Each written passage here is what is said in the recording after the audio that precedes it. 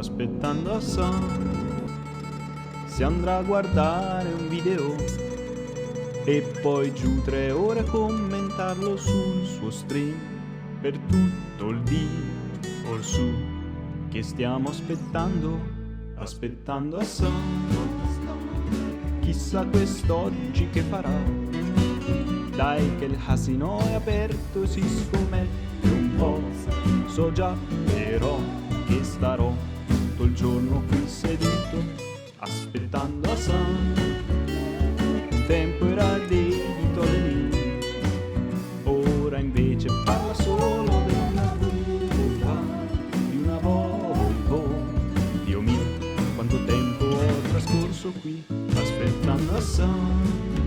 Siamo qui che aspettiamo Hasan.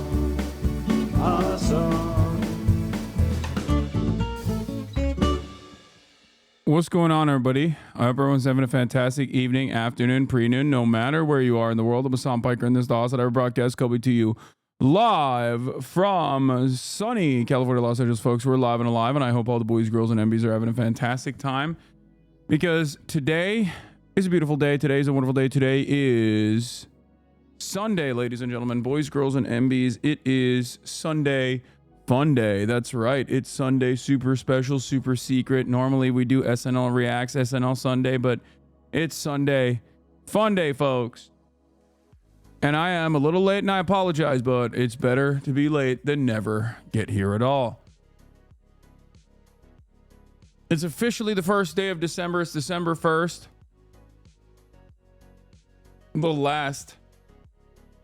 The absolute last month of the year. We are bringing 2024 to a close, and I hope that it's going to be an absolute banger. Holy fuck, you look tired. Wait, really? I had fantastic sleep last night.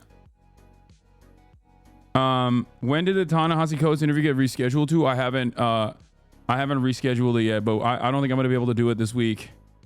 Unless we do it tomorrow. I'm gonna hit him up today and see if he's feeling better. Looking real baby girl today. Thank you. Sometimes baby girl is a 33-year-old man who's muscular and bearded.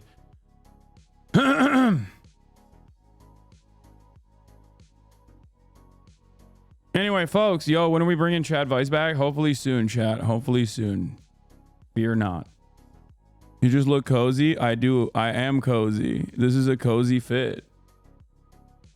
That's why I'm looking cozy, because I am. But anyway, it's December 1st, 2024. It's Sunday Fun Day. You already know what it is. I'm not playing Fortnite again. Okay, so everybody calm down on that front.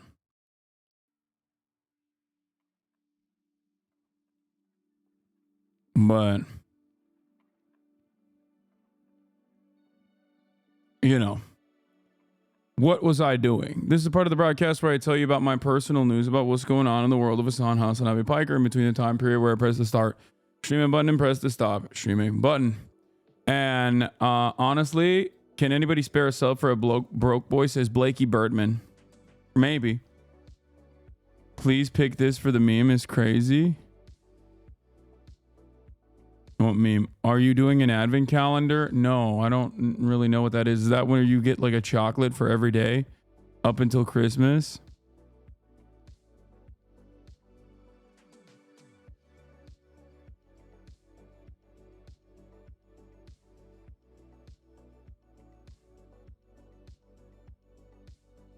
Anyway, of course, later in the month we'll do Socialismus as always. Fear not. Fear not.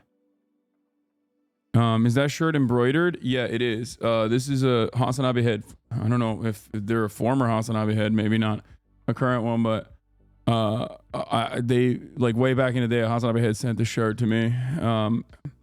And I think he's a Ludbud too at the same time. He sent us both this stuff. And I wasn't able to fit into this well for a long time, and now it's like kind of big. More Azon glazing number 2. I love that.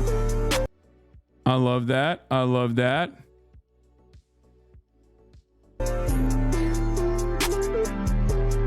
fact that Hasan Piker, a Twitch streamer in his 30s, is better political analysis than the Democratic Party staffers and consultants is proof of how useless a lot of people within the Democratic establishment truly are. Okay, nice. I mean, I wouldn't say that I'm like particularly brilliant, but Cash reacted to your hooping. Oh, let's go. More Azan glazing, part 1.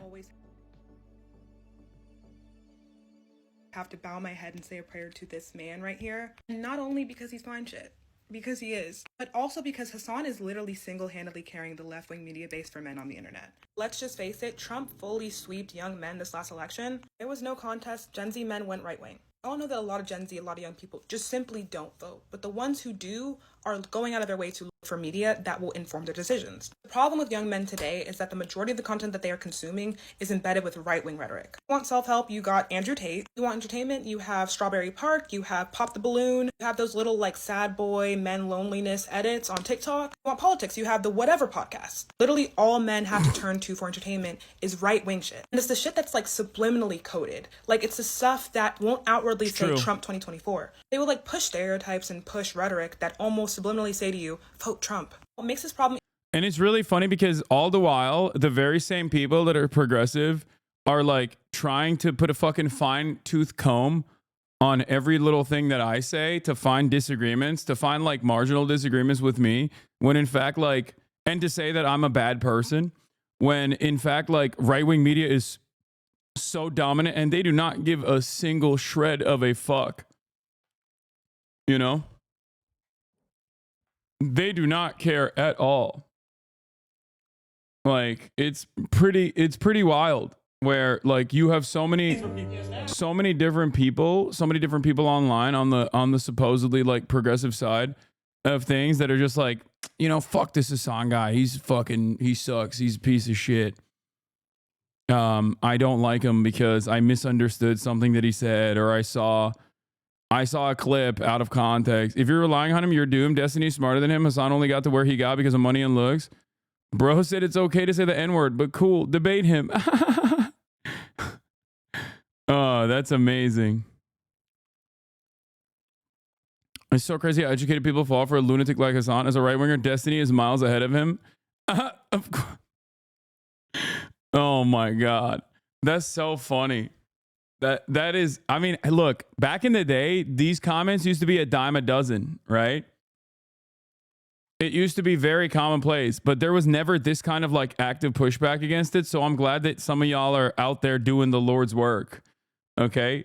Because Jesus Christ, dude, this dude got away with, this dude basically got away with just like fucking brigading every mention of me for so goddamn long.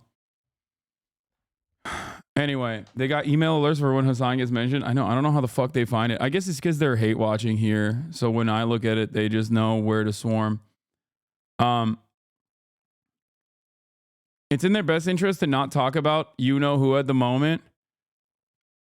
Oh, what do you mean? Talk about corporate greed exposing the gaming industry by Gamers Nexus. Y'all should collab. What is this? Aw, this is a sad video. He doesn't know. Must validate ego. No, it's good. It's good to highlight content like this on the stream, especially in the beginning of the broadcast, because honestly, you guys might be like, "Oh, you're satiating your unquenchable thirst for love and admiration from people." But the reality is, I'm happy to highlight and signal boost stuff like this. I'm happy to highlight and signal boost stuff like this and you know, urge people to do stuff like this more frequently.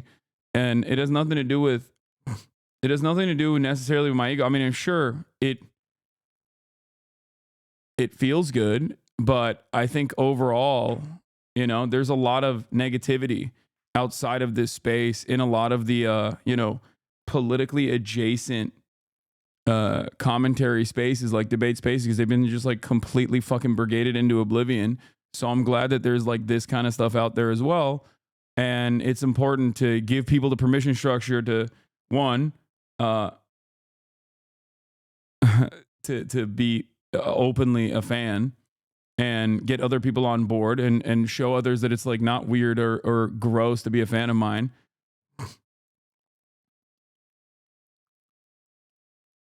Of course it does. Don't overthink it if you don't wanna. What do you mean? No, I'm saying it like, yeah, it definitely it definitely is good for my ego for sure, but like also there is a secondary purpose to this is what I mean. Problem even worse is that because of this right-wing content and this glorification of just toxic masculinity and just being a bad person, we will have like genuinely good shows that boys watch. The Boys, for example, is a very good political satire. Men will take that show and turn it into brain rot. Men will see Homelander and be like, I'm him, because of the toxic behaviors they're taught to glorify online. Hasan is probably like one of the only personalities I can think of that are actually left-wing and like genuine about it. Not like the Destiny bullshit. We don't talk about him. I feel like it's just so easy to get information from Hasan because he puts it in a way that is so easy to consume. He throws jokes in there and he just explains his concepts to you in a way that sometimes can be condescending, but it's okay because that's bae. You can call him what you want. I honestly don't care. Call him a grifter. Call him like a rich fake communist. We need more of him. Like we need more left-wing men for other men to look up to because we know they don't like to listen to us or anyone who. This person gets it. Like they get it. This has always been my mission, which is to use the privilege that I have and use the opportunity. Use the privilege that I have. And what is this? Just paid $100 for an oil change because the mechanic looked like Hasan Piker. Okay, this is more so just glaze.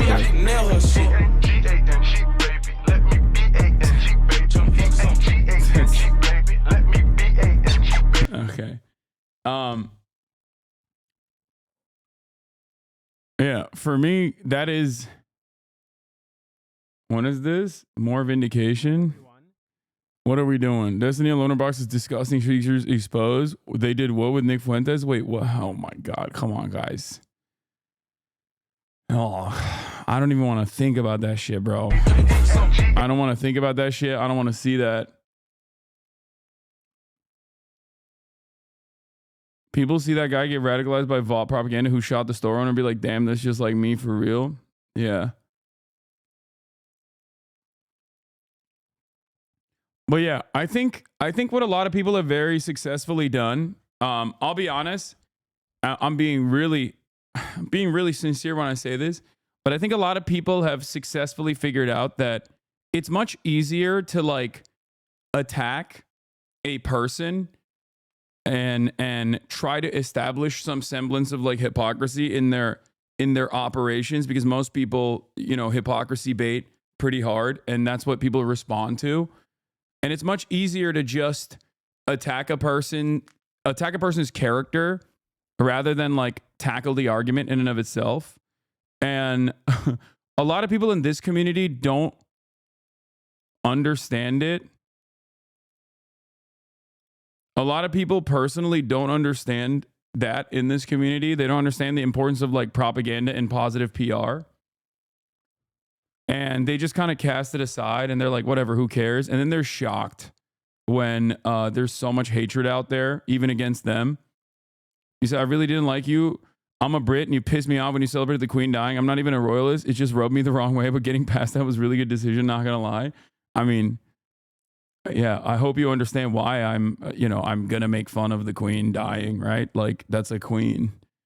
Like, that's a relic of the monarchy, right? Hasan, why has no leftist talked about this? I'm going to go insane for real. What is this? How the fuck did Trump actually win? Unc be doing everything but dropping the Diddy video. What's Unc saying? I've noticed lately you're trying to be kinder and more patient. Keep it up. Yeah.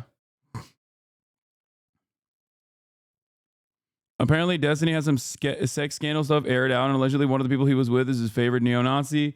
Yeah, I don't know what the fuck's going on there. I'm gonna be honest with you. Okay, I've tried to figure. I've seen things that require me to bleach my eye hole. Okay, I've seen things that I never wanted to see. Let me tell you, I have seen things with these two eyes that, you know, should never be on Twitter and should never be on anywhere. And it's not like I was like, oh man, I'm really seeking this out. You know, the information. The information that I saw, I do not want anyone to see. I don't think you should ever see. Okay? No one should see those things. Now, as far as like,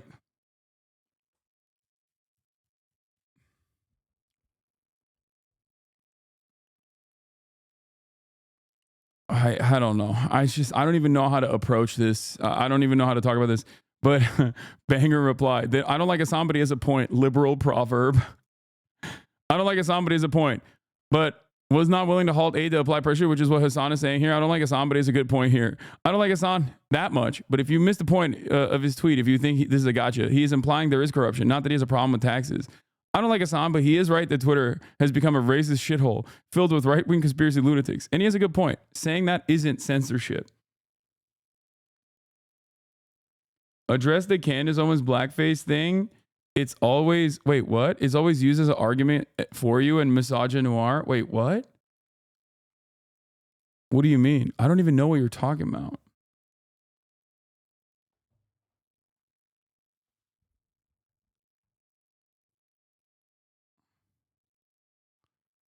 What?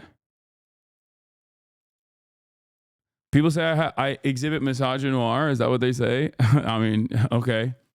It's kind of funny because like that's literally what I was talking about when we were just covering this video, where I was like, people will just like find something and they'll be like, you have to address this thing. When you said Candace Owens was Tommy in blackface allegedly, no, I said something like, I forget what it was, but Candace Owens is a black face on white supremacy. That's what she does. That's her role. That is her primary function. It is 100% true.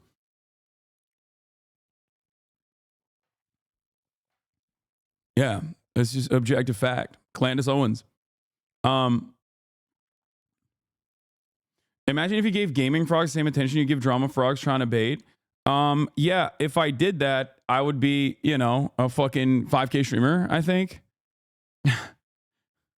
I love y'all, but gaming frogs are so funny where those would be like, we are the community and you are the backbone of the community, that's for sure. But like many of you have like only one particular game that you want me to play, which by the way, today I might venture into some gaming as well. Don't worry. But yeah, let's blast off. Sunday fun day, a little bit of drama. But yeah, as far as personal news goes, I balled this morning. And I had a really funny experience. I was playing basketball this morning, and I'm Jimmy Buckets out there. Okay, I was doing a good job. And these two kids, while I'm bringing up the ball, these two kids come up. They're like 10, maybe like maximum 12, 13. And they're like, "Oh my God, you're in that Jesser video. I've seen you in that Jesser video." And I was like, damn, that's sick. Like these kids know who I am. Because normally people that come up to me at the park or whatever are usually like older, They're like Gen Z. They're not Gen Alpha. Okay. And they got real excited. And then I think they got really upset because I bring the ball up and I immediately fucking dump a three. It does not go in. Okay, brick. And I think they saw that and were like, maybe everything I see online is not real. You know what I'm saying? Maybe it was editing magic. Feel me? That was a very important lesson that the next generation learned on that day, which is don't believe everything you see online. Sometimes you see a 33-year-old unk actually cook up out of nowhere an 8-0 Chris London, an actual baller, okay? And then you see them in the real world and they're like, damn.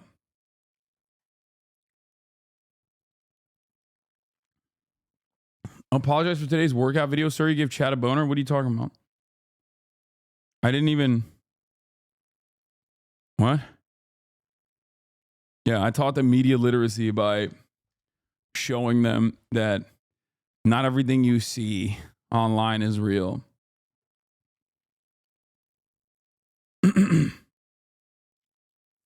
What is this? the real problems that you are experiencing. Male gaze you or just male glaze? focus on punching down. That's what weak men do, okay? Strong men don't do that. You are weak, and you need to snap the f out of it. You pussy. Have some shame. Have some goddamn decency, dude. Men used to go to war. Men used to build things. Men used to protect those who are vulnerable. Yo, I swear to God, this community is so good at making like sexy workout, you know, sexy fan edits. Okay. They are so bad at making like alpha male edits. Like this community has a real problem with trying to make alpha edits. Like the audio, the music is too long. I mean, the music is too loud. The video itself is kind of long. I don't know. I don't know how to describe it. Like y'all try, and I love that. I love the try. I love the effort. Okay, I think it's great. You don't have enough pop-up moments? No, there's definitely like in every stream, there's 8 to 10 hours. I'm talking about a bunch of different things. There's gonna be a fucking moment that you can clip out of context or in context to, you know, make it look alpha dog. It's just like the music is too loud, and it's not like the right music either. A lot of these young men feel it. Yes.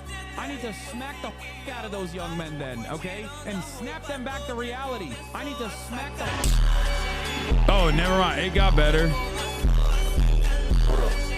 It's sorry, but... Oh, no. Oh, my God. Hold on.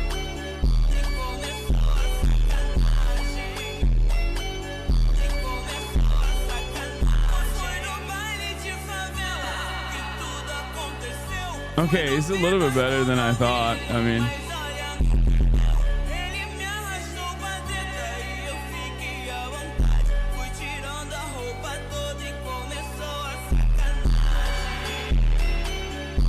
it got a little gay by the end of it, but you know, just need to tighten up the timing, but it's good. You know, it's a good jumper when everyone on the court is 100% dejected.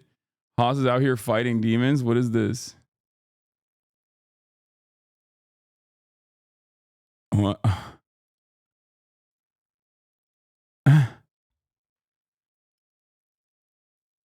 Trying to get this community to do alpha edits is like Democrats trying to win over Republican voters. Play modded New Vegas literally once, and Democrats will never lose again. Yeah.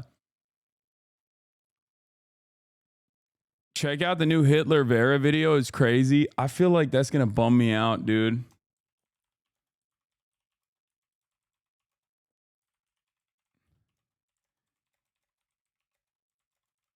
Okay, let me blast off real quick.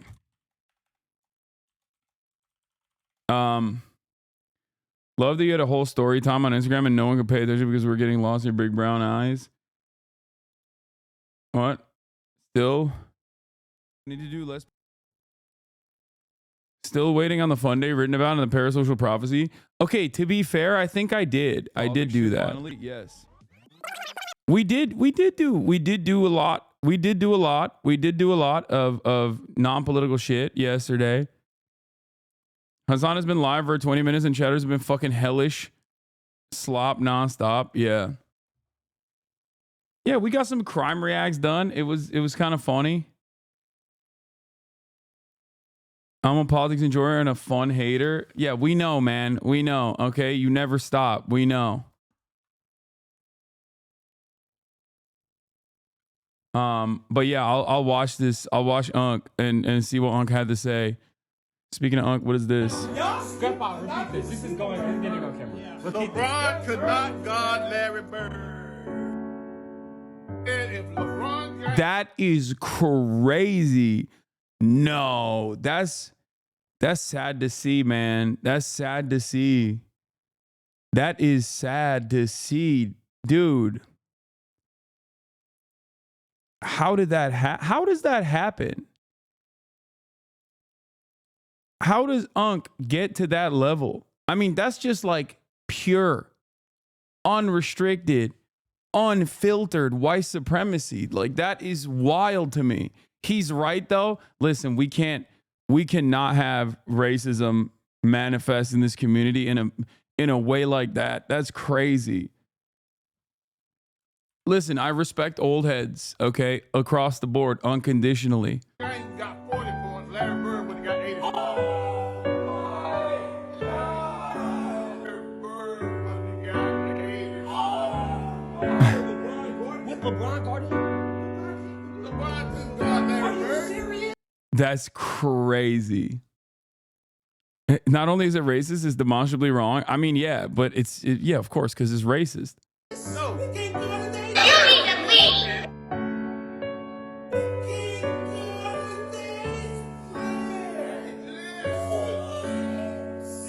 The people who say he's right watch 3 NBA games a year.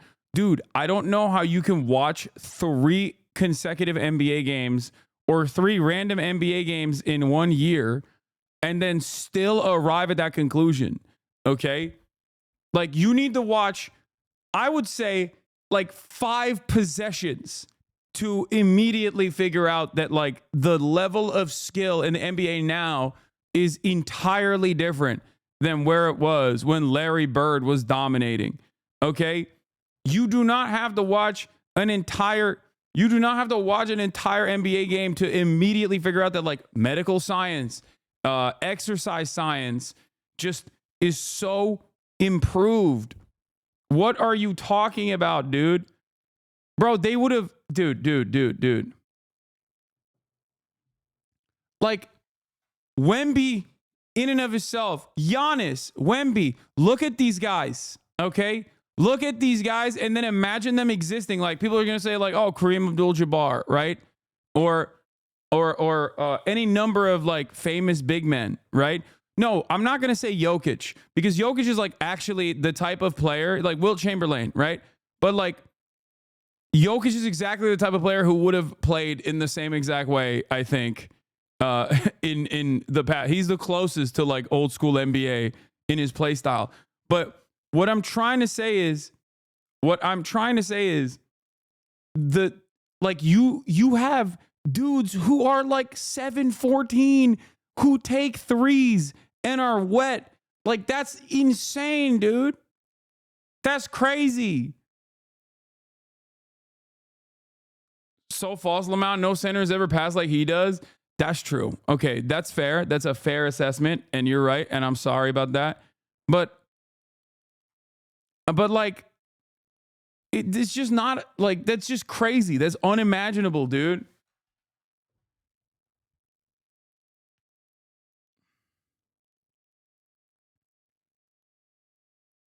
Yeah, the game has improved dramatically across the board, every aspect of it.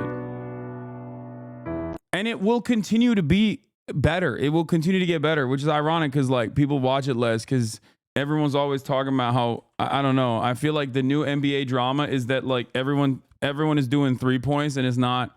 Everyone's shooting threes, and Steph Curry actually ruined the NBA because everyone wants to play like him and everyone wants to spam threes. So obviously, like, the games are no longer as entertaining because you don't get as many posters and no mid-range, like, no contested middies, all this stuff. You just, like, bring the ball up, look for open possession, boom, fire it off.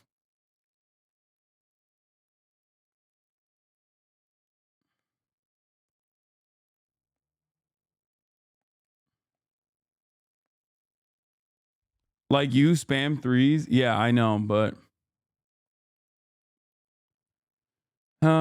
you were incorrect about Jokic. How many sinners in the NBA back then get triple doubles a game like he can? He can dunk, shoot, pass, and make plays. Most sitters back then only just blocked and scored with him up. Yeah, no, I know. I'm saying, I was just making a joke about, like, the way Jokic plays as, like, a tall white guy who is just, like, the slowest dude on the court. It was more so an aesthetic joke, a joke about his aesthetics, like his play style and the way Being a basketball coach and player, this tweet sums it up nicely. Basketball has unofficially become an upper middle class and rich person sport. It costs anywhere from 30 to 100 per hour to get a kid basketball training and play on the AAU teams. Can cost anywhere from 300 to 600. That's without travel, hotels, food, gas, new shoes, etc. Today, if a kid isn't getting trained year round, they almost have no chance of making an NBA, and the average American parent doesn't have the funds or time to invest into development. Historically, players that came from low-income backgrounds is what made the NBA, because they play with a flair, passion, and hunger that typically comes from not having much. LeBron, Magic, Kareem, Wilt, Iverson, Isaiah Thomas, Shaq, KD, D Wade, D Rose. Well, I mean, was Shaq broke? I thought Shaq's dad was like a fucking. I thought he was an army brat. But yeah, this is all sports. This is why I say like meritocracy is kind of even in that regard, like meritocracy is kind of like falling apart.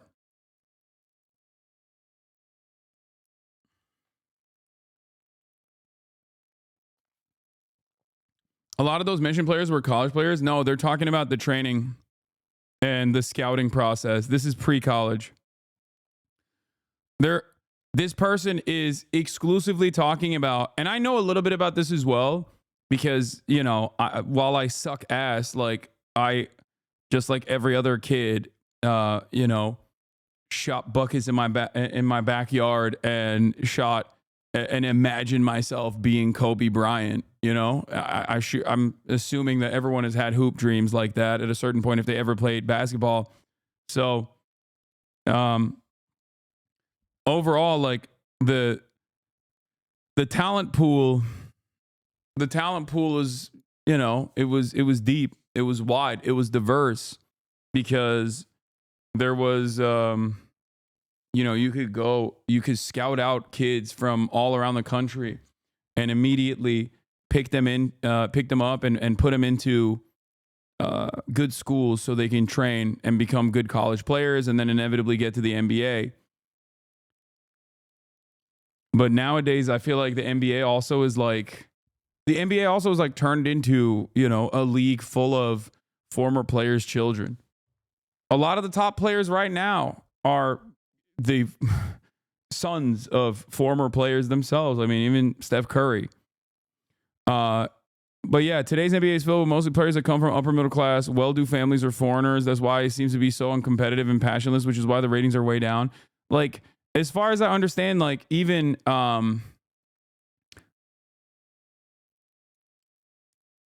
what was it? Even like LaMelo Ball, right? He has the aesthetics of someone that comes from a very different background than the background that he actually comes from. Like, he comes from a fucking rich family, right? Or even what's his face? Yeah, LaMelo is a good player. He's fun to watch. I'm just saying, like, who is like a telegenic player who's charismatic? Ja Morant is another example of this. Ja Morant got into a lot of fucking trouble for, you know, having a gun and bringing it around. Okay, but like he also comes from like a middle class background. I guess like the only old school person that doesn't come from that background that is like a superstar in the NBA is like Anthony Davis. Or not Anthony Davis. Anthony Edwards, sorry. And that's like there are still some. Jimmy Butler, yeah. And there's probably a lot more. There's probably a lot more people like that, like Giannis, for example, in the European that come from like a Euro background. They actually ironically come from like poor families for the most part, and they get scouted and they like somehow make their way up the ranks. Because like Giannis literally was selling fucking watches and shit on the street. Like, he did not have a citizenship. It's crazy.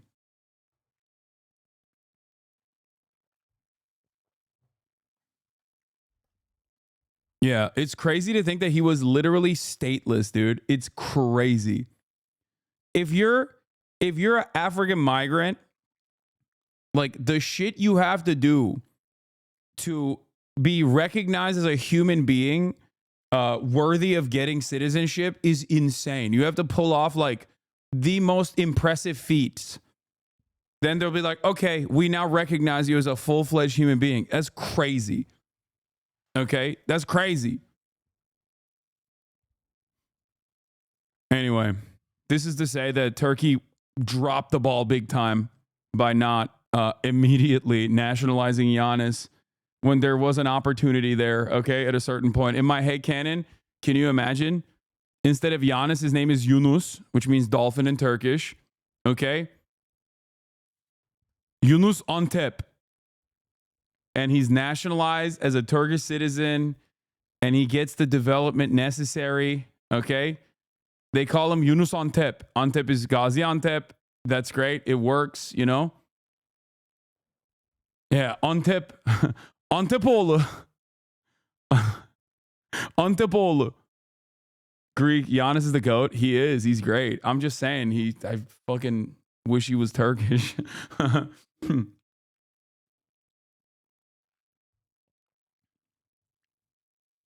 Yeah, now they know him as the Greek freak. He could have been known. He is Greek. He is ours. I know, man. Y'all got lucky. That's all I'm saying. Y'all got lucky. Alperen Şengün is still putting the numbers on the board for Turkey. Anyway. JJJ. Os bayrakları. Os! Alperen Şengün! All right, I'm done. I'm done talking about ball. Why the fuck do I always get into these like random tangents about basketball? I don't know shit about ball, dude. I don't know anything about ball. Ball talk. Okay, I don't want to watch this. It's too sad. What is this? Me caroling outside of Hasan Doğan Piker's house?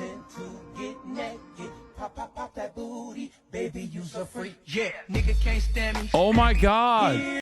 Dude, look at the flag. What is that flag? Hey, yo. That's crazy. That's... Oh, that's amazing. That's fire. Respect. New merch idea, please. Yeah, that seems great. I need to sell that.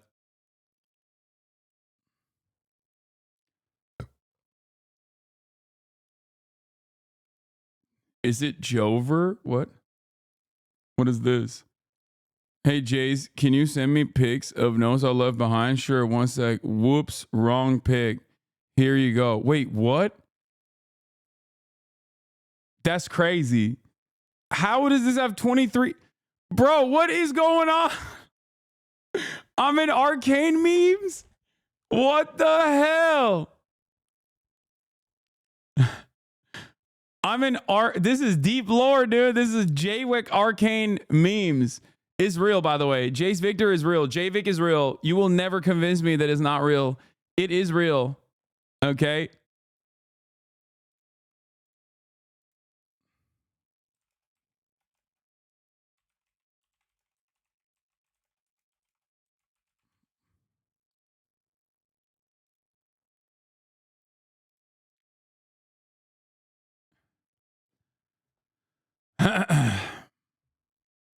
Do you think Jace is a HasanAbi head? Maybe.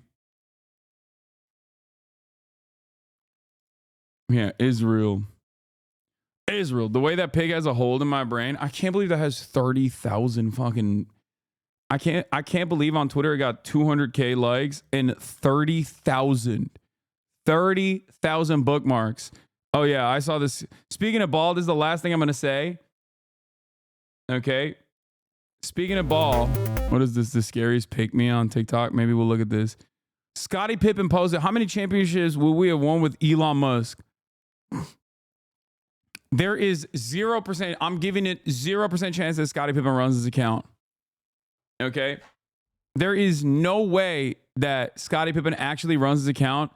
He has probably given this account over to some fucking, yeah, this is $ ball is innovating sports and crypto. Yeah. This is, I'm telling you right now, this account is run by some fucking cryptocurrency geeks. Okay. And it has nothing to do, absolutely nothing to do with Scottie Pippen at this point. Ain't no way. Ain't no way. Ain't no fucking way, dude.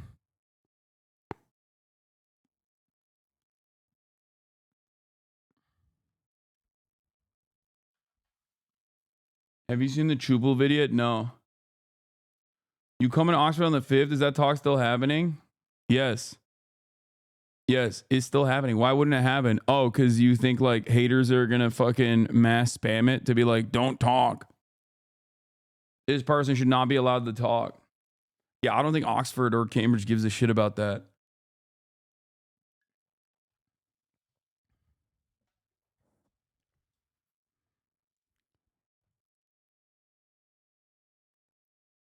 No, he's in the crypto shit. I know he's in the crypto shit. I'm just saying that he's probably giving off the account to someone else.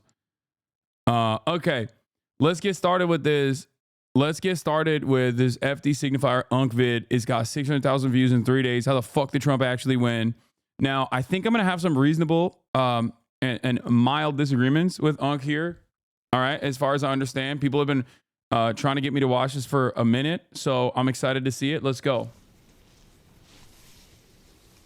And then we'll do the drama a little bit. All right, not a lot of fun and games today. We're going to jump right in. Unc's a little libbed up. I did a live the day after the election where Donald Trump became only the second president in American history to win a non-consecutive term by convincingly beating Kamala Harris, and emotions were high. Limited information was available. But based on what I had seen and what I had been hearing at that time, I made the proclamation in this live that the core reason Kamala Harris lost her bid for presidency of the United States was misogyny and racism.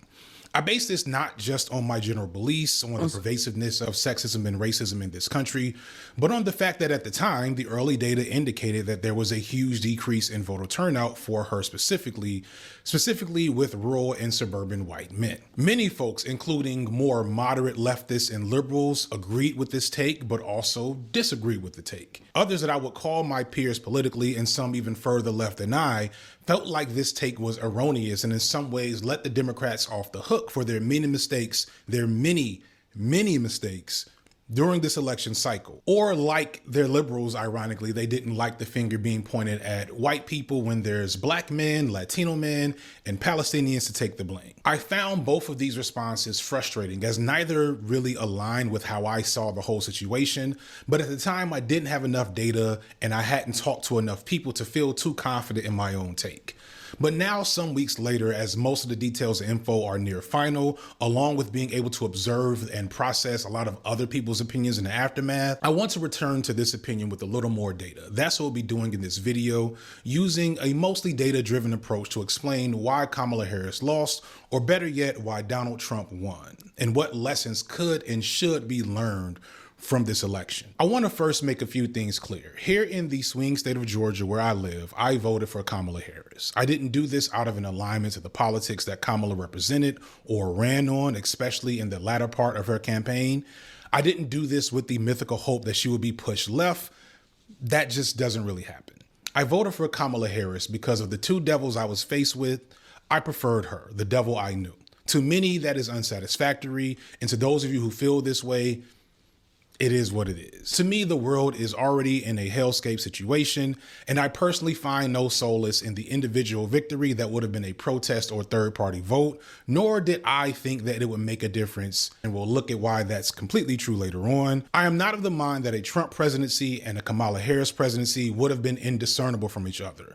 On a grand scale, that's likely true, but at a micro level, at an interpersonal level, and at an immediate level, I think this is demonstrably false, and I don't think anyone who's serious can say that to be a fact across the board. Trump's 4 years as president before were harmful in numerous ways that were unique to him, including his handling of a once-in-a-lifetime pandemic, which was made worse by his incompetence. But I digress. I'm only bringing this up because I also don't want this video to be mistaken as a defense for Kamala Harris or the Democrats. And it's really frustrating that our political discourse on the left has been so atomized and just made into content garbage that people who take nuanced look at these complex issues end up having to be in one camp or another. Like, I'm literally in the moment have done this take like 10 times because I'm trying to find the words to say how frustrating it is to want to have a nuanced conversation around electoralism when there's people that if you don't support Kamala Harris, they don't want to hear anything you want to say, even though there's obvious reasons to not support Kamala Harris. And people that don't support Kamala Harris feel like there's no logical or moral reason to vote for her regardless, as if anything in our political reality is that black and white. But it is what it is. Have you already forgot us, the chat, since you're already the almost mainstream monk? First of all, no. And being quote unquote almost mainstream doesn't change anything.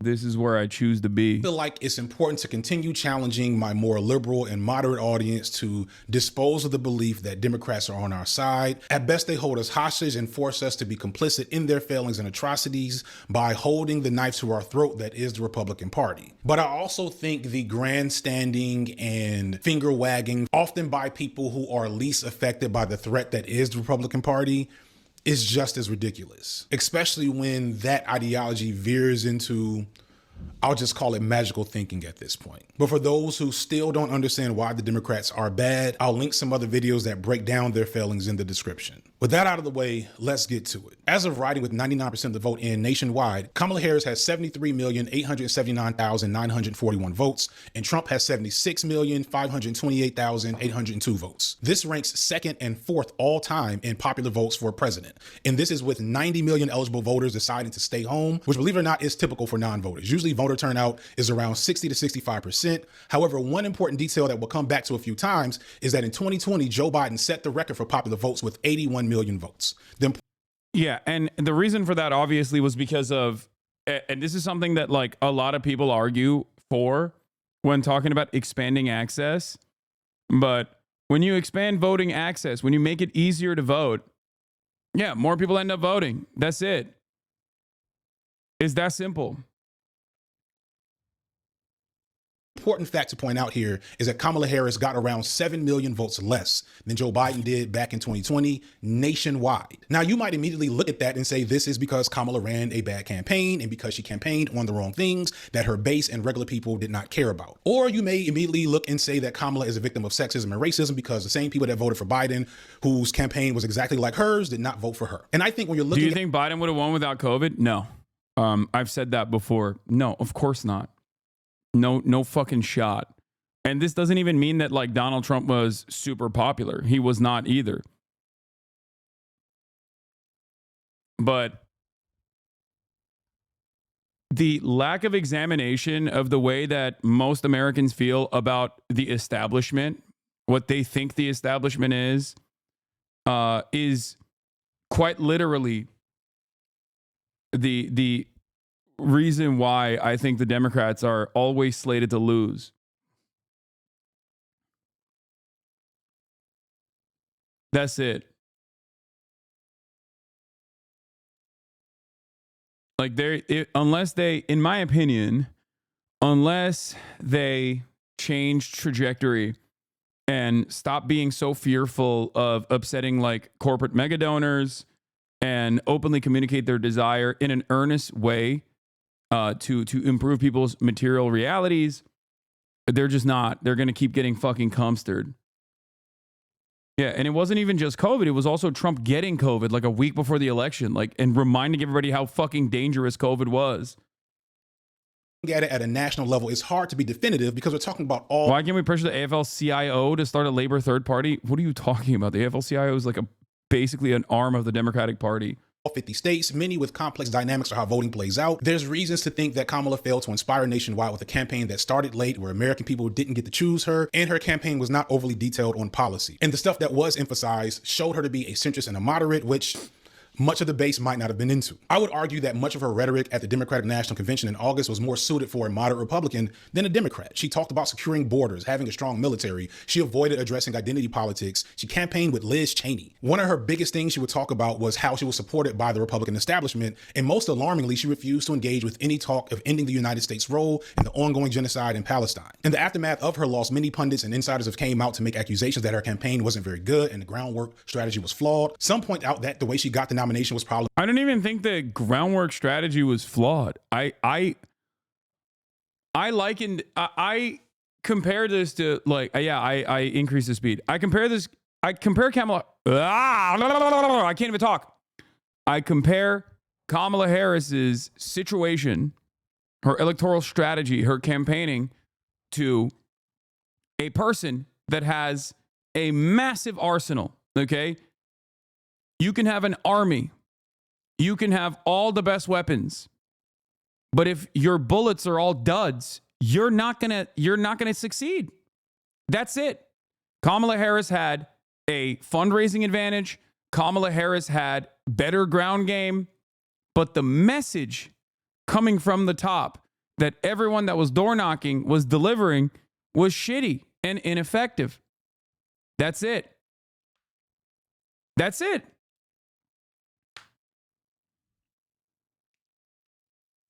You can have an army. You can have all the weapons. But if you're firing blanks, you're not going to win. And that is precisely what happened. Problematic to begin with. There's a whole lot of things to criticize about Kamala's strategy before you even begin to consider how this strategy was either informed by or was structured to deal with the fact that she was a black woman. Since the election, I've talked to a lot of black women, and one thing that's been said to me multiple times is that as a black woman in these types of spaces, it doesn't matter what you say or do or what you say you're going to do, you will always be received as woke and emotional and inherently incompetent and all these things. And one could argue that the conservatism of her campaign was an effort to counteract that natural narrative, a narrative that if you look at exit polls, she definitely seemed to stick to her despite her flawed campaign. And I'm not saying that to say that her campaign was good. I'm just saying it helps explain one of the reasons why it was the way it was. However, this doesn't seem to matter when you look at the data. When you zoom in from the national level and just look at the 7 key swing states that really decided this election, you begin to really get some answers. For those unaware or outside the US, our presidential elections are some bullshit low key. The country has 50 states, right? And each state is worth a certain amount of points. If you win that state by getting the most votes in that state, you get all 20 points. Even if you only got 51% of the vote, you still get all 20 points. What this ends up doing is making it so 5 to 10 states that are up for grabs really control the entire election. And that's because most states in America consistently vote in a very specific way. Some states like Minnesota, for example, haven't voted for a Republican for president since 1968. States like Texas, on the other hand, haven't voted for a Democrat since 1972. This means that any analysis of the election that doesn't hyper-focus on what happened in those states isn't necessarily the greatest analysis, because in those states is where if they were going to call her woke, then why tack to the right anyway? Should have gone left. Yeah, that's the problem. It's running from a place of fear, and Democrats do it. If I'm going to be super charitable to the Democrats and not assume the position that they want to lose, that they want to be the controlled opposition, that they want to be a hurdle in the face of like real leftist movements in this country, and that they do actually want to win. And I'm certain that there are plenty of people who do want that, right? Within the ranks of the Democratic Party, they're just bad at their jobs. Then I think that they are running from a place of fear. They're always running scared. They're always terrified of their opposition. They always allow the opposition to flood the market with whatever kind of like nonsensical positions that they invent, that they concoct in a laboratory half the time at a think tank, right? And then they always run defense. And they're always running defense in territory that is more beneficial for the Republican Party. Running defense on the issue of immigration and adopting the right-wing framing on the issue of immigration, you're cooked. You're cooked. Like I've said before, it's like, you know, instead of playing one-on-one basketball with LeBron, you decide to, I don't know, play chess. Like on the one hand, you got a grandmaster in chess. On the other hand, you have the grandmaster of basketball, LeBron James, and the Republican Party being the grandmaster of chess is like, I dictate the terms. We're playing chess. We're not playing basketball. It doesn't make sense. Just fucking play basketball. Why the fuck would you play chess? You're LeBron James. The voting population has and feels the most responsibility. This is where campaigns spend the most money, and this is where the campaign's successes or failures are really reflected, and where data and feedback is most valuable. So that's where I'm going to focus most of my analysis on. And when you focus the analysis on the 7 battleground states, you start to see some really interesting features. In 2024, there were 7 battleground states: North Carolina, Georgia, Michigan, Pennsylvania, Arizona, Nevada, and Wisconsin.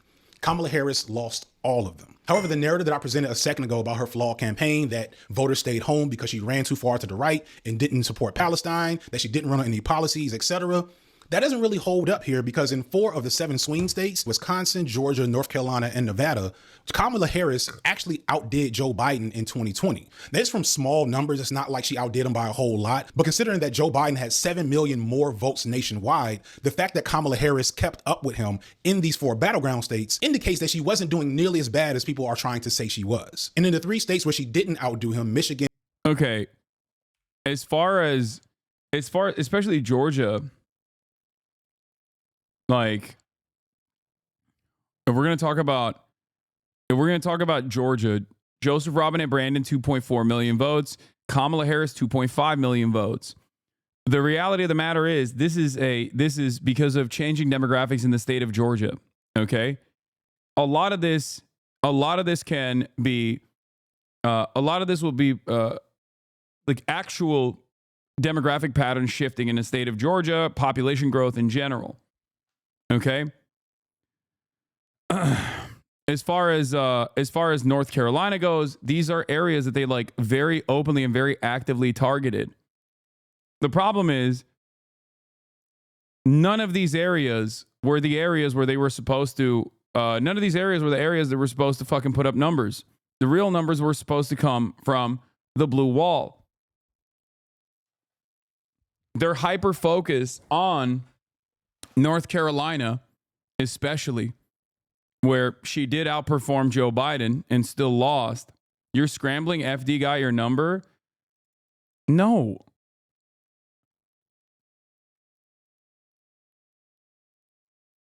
No.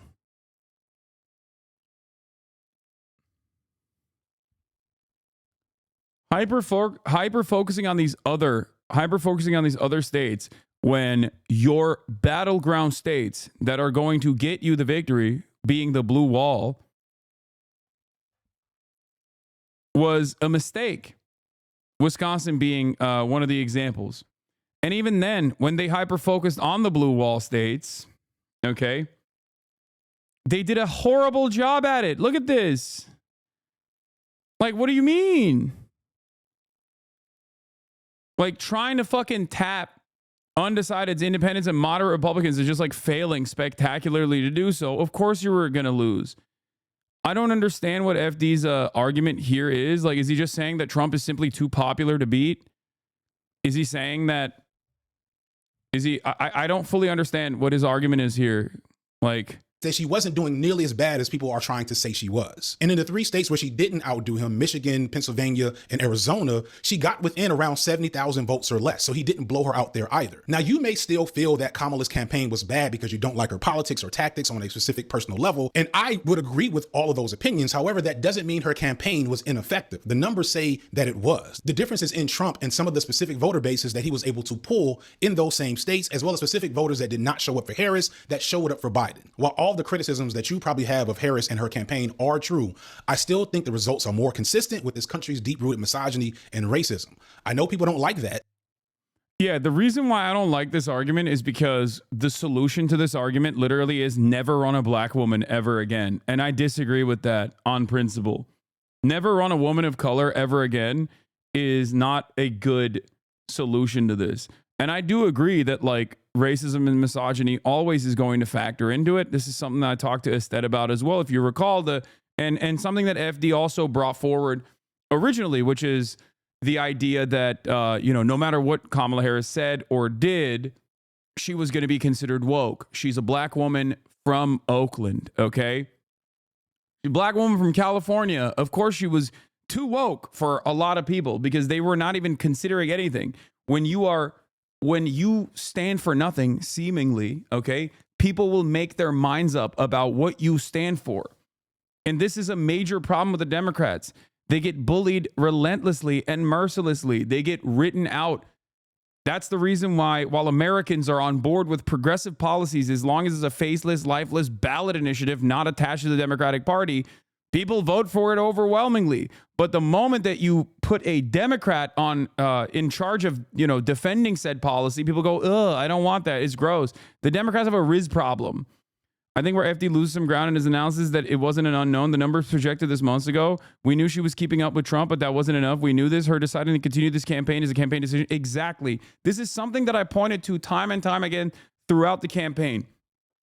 Months leading up to the election, Kamala Harris would come out and spend like $30 million in one of these specific markets, right? And it wouldn't even fucking move.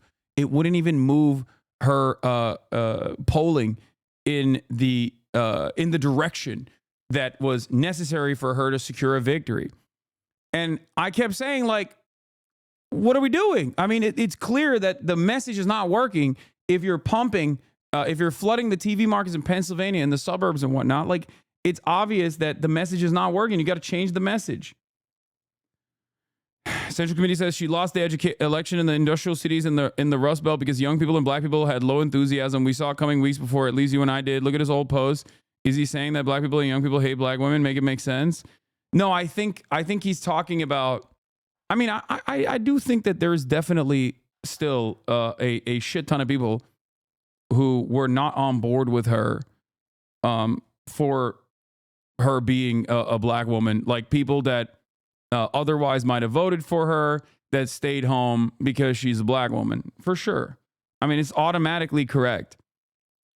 But you're also you're not wrong when you point to this. Like, there wasn't enthusiasm at the end of the day. There wasn't enough enthusiasm from a lot of working class individuals for the Democratic Party, just like there wasn't a lot of enthusiasm, in my opinion, from a lot of these blue wall states, from the normal constituencies that the Democratic Party relies on. So let me address some of the common arguments that I've seen against this take. So one of the main things I've seen is that Kamala lost because of abstainers and third-party voters, most of which who had the genocide in Palestine as a deal breaker. All that said, very little data points to those people having a significant effect. Yeah, they didn't. Kamala Harris lost by wider margins than like third-party votes would go in her favor. And not only that, but also third-party votes are not to be taken for granted. There's the automatic assumption. Yeah, nothing signals. Ogre Boy says nothing signals to people worried about the Middle East like glazing the architect of the Iraq War while on your campaign tour. Like, this was a massively consequential decision, in my opinion. It was because you have a finite amount in your truncated campaign to basically craft a message to show America who you are and what you stand for. And that actually offers a wonderful opportunity, especially when you're Kamala Harris and you're basically a fucking blank sheet of paper, right? And instead of using that opportunity to just like fucking put forward a bold declarative agenda that is going to address a lot of the issues that people are experiencing, going along on this like, I'm right wing, I want a muscular border policy, I'm the top cop, all this shit was not great. I think they did think, well, Kamala Harris is a black woman, she's younger than Joe Biden, so a lot of the normal constituencies that go out and vote for the Democratic Party will come out and vote for her regardless, and that didn't happen. They just, many of them stayed home. And it's crazy because like a lot of people have written off Gaza, for example, from the equation, or falsely attribute just the third party momentum, which was lackluster. It was nowhere near where it was supposed to be. And say, oh, well, people went and voted for the third party, but they didn't vote for the third party by large enough margins. Clearly, Gaza's not an issue. Like, no, there's a shit ton of people who just didn't vote. There are a shit ton of people who just didn't vote because that was an issue for them. Okay? Straight up.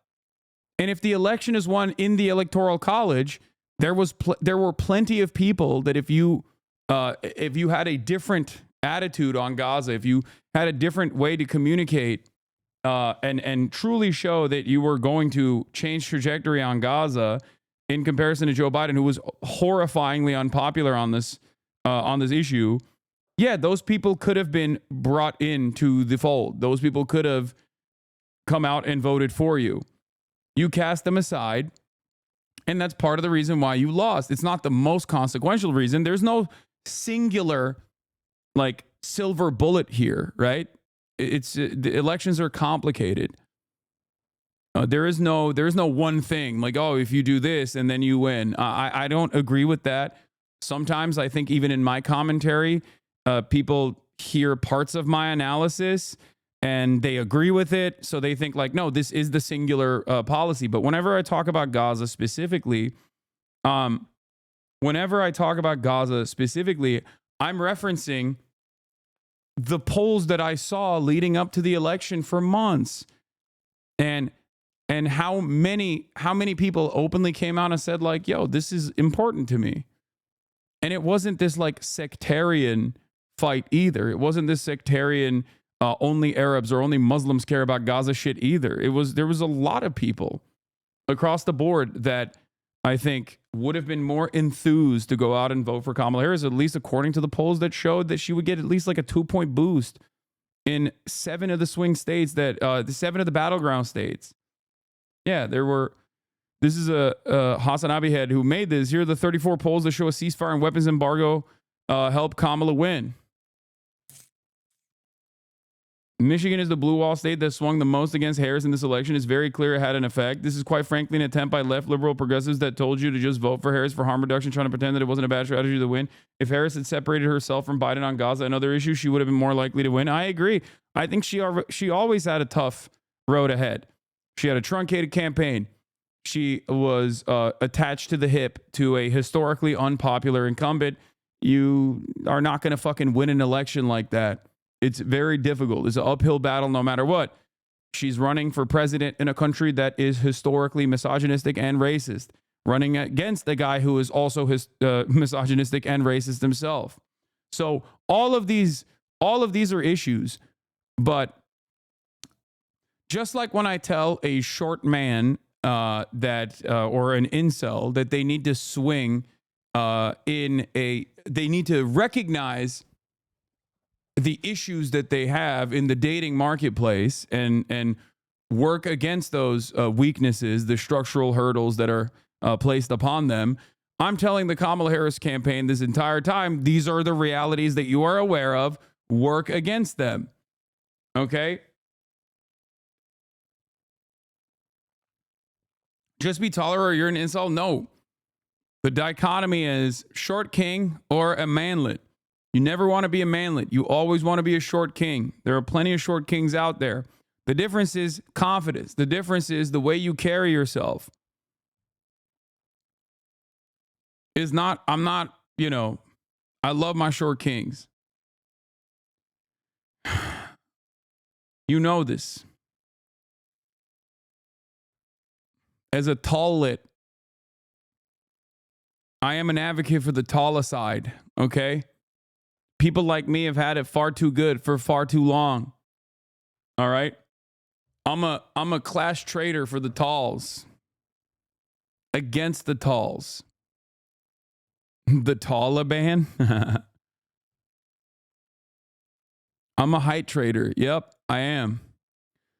But yeah, when you don't have a lot of leeway and you know that the deck is stacked against you, you can't be making mistakes. And their whole campaign was a fucking mistake.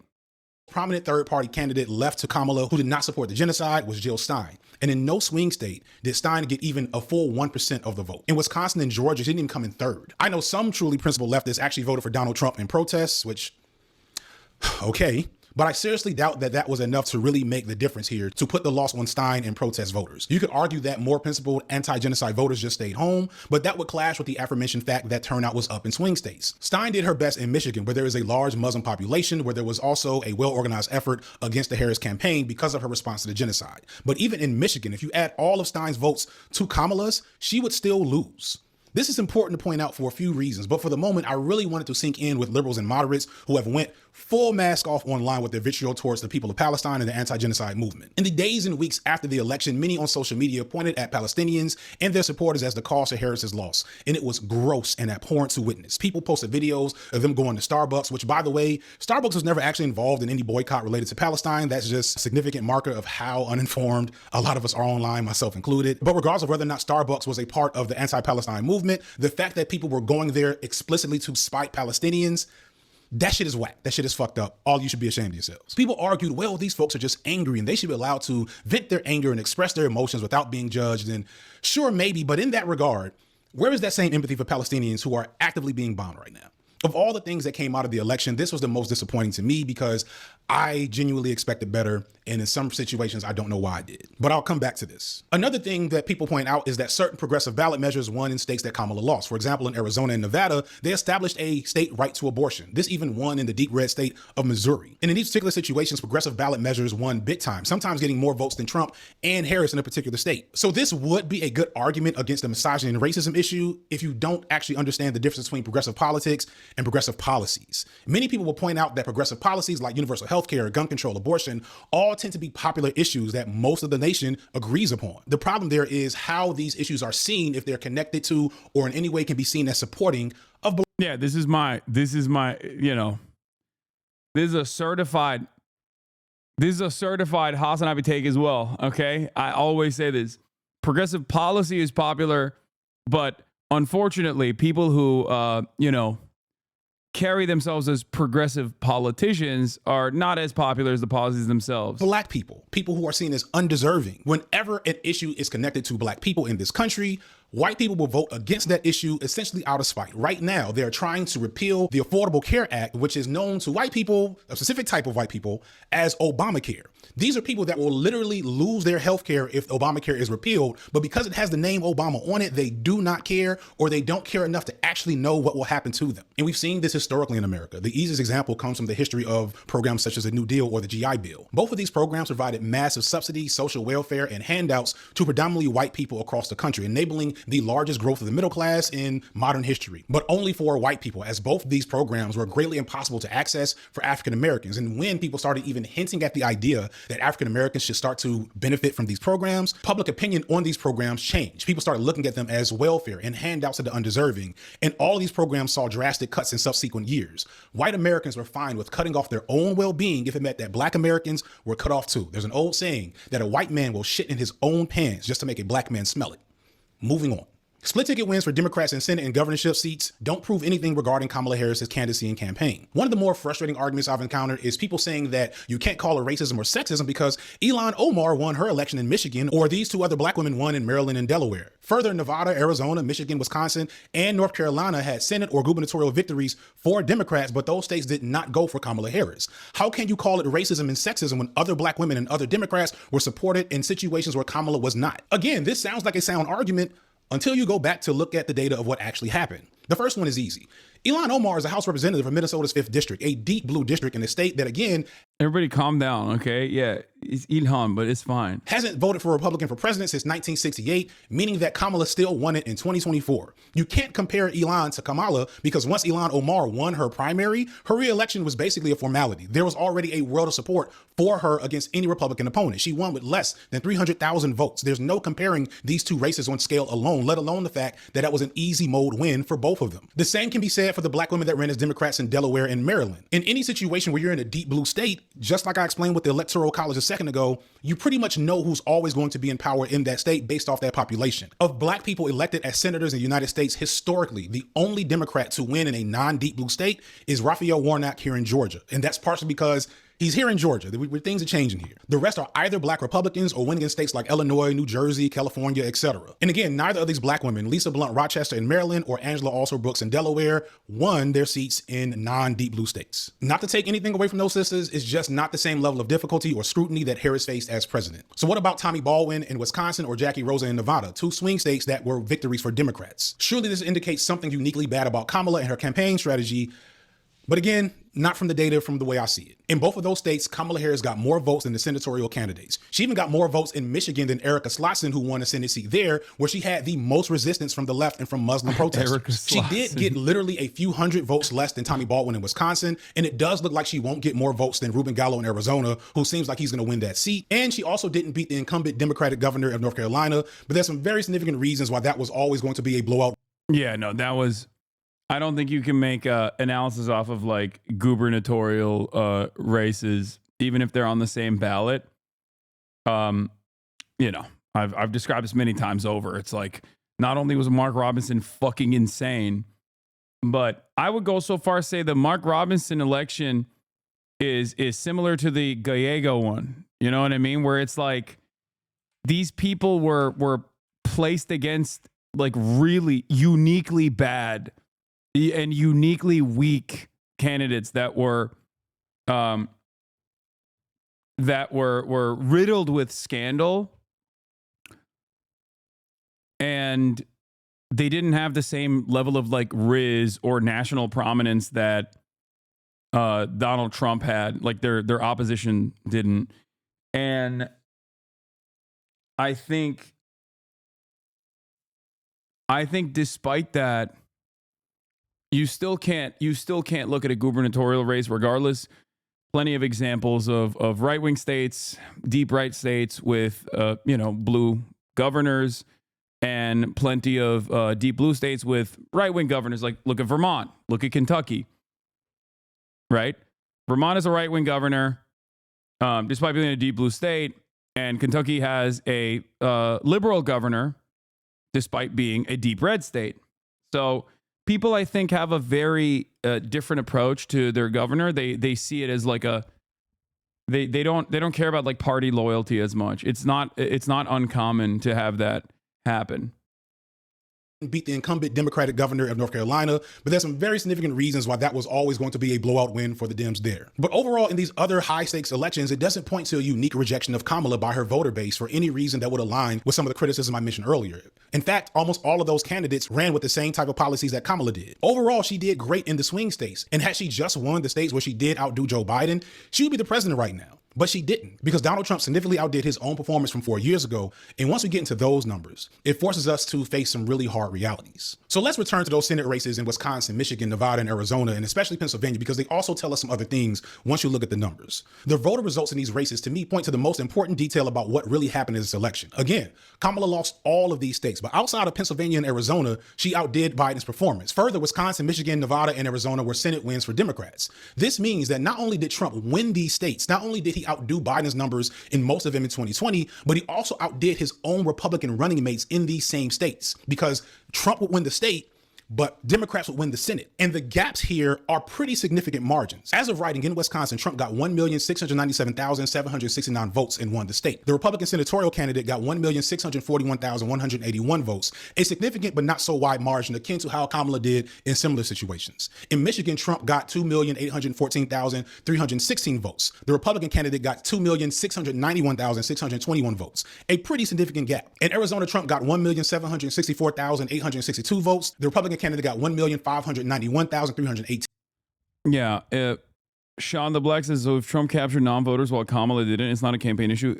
That's what I'm saying. If you draw turnout from low and mid propensity voters and that secures you an electoral W, then yeah, it's a campaign failure. It's a communications failure. It is an ideological failure from the tippy top of the Democratic establishment. The very fact that there was even any sort of question that Donald Trump could potentially win the popular vote, and I kept repeating this over and over again throughout the campaign, and everyone was like, I don't know about that, man. That's crazy. Like, that, to me, spells chaos for the future of the Democratic Party at a time when the Republican Party should be in a state of disarray.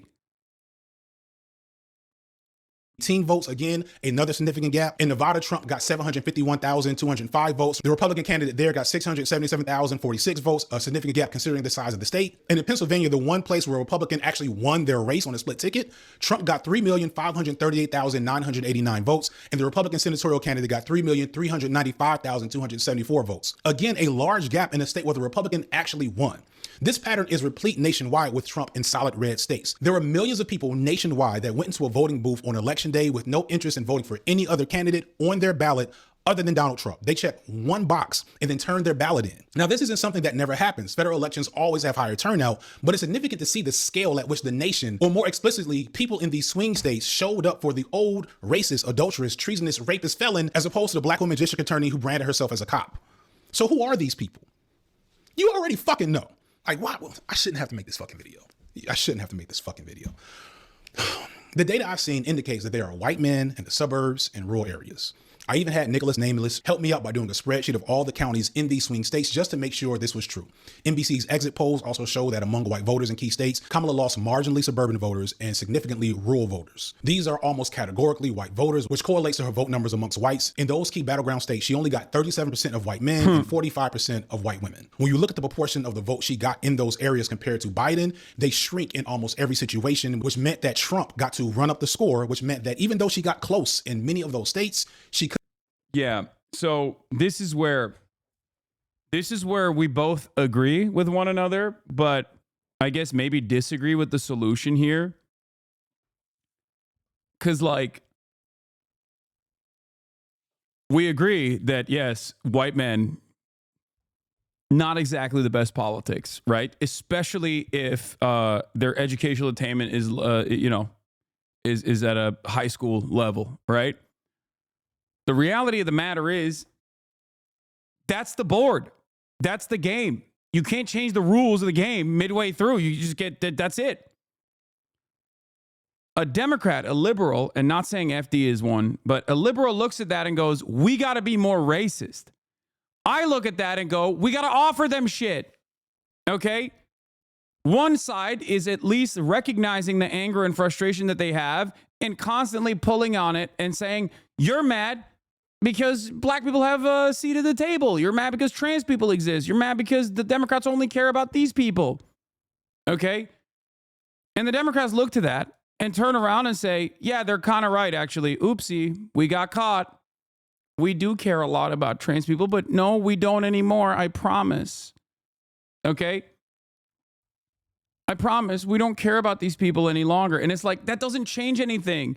The Republicans already dominate that space. They already have captured their attention. They've already fucking used their anger and weaponized it against minorities. That's why they keep winning over these people. What you're supposed to do is go, nah, that's a distraction. Here's what your real problems are. I'm gonna fucking fix that shit. You know? You can't validate the right-wing position that is that comes from a place of anger and resentment and frustration and is used as a mechanism of distraction and deflection while they still rob you blind, while they still pick your pockets. Couldn't get over the hump. There's so much talk about, how Trump gained with Latino voters, including Latino men. And there was a ton still of stupid and erroneous talk about Kamala losing black men, which is frustrating because I've been saying how that's bullshit for years now. And anyone who understands politics knows that that wasn't going to happen. If there's one silver lining to the failure of this election, is that it might finally put to rest that talking point among a lot of people, specifically black women. In an interesting turn of events, Asian women actually voted more for Trump than Kamala, which is not true for Asian men.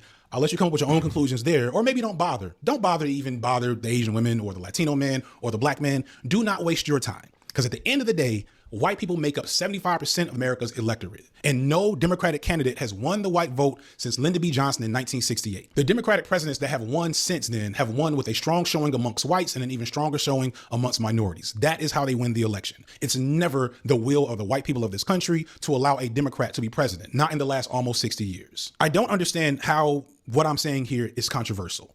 If you are... It's not. I mean, he's right. That's why I think Kamala Harris was wrong.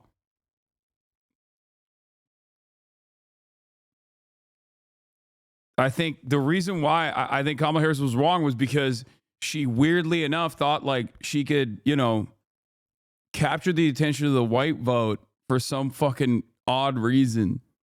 And did that by parading the fucking Cheneys around when white people don't fuck with the Cheneys either. They don't fuck with the Cheneys. They hate Dick Cheney. Dick Cheney's approval ratings were fucking dog shit by the time he got out of office. They remember him as the architect of the Iraq War, understandably, because he was. Americans have moved on. They hate the Iraq War. They think it sucks. Donald Trump won, presenting himself as anti-Iraq war and portraying Hillary Clinton as a pro-war candidate in 2016. trying to understand the political reality of the United States of America, then all you're really doing is trying to understand the politics of what motivates white people to vote and be politically active. And I can only guess as to why a large portion of 76 million people who are white voted for Donald Trump. But more significantly, why in those swing states that won him the election, where he got more votes than his Republican counterparts by a wide margin from people who are not politically engaged, I can only assume that they felt something specific for Donald Trump that they didn't feel for Kamala Harris. And considering that this is a president who accused Haitian immigrants of eating people's pets and is threatening to use the American military on American soil to contribute to mass deportation, I don't know what motivated the motherfuckers at all. You tell me. If you can't tell, I'm really frustrated with how people are so dismissive of the role that racism and misogyny played here. Trump made incremental gains with almost every minority category. I think this is the reason why people are dismissive of racism as well. He's not wrong. Of course, racism played a role. Like, of course, that's the only thing they have. But my point is, if the Democrats don't actually present an argument that the Republicans have to oppose, then they're going to run the table with racism. They're going to hit that vein over and over again. That's their one. They're going to keep spamming, okay? They're going to keep spamming racism. You have to give them something to fight against. And the Democrats and their refusal to give the Republicans something to fight against is part of the reason why the racism button works so well. Is part of the reason why the trans shit even is like somewhat effective, even though it's not, right? Like it's not a thing that was a demonstrable success in the election, but a lot of Democrats seem to think so because they're like, oh, they made us look silly. They made us look bad. They made us look terrible. They made us look like we only care about the one policy that we care about is like doing bottom surgery on undocumented migrants or whatever the fuck. And it's like, that would never be a point of contention if you had a bold declarative agenda that is something that the Republicans have to present themselves as against. I want to point that out, right? Black men, black women, Latinos, Asians, and so many other folks, small gains for Trump. That probably is significant in terms of the margins for which he won. But for the most part, in those swing states where Kamala did nearly as well or better than Biden, the big change here is that her voter base in suburban and rural areas actually drops compared to Biden. The percentage difference between Trump versus Biden and Trump versus Harris in rural and suburban counties widens. Harris only doesn't get blown out because she was able to turn out large numbers of voters in urban areas, aka black people and white liberals, the same voter base that many on the left are accusing of her not inspiring. Now, of course, I would argue that those voters are probably more inspired to vote against Trump than to vote for Kamala. I know that's what it was like with Biden. But again, we're talking about the difference between a bad campaign and an effective one. And the only difference between her and Biden on paper is her skin color and her sex organs. Is there a version of Kamala's campaign where she ran as a change candidate, promised? I don't even fully agree with this. Like, she had benefits on that front too. She was younger than Biden. So I think like, while yes, her being a black woman as opposed to Biden being a white man, was definitely consequential. But her being younger and more vibrant and able to communicate was a benefit.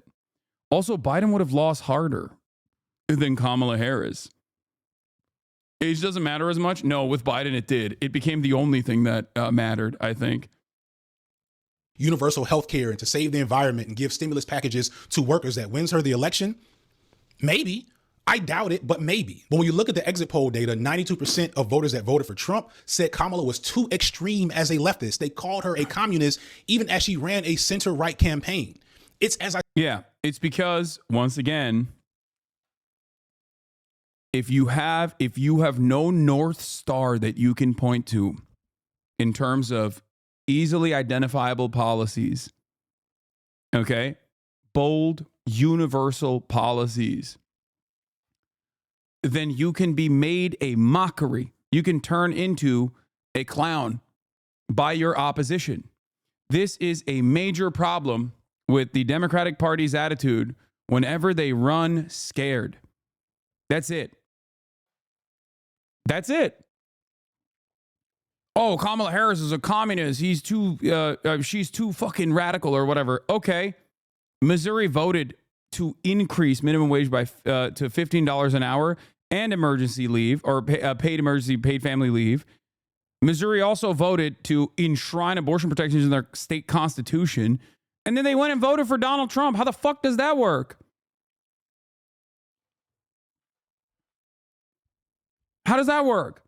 The notion that like America is like unimaginably conservative is silly. It's just they hate the Democratic Party because the Democratic Party are not good at associating themselves with specific policies that are popular. They're too afraid of saying, this is what we stand for. Okay? Universality works. One of Kamala Harris's most successful policies was one that she kind of dropped after the Tony West change in the campaign. And Mark Cuban started showing his fucking ugly ass face around the campaign over and over again, talking about how great it is that Kamala Harris is going to be great for the fucking billionaires and whatever, and great for the economy. And that was price gougers. She says she's going to go after price gougers. That shit was sitting at 83%. When it first got unveiled, it was at like 79% approval rating. And after a month of attacks from the Republican Party saying it's Venezuela, saying it's bad, that shit was sitting at 83%. And the Democrats were like, never mind. We're just not going to touch this, actually. This is terrible. This is too good for us. We shouldn't keep pushing that.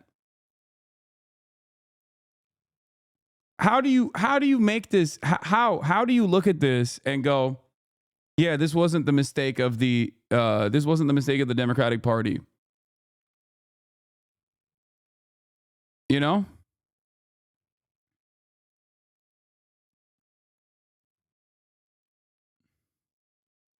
I said earlier about people not actually believing the things that black women say or do, only attributing them a set of woke features. No one in this election ran on policies. Trump said on the debate stage when they asked him about repealing Obamacare, which some Trump voters didn't even know was the same thing as the Affordable Care Act, that he had thoughts of a plan.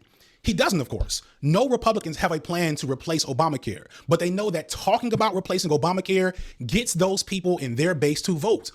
What are they voting for?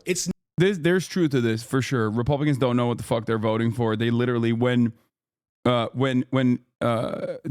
impact of the legislative agenda is brought forward to them, they just don't believe it. They're like, nah, that's not what I'm voting for.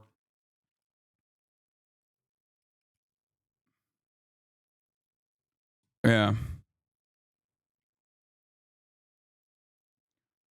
The thing is, I think this race kind of showed that, yes, Americans are definitely racist. They're bigoted. They're misogynistic, right? But like, Americans are suffering. They're experiencing economic hardships, and if you present whatever you want as the solution to said economic hardship, they'll be on board. Now, if there's already there's already a resilient underlying white supremacist attitude, Republicans can look to that and go, yeah, you're suffering economic hardships. Oh, housing market is fucked up. Don't worry, we're going to deport 20 million migrants. It's going to fix it. Oh, the cost of groceries is too high. We're going to deport 20 million migrants. It's going to fix it. Nobody even asked the second question of like how that's going to actually solve the problem, but it doesn't even matter. They just say we're going to deport 20 million migrants and it's going to fix it. They attach right-wing, white nativist, anti-immigrant policies and the fear of the other to the economic problems that people are facing.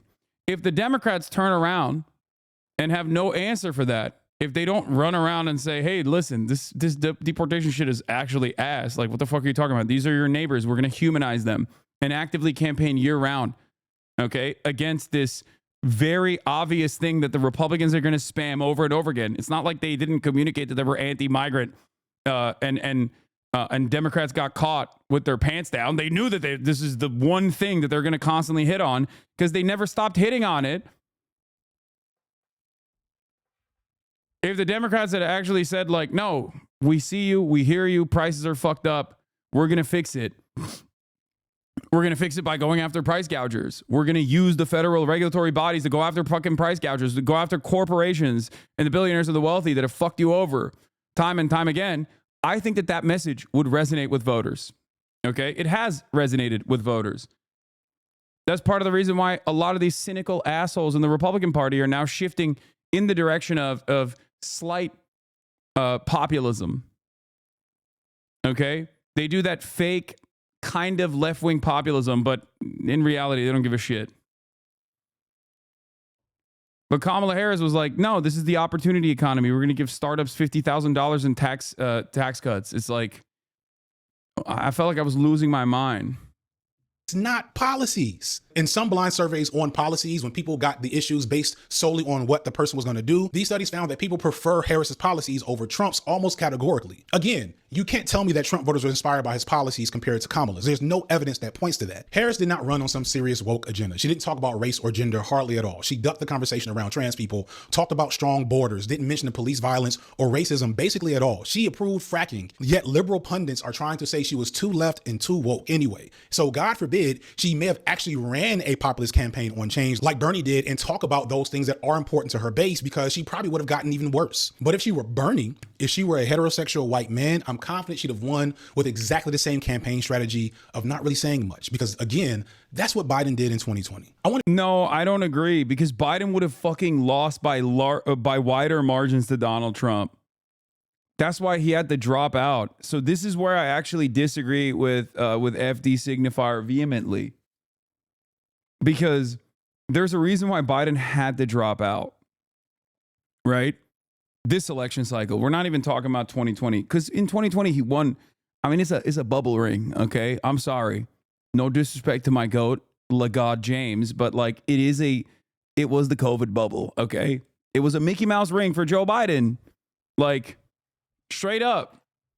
It was a Mickey Mouse ring. It was a bubble ring. You know, he did not have numbers on the board like Legault did. Okay. Legault, it doesn't matter. He would have won it nonetheless.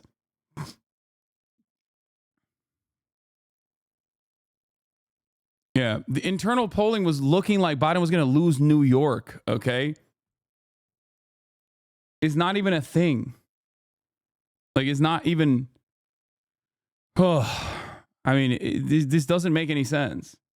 I want to be clear. I'm not saying that racism and misogyny are the only reason she lost. When you look at the info that we have, you recognize that she lost white voters, that many white voters stayed home, and that she did well in swing states despite not having policies, and that hundreds of thousands of voters showed up in swing states explicitly to vote for Donald Trump, who also didn't have policies. She even won independents. I was surprised at that. That was something that was not true early on the election data, but in the aftermath of the election, she won independent voters. But those people that wanted what Donald Trump was selling, they came through for him, and they didn't come through for Kamala. I'm a researcher by trade, but I'm not a quantitative guy. I didn't do the most rigorous analysis here. I didn't run any regression tables.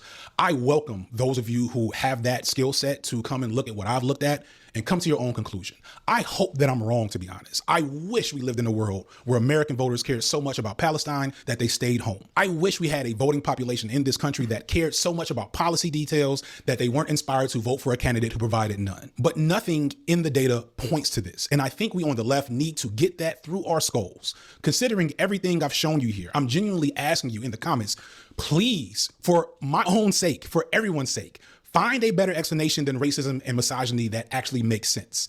I'm begging you to prove me wrong with something more than willful ignorance and vibes, because the data points. I mean, it's dog shit policies. Like, I think Kamala Harris is not a particularly charismatic individual. And I think on top of, you either have to have like, you know, ultra instinct charisma to make it work and to be able to like make shitty third way neoliberalism come across sexy, which is very difficult to begin with. Or you have to be like, Bernie Sanders is not a particularly charismatic individual at all, but he's earnest. He's able to communicate honesty, right? And on top of that, he has great policies, popular policies. Kamala Harris had neither. She was not particularly charismatic. And on top of that, she was running the most dog shit third way neoliberalism agenda. Nah, Bernie is super charismatic. It's the accent. Yeah, okay, you're out of your mind.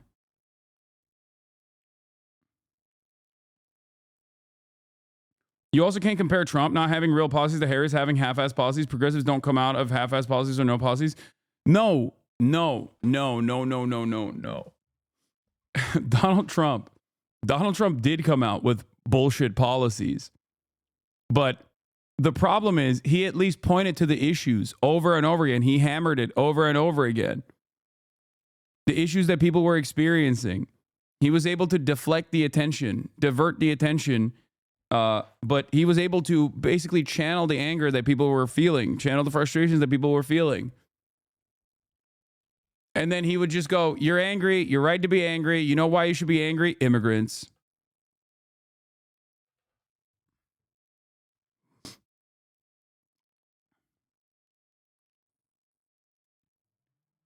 What is this? One Dime had a take on this. The idea that policy and economic conditions played zero role in Trump's victory and that Kamala Harris lost mainly because of racism and sexism and such cope is a narrative that neither is accurate or productive. It's very one-dimensional narrative that implicitly makes people so nihilistic that they abandon the working class because they're supposedly too white and reactionary. I agree. That's the other aspect of this, because you're not going to ever win. It almost loops around back to the Democratic Party's position, which is that, like, we're not woke. We're too woke. The Democrats are too woke to win elections, right? I don't think, by the way, this isn't FDSignifier's position. FDSignifier does not say that, like, it played zero role at all. But I think ultimately I look to the game, I look to the election, I look to the way that Donald Trump won and how he won, and I see two options here. Either the American whites are just far too gone and impossible to fucking convince, and they are they're intrinsically evil and white supremacist, right? And it's impossible to ever convince them to vote for the Democratic Party unless you also become like evil and white supremacist to a certain degree, which is, of course, been a demonstrable failure, right?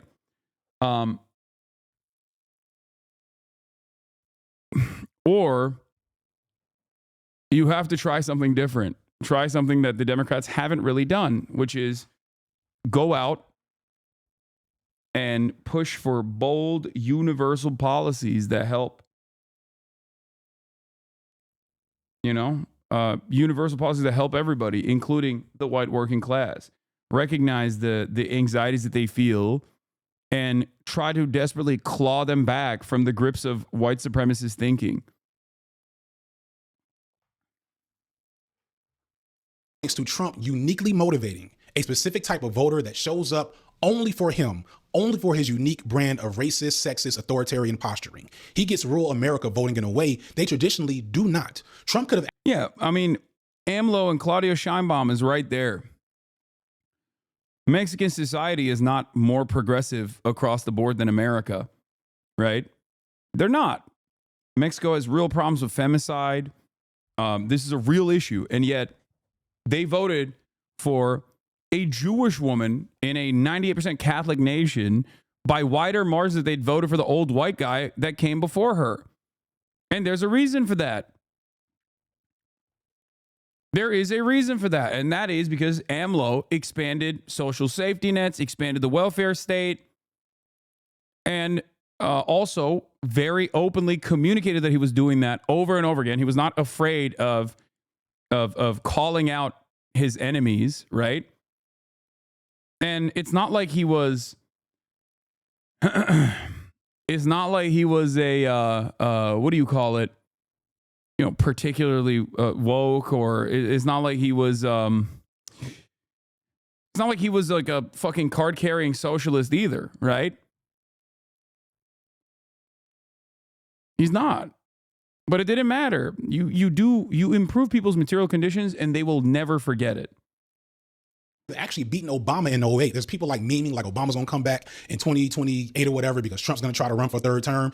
He's going to beat Obama too if we don't fix the actual core issue that this country's dealing with. So I'm sorry if I'm heated and I'm coming off like hot to anyone, but to me, it's absurd that we're tossing out this explanation when it's the only one that actually tells us where we are as a country. There's a video from Innuendo Studios I like to talk about in these situations called There's Always a Bigger Fish. And it's to me one of the more important political videos on this platform if you want to understand what motivates the conservative mind. In this video, he argues that the embarrassed millionaire thing is inaccurate. I know a lot of people are saying conservatives vote for Republicans because they think they're going to be rich. And there's all these people that are like, Trump represents the lifestyle and ideology that I want to have, even though I work at Foot Locker and make less than $30,000 a year. He makes an argument that that's not really what it is. He argues instead that conservatives fight for power for other conservatives, not because they think that they'll be powerful one day, but because they feel like the people who have that power are supposed to have it. And they feel like people who naturally don't have power should never have it because they haven't earned it. And somehow those who do have power did earn it. And this is why Trump can get away with saying that he started from a small loan of $1 million and had so many conservatives be okay with that. And this is what Trump presents to the world, this populist strongman figure that puts everyone in their place and cannot be controlled or held accountable in any way. This is why he had to say the previous election was stolen. And even as he faced charges and was convicted on some of these charges, it doesn't make a difference. It's why his assassination attempt was a huge deal for him. And the media and everyone else just keeps letting him get away with it. No matter how dumb he looks, no matter how little some of the things he says make sense, it doesn't matter because he's Donald Trump and he can get away with it. But you know who doesn't get away with anything in America ever? Black people. Especially black women. No group is more required to know their place and know their lack of worth in this country than black women. The double standards for women become quadruple standards for black women. Beyonce didn't even get nominated for a country music award. What the hell made you think that we were going to elect a black woman as president of the whole country, even in 2024? I'm sure you can pull out some surveys that say more left-leaning people would have voted for her if she endorsed a ceasefire or ran a more left-wing campaign. And of course, her decision to campaign with Liz Cheney and all the other. I don't even personally think that like it's about left-wing candidates or left-wing voters. Like this is also in part our failure to communicate on the left. Like I don't think Tim Walz is a socialist champion. Okay? I think that Tim Walz did a really good job in Minnesota by utilizing the one seat majority that they had in the state Senate to push for a lot of legislative changes in the state that impacted people's lives in a positive way, right? These policies might have been portrayed as radical, but it didn't matter because Republicans want to feed children too. Like they also benefit from these policies. And they start recognizing that these policies are good. So I think like the left-right dynamic here or the woke, not woke dynamic or progressive dynamic is not completely accurate. These are policies that are beneficial for every American. You know? That's it. It doesn't matter. Even if you don't vote for the Democratic Party, I think ultimately the goal should be to improve everyone's lives.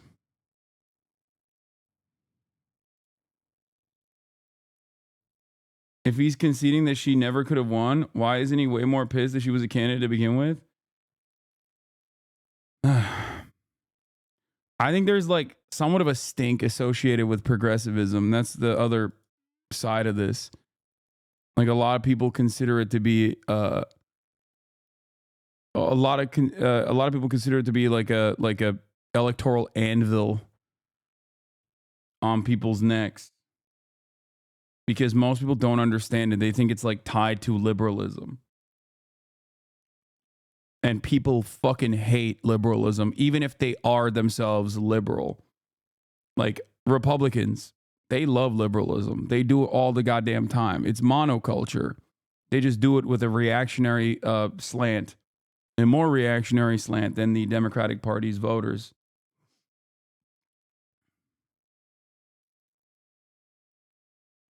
Other bullshit wasn't good. And I want to again be clear. Kamala wasn't that great of a candidate to begin with. In 2020, she was the first candidate to drop out. Do y'all remember that? For 4 years as vice president, she didn't do much to impress or inspire. And if the Democrats had a primary this time around, she probably would have lost to Amy Klobuchar or her own running mate, Tim Walz, or likely the next Democratic winner, if you want to put money on it, the American Psycho himself, Gavin Newsom. All of this is true. I think Gavin Newsom gets cumstered. I mean, it entirely depends. I think if the Democratic Party still go for like a Pete Buttigieg or a Gavin Newsom or a Josh Shapiro, especially Gavin Newsom, oh my God. I think if they do any of these guys, okay, but especially Gavin Newsom with that California stink on him too, unless the Republican Party has a direct line of lineage, like a successor, that they somehow they somehow develop. And I don't know if that's JD Vance, honestly, because he's patently unlikable. I don't know. Like the Republican, make no mistake, there is a holistic problem with the Republican Party as well.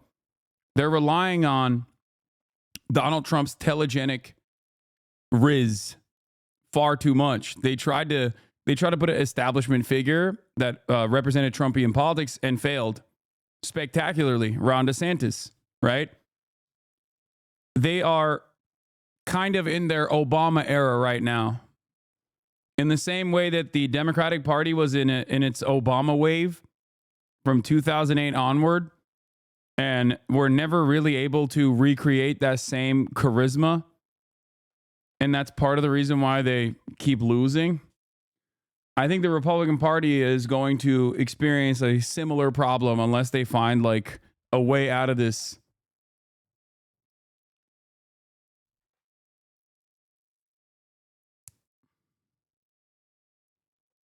I've said this a million times. Donald Trump is Obama for white people, like a specific kind of white person, if you know what I mean. But that's not what happened. What happened is she ran and she almost won 4 swing states, and she lost because Trump brought out his squad. And his squad are rural Americans greatly unified behind some very, very specific interests. The reason I bothered to do this work is because I really need those to the right of me to stop blaming the far left for this loss.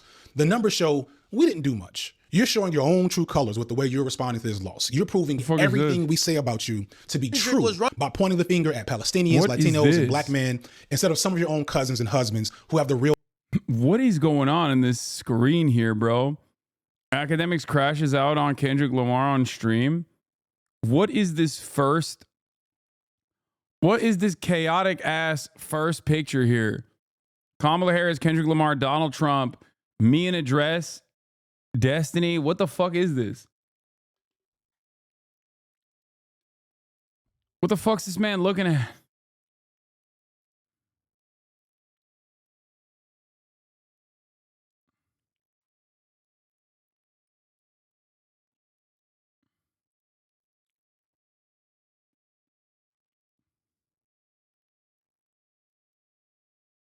Is this his goon folder? Why does he look like he's gooning too?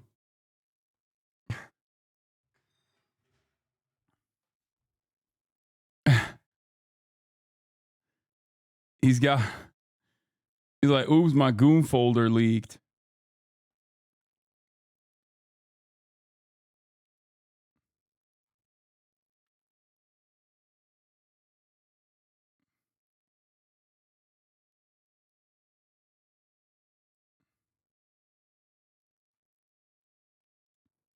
Real impact here.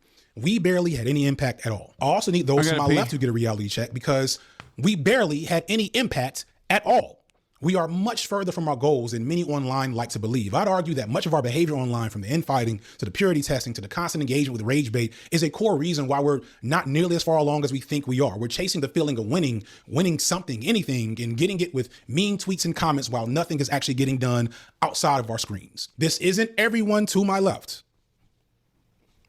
You know who you are, but it's some of you, and you know who you are too. This election's results are beholding to the same massive forces that American politics have always been beholden to. White supremacist patriarchy in its varied and most subtle forms. Again, if you don't see the role that racism and misogyny played in this situation, I invite you to present your best argument in the comments. But then after that, tell me what you're doing next.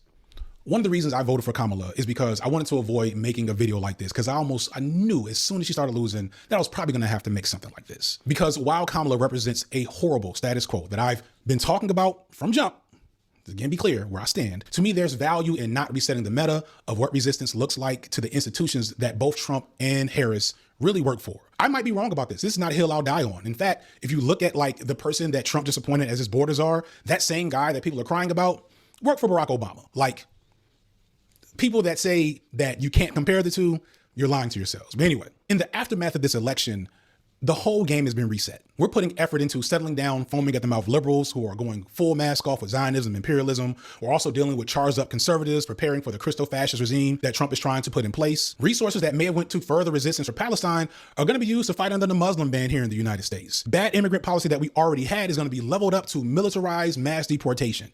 And this isn't even getting into the drastic changes that will likely face LGBTQ people and especially trans people going forward. And I'm not saying all this to prepare for a future I told you so, because at the end of the day, Kamala and the Democratic Party deserve exactly what they get. They are bad for all the reasons we know them to be bad. And all the things we're complaining about are exactly why they're bad. So they deserve it, but we don't.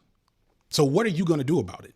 After you leave your comment of approval or your comment of disapproval, what are you going to do next? What meeting do you have on your calendar? Have you reached out to your neighbors to see who you could coalition build with? Are you capable of protecting yourself or others? I've been on his side and said he was right. Y'all white ass couldn't see why he's right.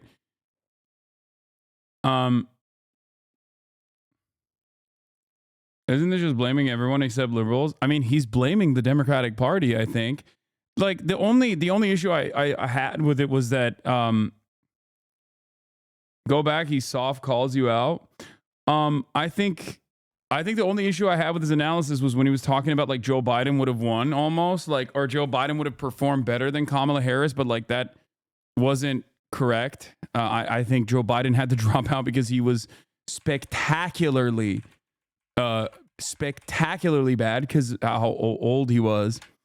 And not only that, but also I just don't, I mean, I think that it was bad campaigning overall, which I don't even think FD disagrees with. Like, I don't think FD disagrees with the fact that like policies played a role. I think I guess the disagreements that we kind of have are like how much of a factor Kamala's race and sex plays. I do think that it certainly played a role, of course. But I think that you can overcome those odds, and a good politician should be able to overcome those odds. And the only way to overcome those odds is with charisma. And more importantly than that is with good policies.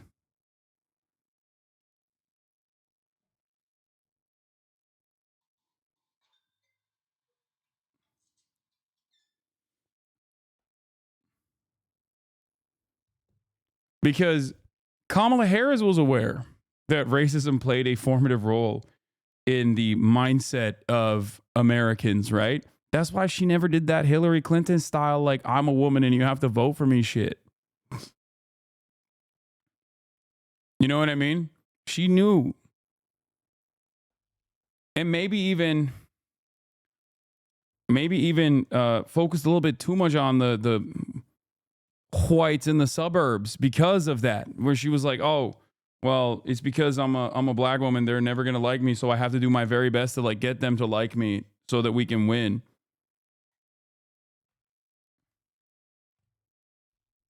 This isn't everyone to my left. You know who you are. This is not even a soft call out, man. What the fuck are you guys talking about? You guys are so silly. And you know who you are too. This election's results are beholding to the same massive forces that American politics have always been beholden to. White supremacist patriarchy in its varied and most subtle forms. Again, if you don't see the role that racism and misogyny played in this situation, I invite you to present your best argument in the comments. But then after that, tell me what you're doing next. One of the reasons I voted for Kamala is because I wanted to avoid making a video like this, because I knew as soon as she started losing that I was probably going to have to make something like this. Because while Kamala represents a horrible status quo that I've been talking about from jump, again, be clear where I stand. To me, there's value in not resetting the meta of what resistance looks like to the institutions that both Trump and Harris really work for. I might be wrong about this. This is not a hill I'll die on. In fact, if you look at like the person that Trump just appointed as his borders are, that same guy that people are crying about worked for Barack Obama. Like, people that say that you can't compare the two, you're lying to yourselves. But anyway, in the aftermath of this election, the whole game has been reset. We're putting effort into settling down foaming at the mouth liberals who are going full mask off with Zionism, imperialism. We're also dealing with charged up conservatives preparing for the Christo-fascist regime that Trump is trying to put in place. Resources that may have went to further resistance for Palestine are going to be used to fight under the Muslim ban here in the United States. Bad immigrant policy that we already had is going to be leveled up to militarized mass deportation.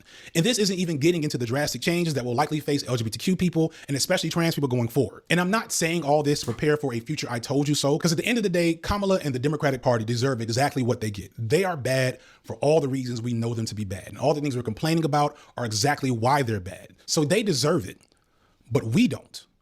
So what are you going to do about it?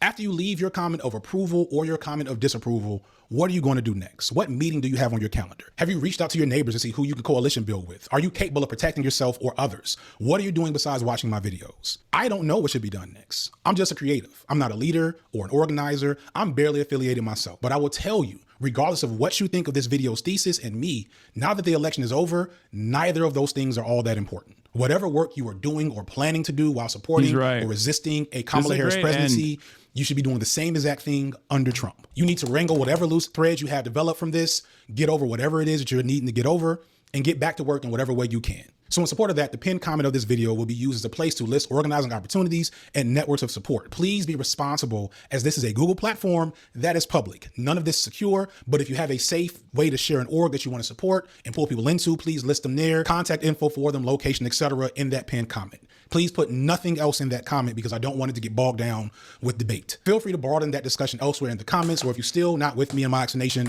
explain why. Again, I hope I look stupid. I hope this video ages really poorly because I'm just so fucking wrong about American politics. Please show me how I'm wrong. For what it's worth, I'm praying for everyone to win regardless. That's all I got for today, y'all. No sponsor for this one. Peace, I'm out.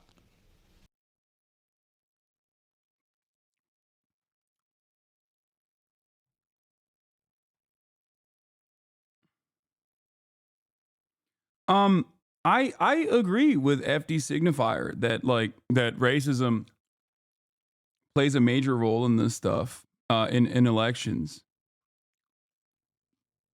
I don't disagree with that at all. I think disagreeing with that would be disagreeing with reality. I just think that the way to overcome bigotry, the intersectionality of bigotry, you have to have a fucking universal, bold agenda of change that addresses with honesty and earnesty the many problems that, you know, white working class Americans as well as Americans of every background are experiencing. This is why I always stress the importance of universality, because I'm always like, listen, like, black people are not magical mystical beings. Trans people are not magical mystical beings that are not that are not impacted by market conditions, you know?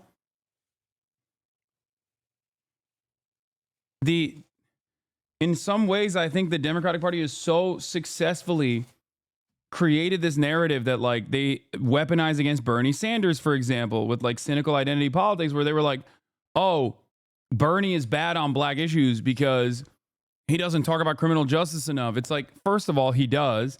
And secondly,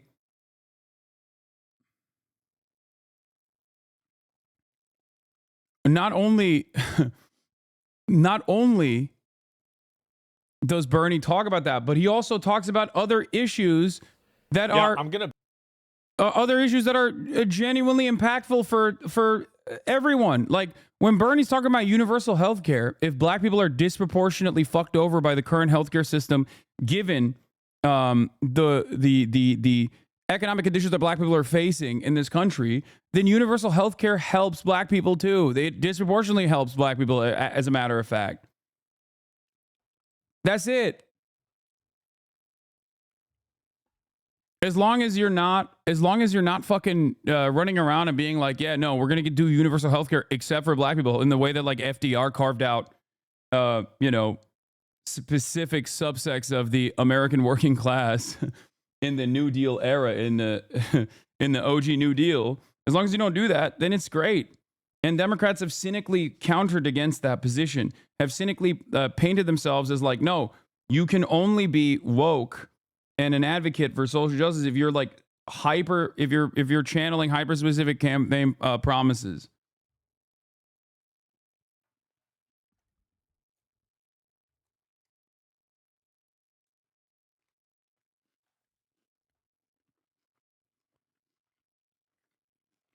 Anyway, I want to watch this JimmyTheGiant video about how he escaped the alt-right. And apparently, he actually gives a shout out to Destiny in here somewhere, but I still want to watch it. It is brought to you by Squarespace.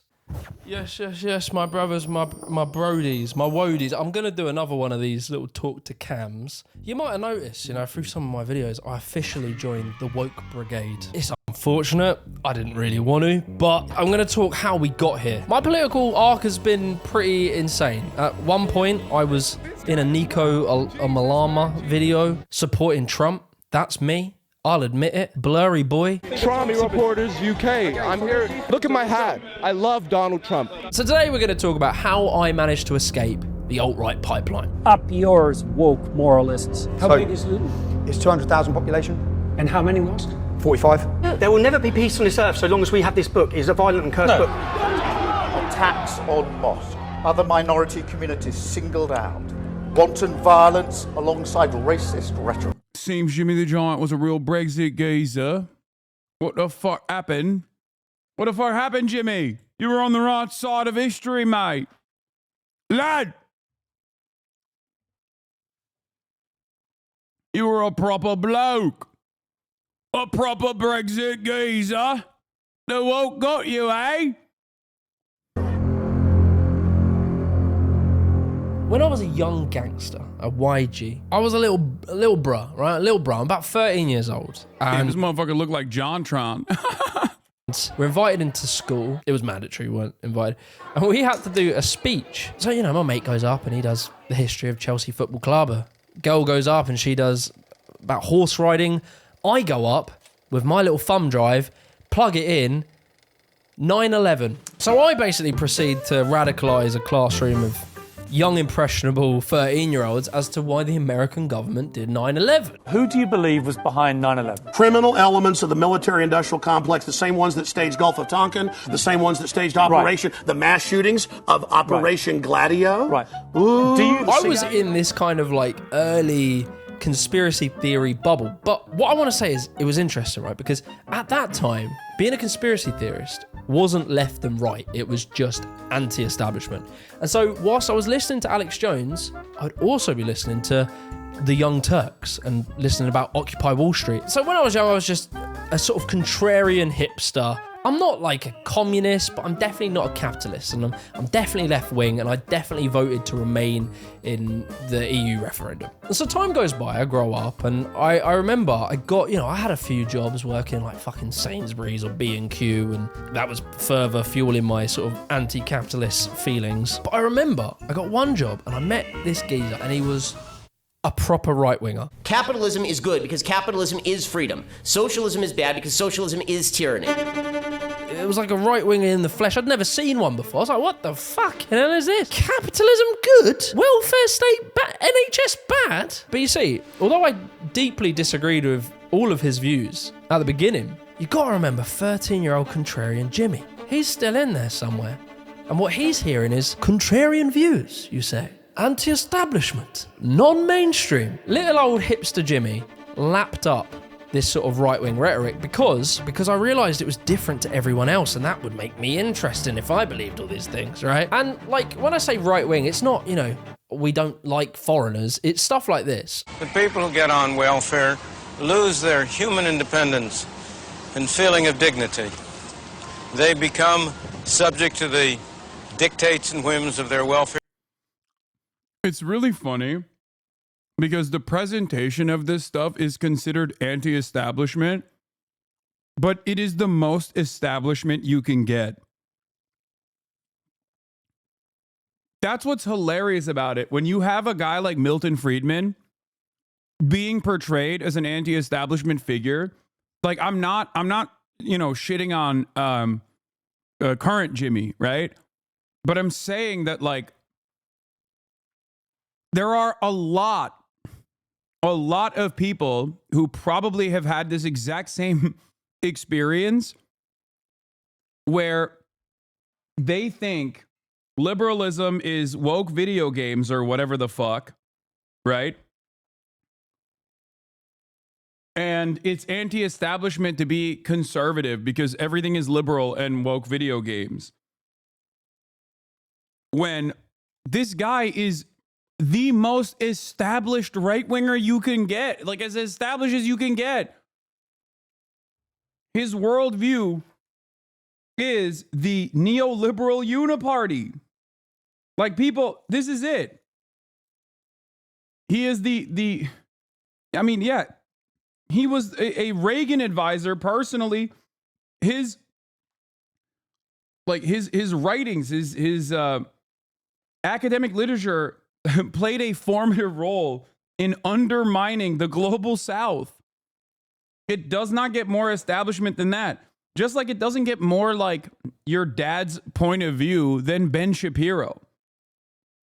Fair supervisor who can tell them whether they can live here or there, whether they may put in a telephone, what they may do with their lives. They're treated like children. So now I'm at the doors of the alt-right pipeline, right? I pick up my hat with the light, turn the torch on, grab my pickaxe, and I head in. And the first stop is Jordan Peterson. And then if I'd said to you, please, I'd rather go by she, how would you respond to that on a personal level? How would... The way I have responded to that, because I've had a number of conversations with transgendered individuals, is that I use whatever pronoun seems to go along with the persona that they're projecting publicly. How can I describe the fact that someone who was once a woman, and really still is, had her breasts cut off because she, he, they, their, them had fallen prey to a viciously harmful fad? So bear in mind, I didn't go to university. I went and just tried to make little businesses. I did a parkour brand, I ran a vegan food store, I did lots of little things. And very importantly, I was not academic. This motherfucker was all over the place, bro, politically. Jordan Peterson, to young Jimmy, sounded like how I imagine smart people sound. So even if you do happen to be that avatar of moral purity that you claim implicitly, the probability that you'd get to act out your goodness in relationship to those possessed by your ideology is zero. He would use big words, he would do this with his hands, he would think and contemplate. Like, he was the sort of caricature of a smart person. And it was very interesting because all of his views tended to be quite contrarian.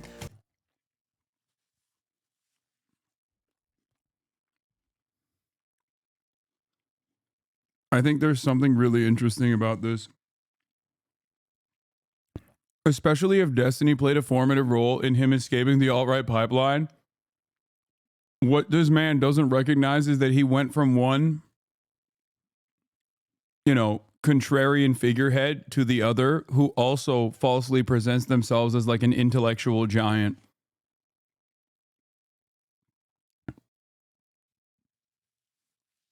Ultimately, though, I will say it's marginally better, I guess, as long as he doesn't pick up on a lot of the other habits, like advocating for white people's right to say the N-word or whatever the fuck, you know what I mean? Or constantly fucking spending time and effort on shitting on left-wing people, or,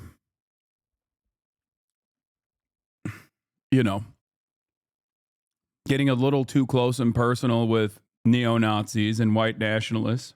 Two sort of mainstream views. And he would, again, like my friend, he would talk about the benefits of capitalism. He would talk about natural hierarchies and that it wasn't capitalism's fault for hierarchies, but hierarchies are natural. And so it's very interesting because if you think about what Jordan Peterson is and what he thinks and his words now, back in 2016, it was very different, right? As a matter of respect, in fact, would you refer to a trans person who asked you to use they, them pronouns, a pronoun which has a several hundred-year historical... But that's not what we're talking about. He rises to fame on what he is portraying as a free speech battle. The Canadian government are trying to make it so that if you say the wrong pronouns to a transgender person, you will go to jail. And Jordan Peterson never says something like, I don't... By the way, that's not even true.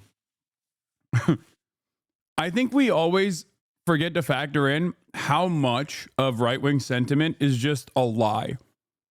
and how effective just simply lying from a biased perspective is.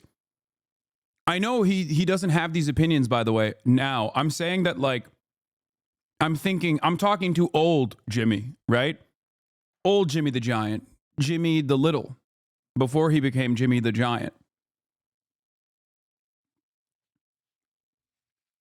It's pretty interesting that an expansion of pre-existing hate crime statutes factored in misgendering, like intentional and deliberate routine misgendering, got so much pickup all around the planet, and it got so bad that the Canadian Bar Association had to basically write out statements over and over again, being like, "This is not true. Like what Jordan Peterson is saying is just a lie," and nobody cared. Everyone got swept away. I don't believe in trans people, and so I don't believe I should say their pronouns. He's not saying that people who do transgender surgeries are butchers. He is saying that by law, I shouldn't be forced to say anything. Difference between saying that there's something you can't say and saying that there are things that you have to say. And I regard these made-up pronouns, all of them, as the neologisms of radical PC authoritarians. As I grew up, I kind of realized he misrepresented this bill and he was blowing things out of proportion. But if we just take it on face value and believe what he was saying, then yeah, it seemed illogical to oppose what he was saying. And so whilst I'm going through Jordan Peterson's books, his podcasts, his speeches, etc., I'm getting this feeling that there's this sort of crazy, indoctrinated Marxist left who are trying to suppress your freedom and usher in communism. And so all this is happening all the way in Canada where no one gives a fuck about. But what about here in Britain, right? In Britain, we have a sort of similar scenario. And it involves a very controversial man by the name of Tommy Robinson.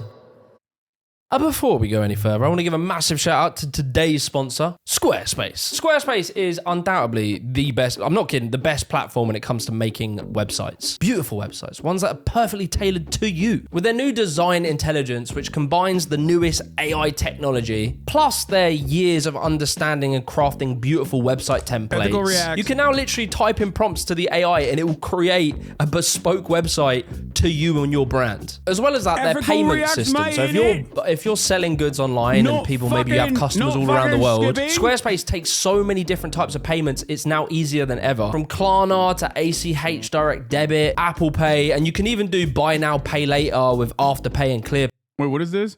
Hard to understand Wagwan with Jank. My Steelman take is maybe he's big braining to influence Trump by pandering. I'm going to be honest with you, I don't think this guy likes me that much. I think we see the world in very similar ways, but I think he's been primed into not liking me too much, but maybe it'll change. We'll see. And also, the laborious job of writing product descriptions got a whole world easier with Squarespace's Blueprint AI. You can just bang in a prompt, it will shoot out some text, you can tweak it and change it, and it will save you time and it's very good quality. Oh shit. Fuck. Oh, fucking hell, mate. Fucking hell, Jimmy. Seems reasonable and open-minded, so never say never. Oh yeah, no, for sure. I think that he has a really good message overall, and I like it. And I'm gonna. He's followed too many debate lords over time. That doesn't matter. A lot of people, I think, arrive at certain conclusions about the world, and whichever way they get there, I don't really fault them for it. It's great as long as they're like moving away from right-wing reactionary thinking. He retweeted you recently and loves Owen Jones. Oh, nice. Yeah.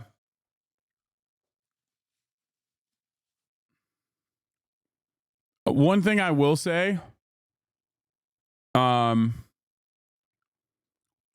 was talking about Jordan Peterson, right?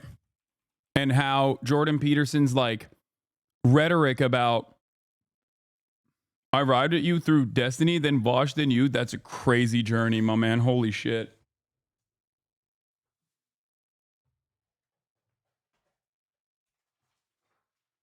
That's a wild journey. And I mean, there are people in here that fucking probably despised me because they were right wing, or probably despised me because I thought I was like a fucking bad person or whatever. There's plenty of people who make a lot of money presenting me as like a bad guy online professionally. So it is what it is. He's just tweeted about you. He's watching. Oh, hell yeah. Nice. I'm down to have him on. But if he's watching, I want to show him something. Okay? I wonder if he ever watched this video, because he said he was a fan of the Young Turks. And I wonder if he actually ended up watching this video called Jordan Peterson is Not a Conservative Transphobe. This is from December 30th, 2018, right? And here's the thing. Back then, I understood that Jordan Peterson was a conservative transphobe. This is a clickbait title, chat. And I wanted to get people exactly like Jimmy the Giant to click on this video and watch this video where I portrayed the exact same arguments that I have maintained for a very long time. Let's take a look. That people, and I'm especially thinking of your opponents, get wrong about you. Their basic proposition is that, first of all, that I'm a right-winger of some sort, and that's just not the case.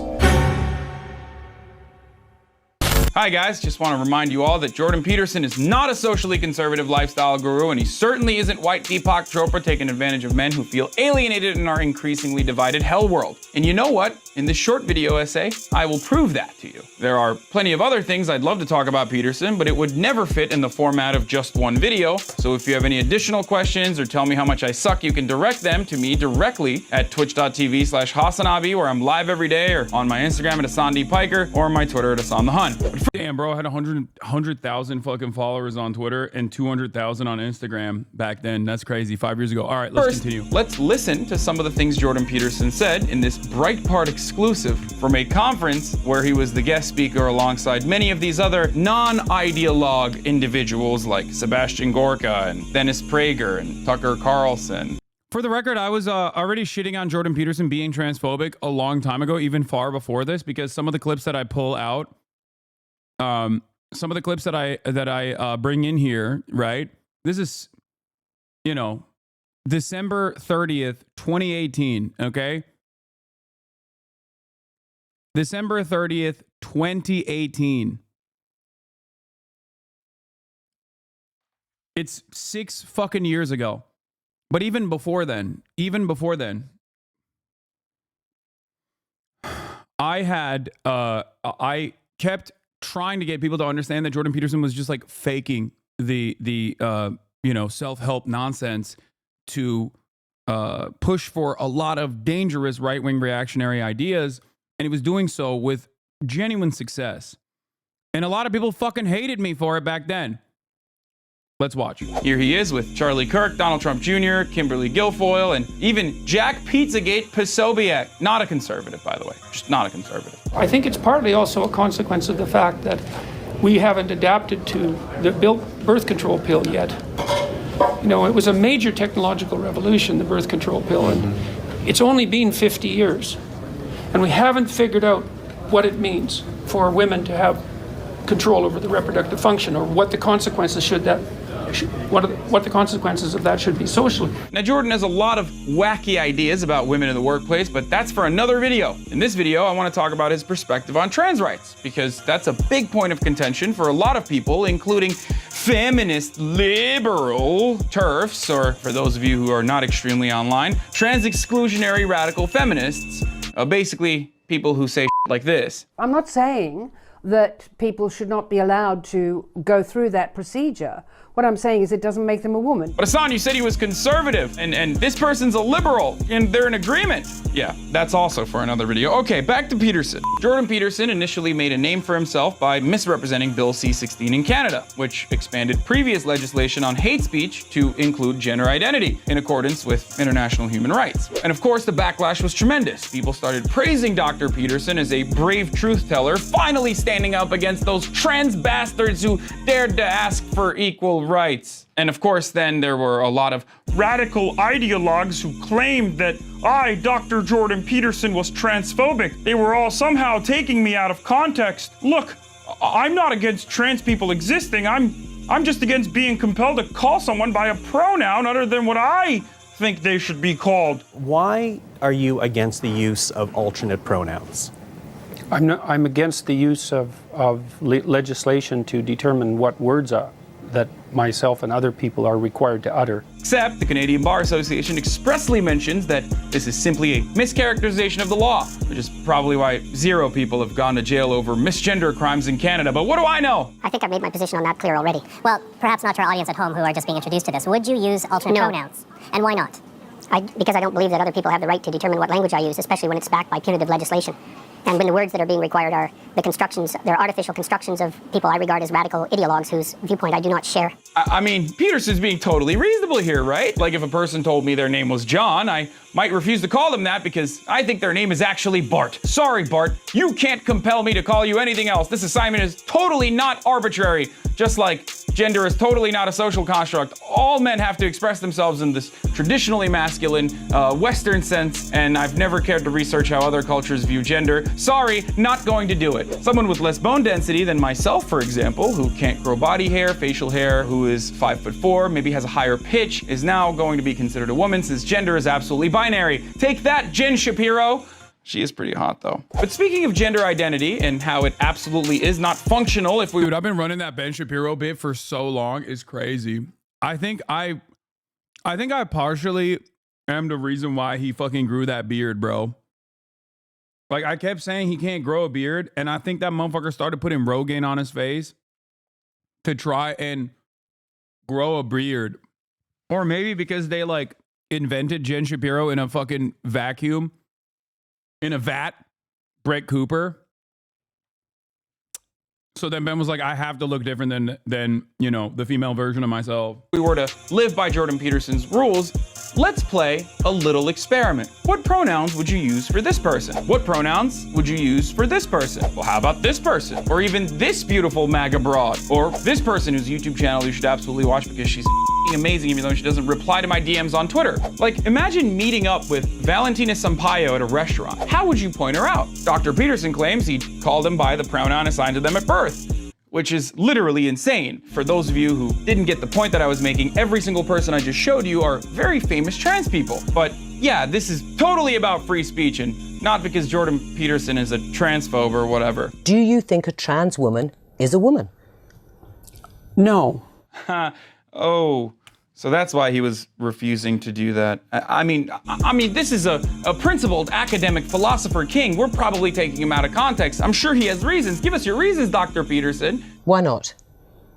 Because I think that women are capable, generally speaking, of having babies, and they have female genitalia, and they have an XX chromosome, and I think the biological markers are relevant. Okay. Total bro tip.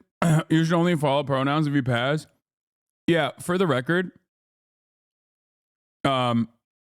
you cynical little shit. Yes, I will address that as well in a second. Just wait for the rest of the video, okay? Before chirping. Yeah. No, this person is shitting on me, saying like, oh, classic reactionary thinking. You should only value someone's gender pronouns if they pass. No, man, sometimes it's good. Sometimes it's good to fucking start the conversation. Especially considering that gender is a socially developed phenomenon and it's a social construct. It's probably important to meet people where they're at, you know? Maybe that's precisely the reason why I do a decent job at converting people away from transphobia, and you just fucking come in here and enjoy the show and can, you know, be entertained and know that this is a safe space for you.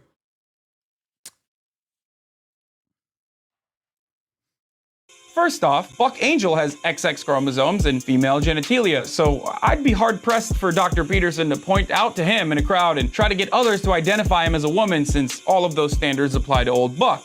This opens up the conversation for people. This is not where the conversation ends, okay?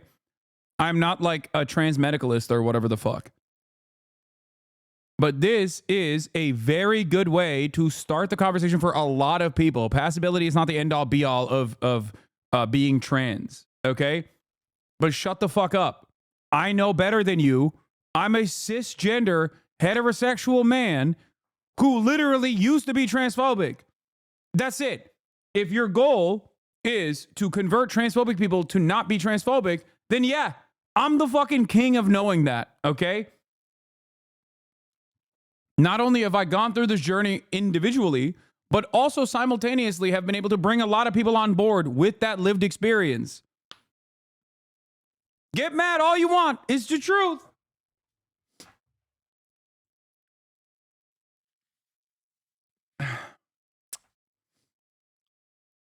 And it's kind of funny because like I literally am about to bring this part up as well in terms of passability not being the end all be all. Like it's coming. Yeah. Standpoint theory for transphobia. Exactly. I'm going to start libbing the fuck up, dude. Hey, it's called Bodies in Spaces, okay? As a former transphobic person, I'm doing a Bodies in Spaces.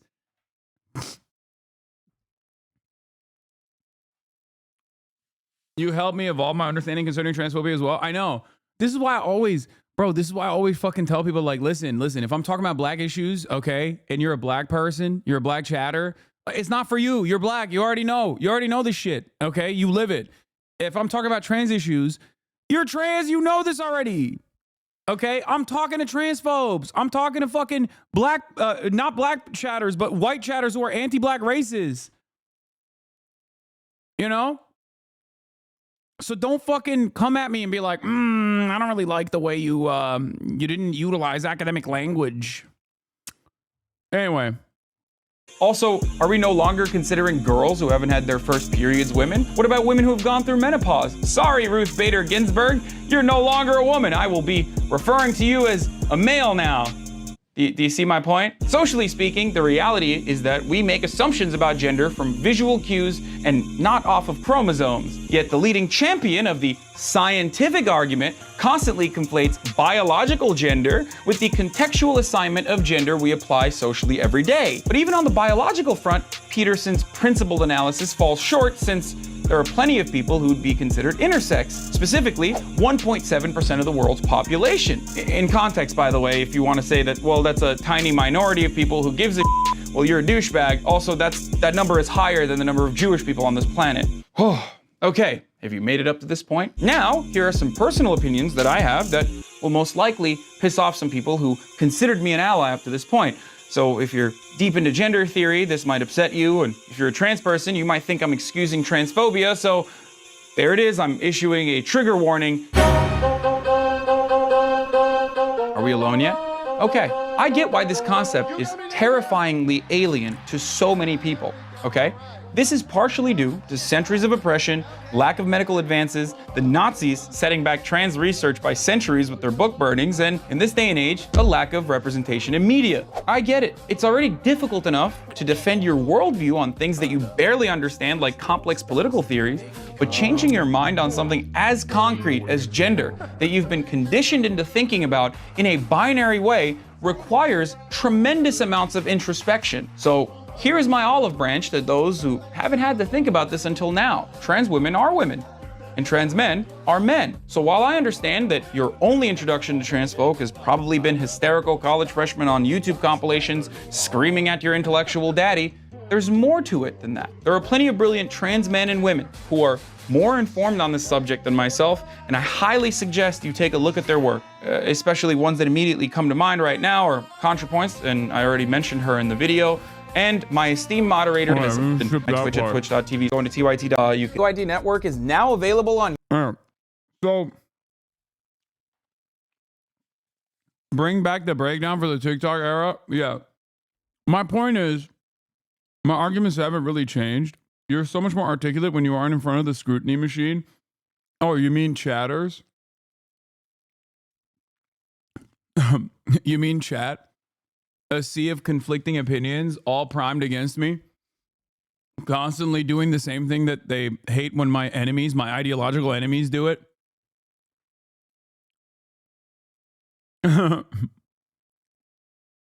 Anyway, Like that one chatter who was fucking saying like, oh, you're doing trans medicalism, like implying that I was doing trans medicalism, and it's not like an effective starting point for a lot of people who genuinely think trans people are gross, weird, bad, whatever.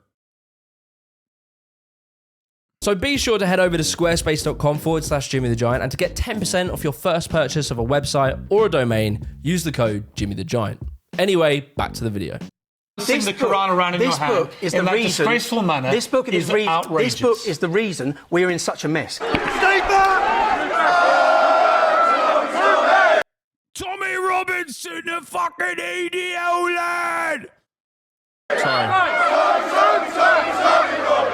Boys, I'm not proud of this, but I'm just being an honest person. I'm trying to explain where I was at, how I got to where I was, and how I am where I am now. And so I come across Tommy Robinson in this period of time where he goes to jail for, as he's presenting it to the audience online, trying to report on Muslim grooming gangs. He goes to jail.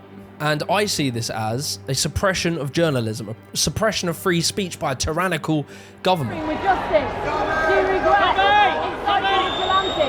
You know, and I ignored the fact that it was contempt of court, and he knew exactly it was contempt of court, and he did it deliberately to provoke this reaction. But the way it was being presented was very clever. Again, it was all about free speech. It wasn't about the underlying issue of Islam, etc., but it was just about free speech. And so when you're already primed to be sort of libertarian, pro-free speech, and you're perceiving these attacks on free speech, you start to wonder, why are they attacking these people for their speech? And it unfortunately has this effect of making you think that the person is a truth teller and the government are trying to suppress them. And it reinforces your belief in what they're saying must have some truth to it if they want to hide it so bad. And these people, these what I would now consider grifters, they know that. They know that that's the response and the feeling it's going to create in people. They want to be martyrs because then people will follow them even more ardently. It's so important for the establishment because they know I've reached the people. They know Free Tommy Robinson and free him now. Gert Wilders. Just the peanut gallery of some of the worst scumbags, dude. Holy shit.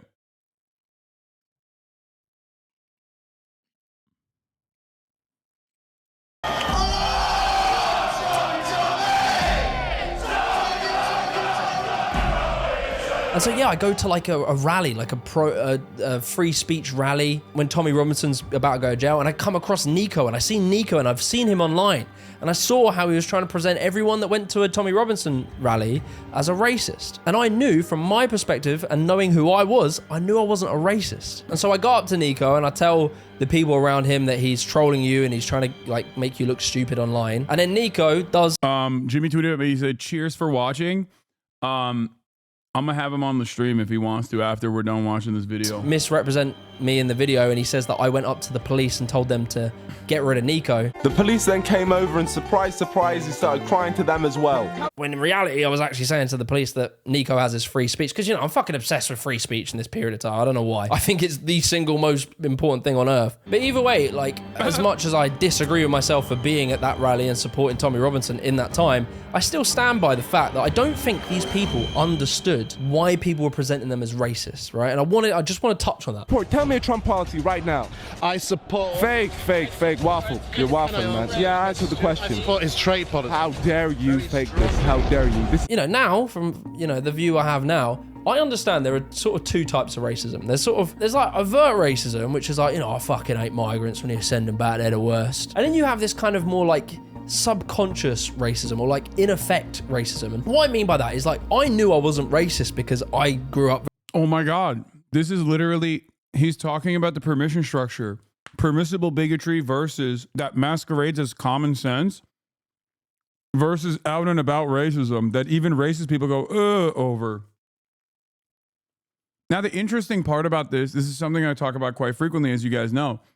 The interesting part about this also is that depending on where you're at on the reactionary spectrum, like going to a literal EDL rally, you could still assume that you're not a fucking racist person.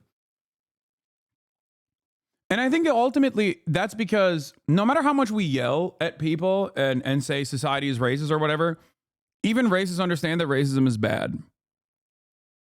up to a certain point, which is why they always subconsciously, or sometimes deliberately and consciously, try to hide their true perspective.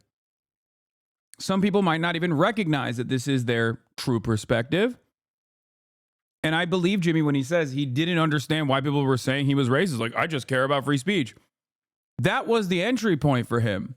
People making convincing arguments.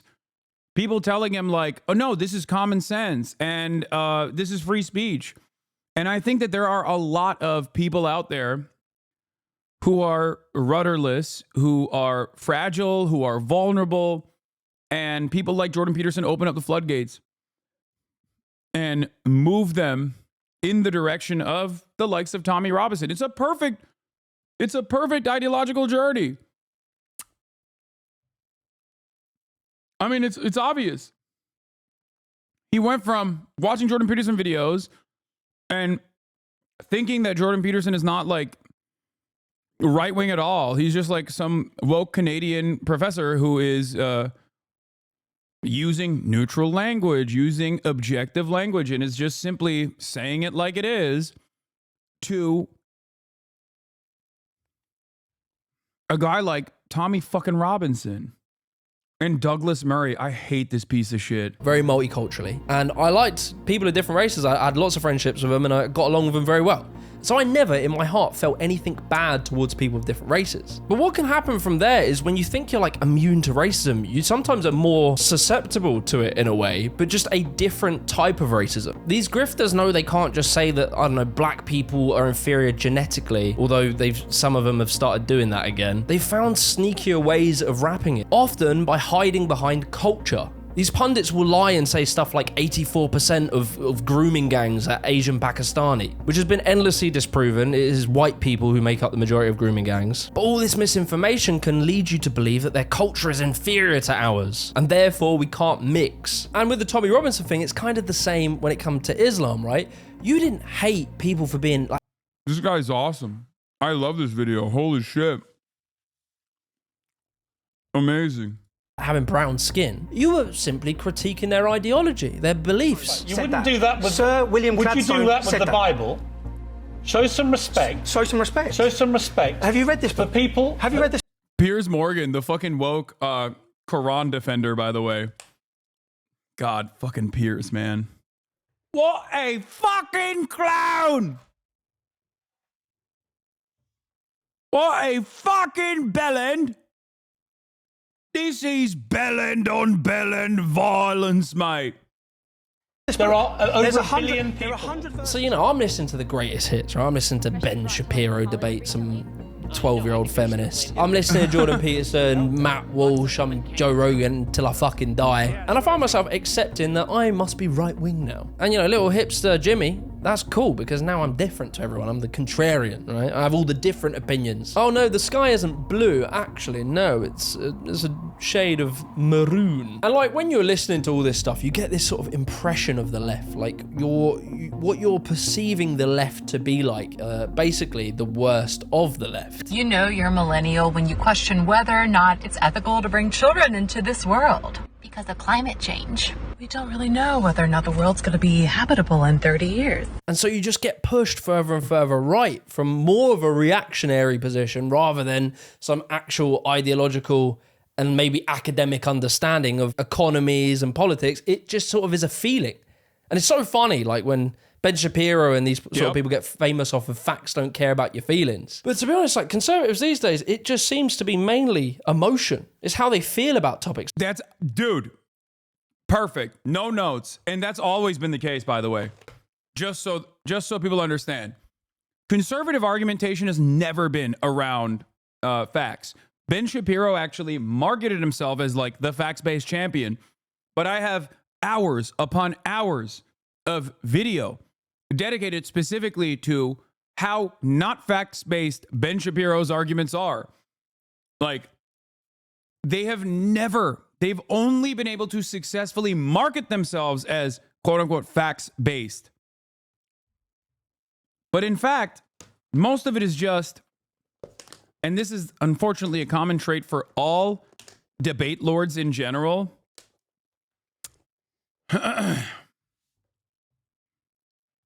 Debate lording online in an unstructured setup that doesn't have like points or whatever is simply who can rationalize logical fallacies faster and justify it.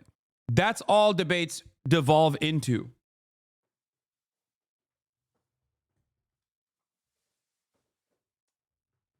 And I say this as someone who is also, you know, partaken in this.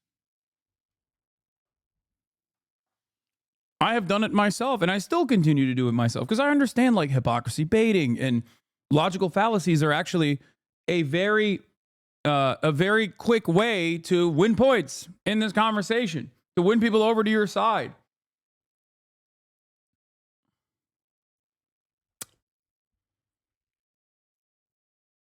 But yeah, make no mistake.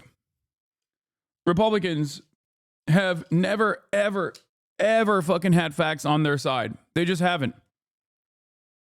They do, however, massage the data. They do a very good job of that, but lately they haven't even tried to massage the data because it doesn't really matter. There's no need for them to massage the data because there is a fucking faucet of right-wing media out there that just reinforces this false notion over and over and over again. And many people don't even fucking want the truth. There's no more intellectual curiosity. Okay? We've gotten to a point where people just want someone who agrees with them to tell them they're right. Okay? It's all fucking vibes based. Yeah.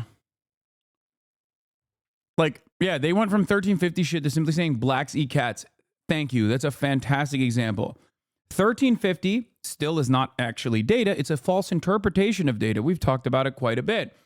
13% of black people cause 50% of crimes is the catch-all for that.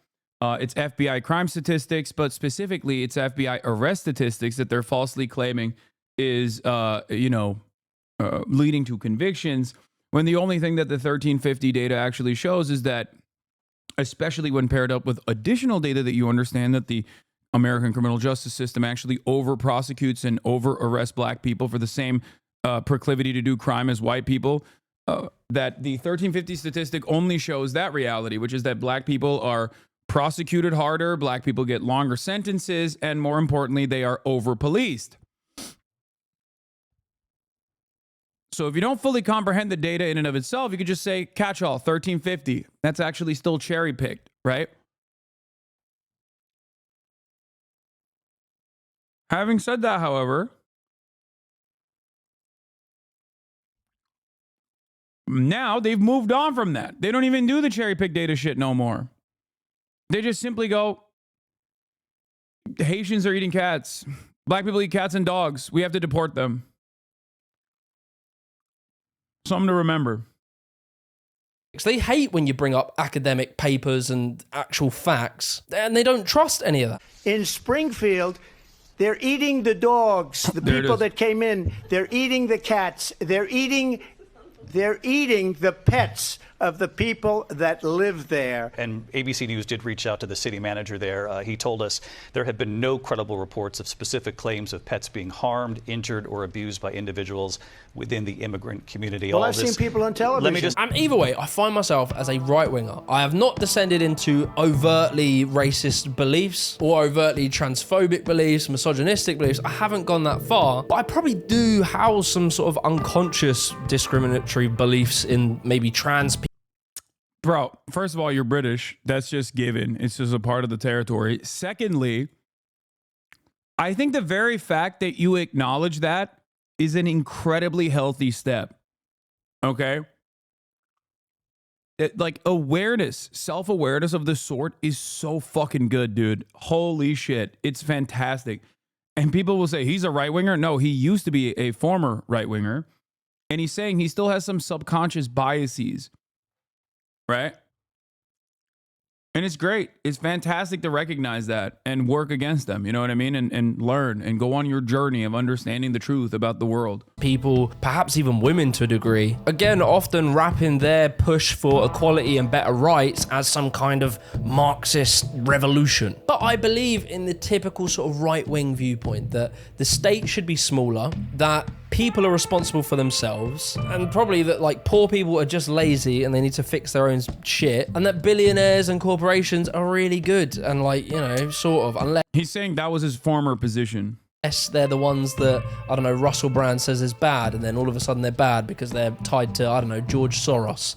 George Soros business, bad. Bill Gates business, bad. But Elon Musk buying Twitter, good. Very good. Anyway, I'm deep in the pipeline, right? I'm deep. COVID happens. Obviously, I don't get vaxxed. I don't wear the mask. I'm sorry if I killed anyone. And, you know, again, I regret that position now. I literally didn't want to get vaxxed, not because I thought it had 5G in it or something, but just because I was so sort of libertarian right wing that I didn't like the fact the government were telling me to do it. And like, I don't know, I'm here today, I'm vaccinated, and the woke police haven't come to my door yet, so probably I was overreacting. Vaccine passports. While we've been looking in other directions, they are being slowly yet deliberately introduced. Are they the linchpin in a global surveillance network? So you might be wondering, like, what was the moment? Like, when did it all change? When did the dam break? And there was a moment, right? And I can kind of point to it specifically. And it was through making my videos. Now, as you know, you guys watching, you're probably really into all the social political stuff I do. But originally, I was a parkour YouTuber. And then I become like an extreme sports YouTuber. And when I got to the end of this period in 2022, I wanted to diversify my content, right? And I remember genuinely, I thought I was probably even going to make like those sort of right-wing documentary series, like things like Jen or like some of Moon's stuff, you know, that kind of thing. I thought I'd end up in that ilk. But you see, because I was a smart bruh and I could read the room, I knew that I couldn't make a video why Jordan Peterson's the best man alive. I knew I had to take my time to kind of meander. So I made a video on a very specific topic. Bro, this dude is literally talking about Tyler Hitler Vera's like origination point.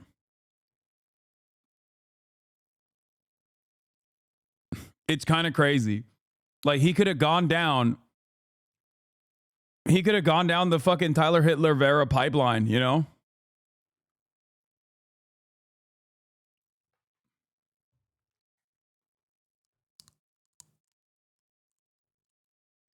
Crazy.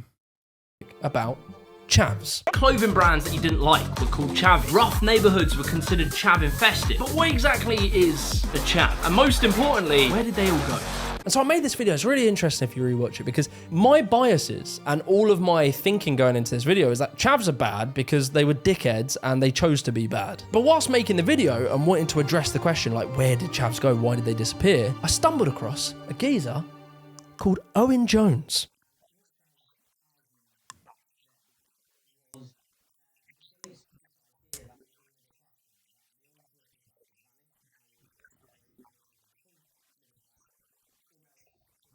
That's crazy. Owen Jones. That's amazing that Owen Jones flipped him, dude. That's amazing. Wait, what? What happened to the audio? Wait, I can hear it. Why can't you guys hear it? Did my... You guys can hear this, right? Can you hear me?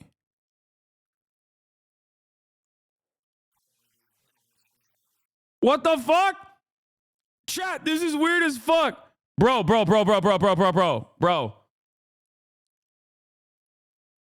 When I play the video, OBS does not have sound. When I play the video, OBS does not show sound, but I can hear it. I can hear Owen Jones. What the fuck? But when I play music, when I play lo-fi hip-hop radio, you can hear it. And it shows. OBS also shows that there is sound. Look. But here, let me play the audio, and you guys will not believe me, but I can hear the audio. But OBS does not play the audio. Look. Look at the desktop audio. I see Owen Jones and all of my... But you see it in the video. I'm like, look, guys. Never mind. It was not worthwhile to even complain about it. All right. Well, it's just the Owen Jones bit that is very weird. That just shows that there is no... Just the Owen Jones bit in that video was just not being... was not being featured on my OBS for some fucking weird reason. I don't know why. But he just talks about chavs. It's fine. It's not that big of a I'm deal. about to quote Owen Jones. I don't agree with him, but what he says about chavs is really interesting. You should probably listen to it. Truly a war in the public sphere. The author and journalist Owen Jones, who I have to admit I don't really agree with him on a lot, he wrote an entire book called Chavs. So I read it and I'm like, fuck, maybe chavs were like a product of their environment and their economic status. Bear in mind, this is the opposite. This is the antithesis of my view, is that I would have believed as a right-winger that cultures are just like people who make decisions to behave in... Oh, shit. And that's when it clicks. Damn, we are victim to material circumstances. God damn, I need more of that good shit. Oh! What are chavs? Chavs are, they are like low-ranking white folk, basically. They are the hicks. They're the youth, British hogs. Well, gammons are British hogs as well.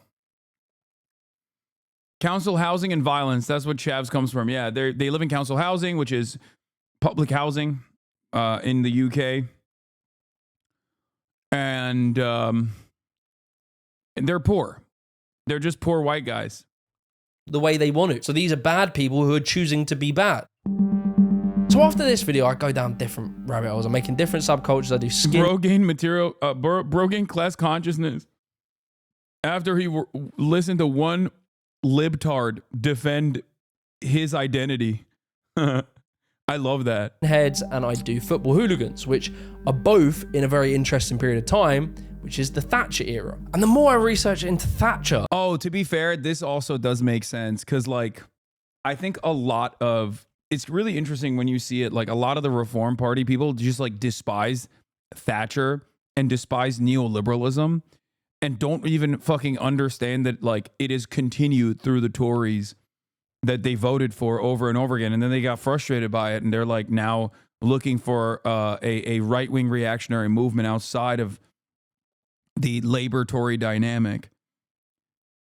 So I think that I would say working class British people are definitely more class conscious than working class American people are.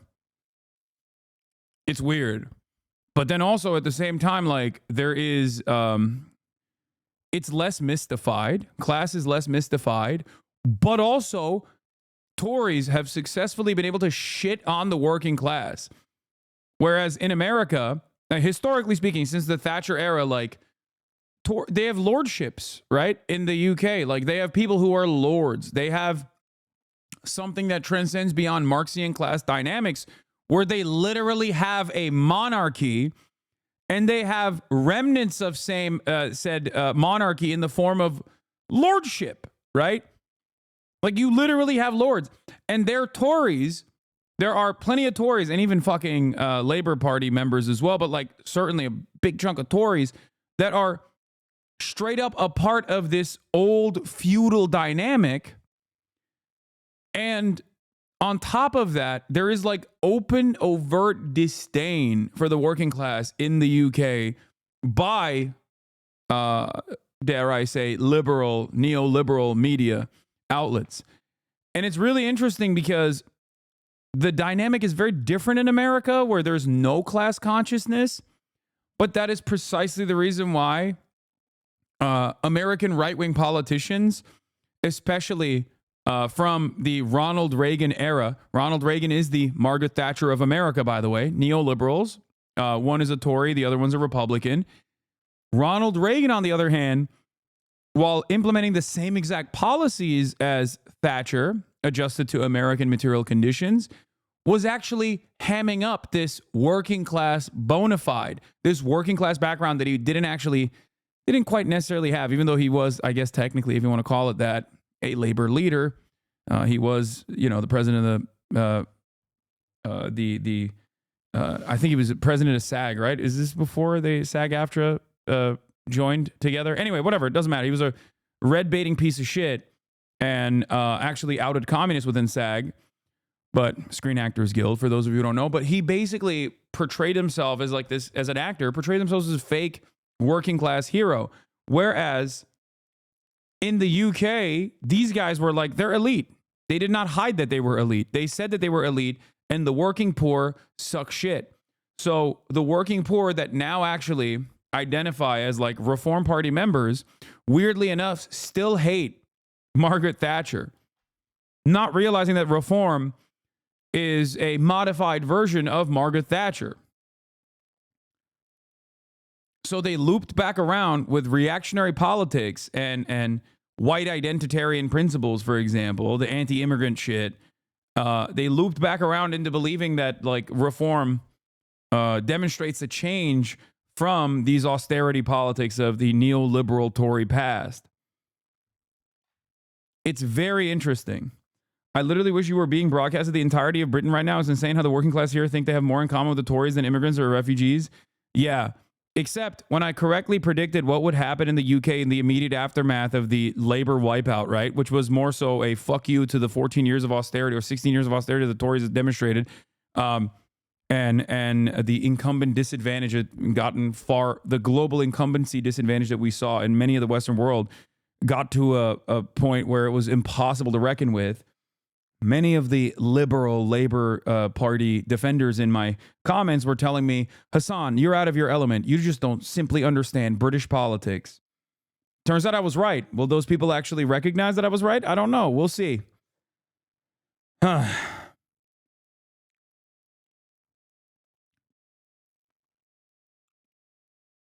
God, Labour Party fucking spear-dicking Jeremy Corbyn was the worst possible thing, the best possible thing for British fascism, and the worst possible thing for the future of Britland. And see how she completely flipped this country on its head. She completely radicalized Britain into being extreme neoliberal capitalists. And it's kind of become just assumed that that's how the world has always worked. That's how we are. But then I discovered that at some point in society, we weren't fucking insane capitalists that we are right now. I've discovered this because there was a period of time called the post-war consensus, which I talk about fucking endlessly on this channel. But in that period of time, we followed a style of economics that was called Keynesianism. This is, by the way, the British version of New Deal. This is the British New Deal Democrat era. Which meant that the government's job was to make sure everyone was employed and to tax the wealthy at higher rates, use that money to build infrastructure that benefited the people. And by the way, the shortcomings of Keynesian economics and the shortcomings of social democracy is that it inevitably opens up the floodgates because it is always going to simply extend capitalism, and that same dynamic, that same class dynamic that exists in capitalism, the inherent contradictions, are always going to create a society that is susceptible to the same economic factors, and inevitably the capital owners will overcome any sort of socially democratic changes that former governance has implemented. And this comes in the form of austerity. This comes in the form of clawing back social safety nets and rampant privatization, which creates instability, which creates economic volatility. And in that process, you arrive at the likes of the reform movement.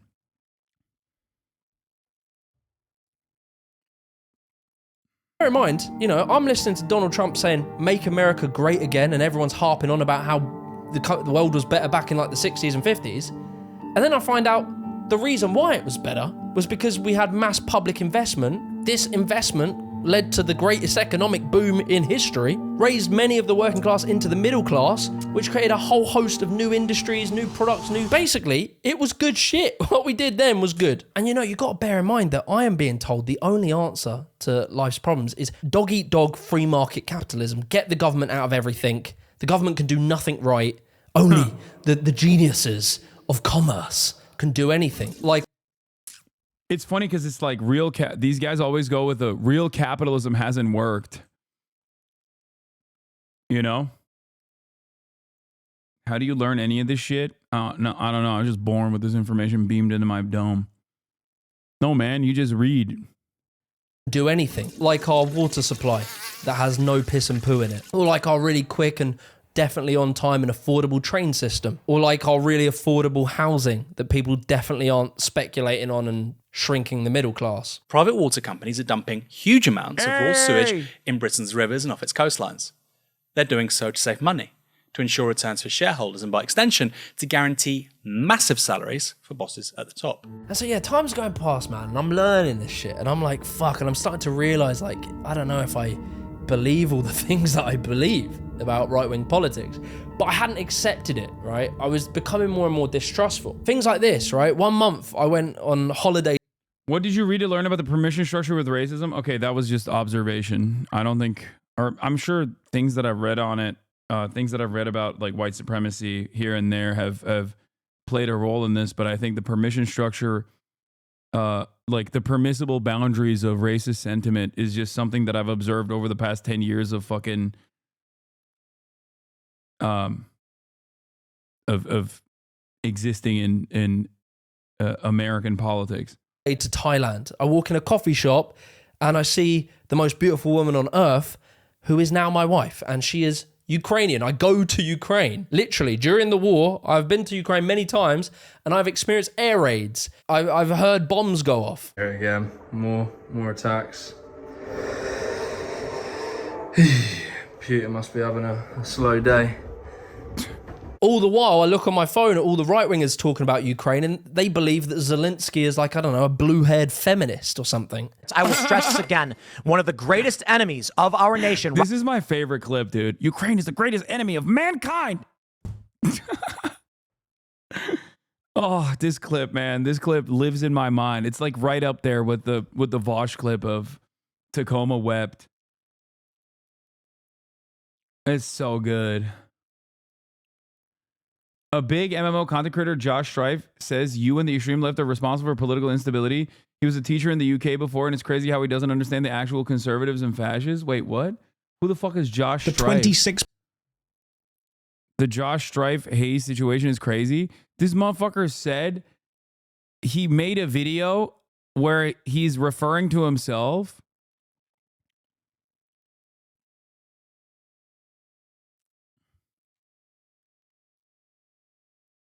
Wait, what is he? Where does he bring me up? I would love to see this. I would love to see what he had to say. Another very famous clip is that doesn't work for me either. Steven Crowder yelling at his pregnant wife. That's an Asmon orbiter. They actually had beef years ago. Oh damn! I would love to hear what his takes are. God, gamers just so bad at politics. It's kind of shocking that he's like a teacher in the UK. American Revolution at all. Like the fact that you have a teacher in the UK saying this kind of shit is wild. Same shelf system. I know. We have so much in common.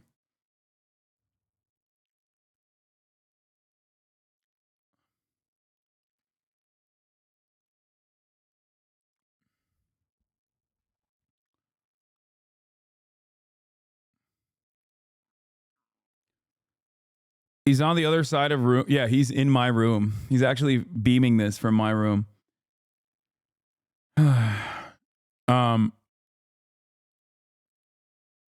Right now is Ukraine. And they're trying to say that it's actually NATO, and NATO are the bad guys, and America's bad, even though we're pro-America. Okay, well, I found one disagreement. I mean, I am not in the pro-Russia camp at all. I'm definitely in the fuck Vladimir Putin camp, but I also am not exactly fond of NATO either. So there it is. This makes sense as to why he would be maybe pro-Destiny. He really jumped on the fucking pro-NATO. Second disagreement is coming. America is bad. And, you know, I'm learning more about the Ukrainian conflict and all the history of how it came to be and why we defend them and why we can't allow Russia to just go and take over sovereign nations. And so you learn more and more about this. But then there was two people I come across that really, like, cemented the change, right? So I'm becoming distrustful of the right. I'm starting to see, like, you know, their takes on Ukraine as being ridiculous. And then I come across a streamer. So right now we're deep in the sort of Andrew Tate era. Andrew Tate has blown up, and at first it was kind of, you know, it was kind of fun. It was like, especially if you're sort of a young right-wing libertarian type, you need to get strong to look after yourself, look after women, looking after the people you love. Like that sort of stuff was kind of nice. I started going to the gym, I started doing all that stuff. I was always sort of into the self-help stuff, so all that shit sounded good. And then he started to talk about women. You want to know why NATO is bad? Remember everything I talked about with like right-wing movements, reactionary movements, fascist movements growing in Western Europe especially? That's NATO. Okay? That's it. NATO is a mechanism of enforcement of American empire. Okay? It's a protection racket. And Russia's militant actions in Ukraine, its unjustifiable invasion of Ukraine, is quite literally a perfect gift to NATO. That comment is too much. Is it? It's too much if you don't know anything about NATO, if you don't know anything about the history of NATO. It's also pretty funny to come to a Turkish chatter stream who grew up in Turkey, who, directly understands NATO's involvement in his country in a similar fashion. Turkey is a NATO nation, and Turkey had its own version of Operation Gladio, which eviscerated, during the Cold War, which eviscerated any sort of left-wing movement in the country. So NATO was a very good way for America to come in and beef up all of the right-wing fascists in the aftermath of World War II that had died out and were getting absolutely owned, understandably, by the resistance groups, the partisans, the communists, the socialists, the trade unionists that actually had fought to liberate their own countries and fight against the Nazis. NATO comes in, immediately reasserts the dominance of fascist, right-wing militant groups, causes decades of instability, oftentimes direct acts of terror, bombing campaigns, things like that. Paired up with the Marshall Plan, it recreates the exact same former right-wing dominance in a lot of these countries. Sometimes by directly utilizing Nazis, like in Western Europe.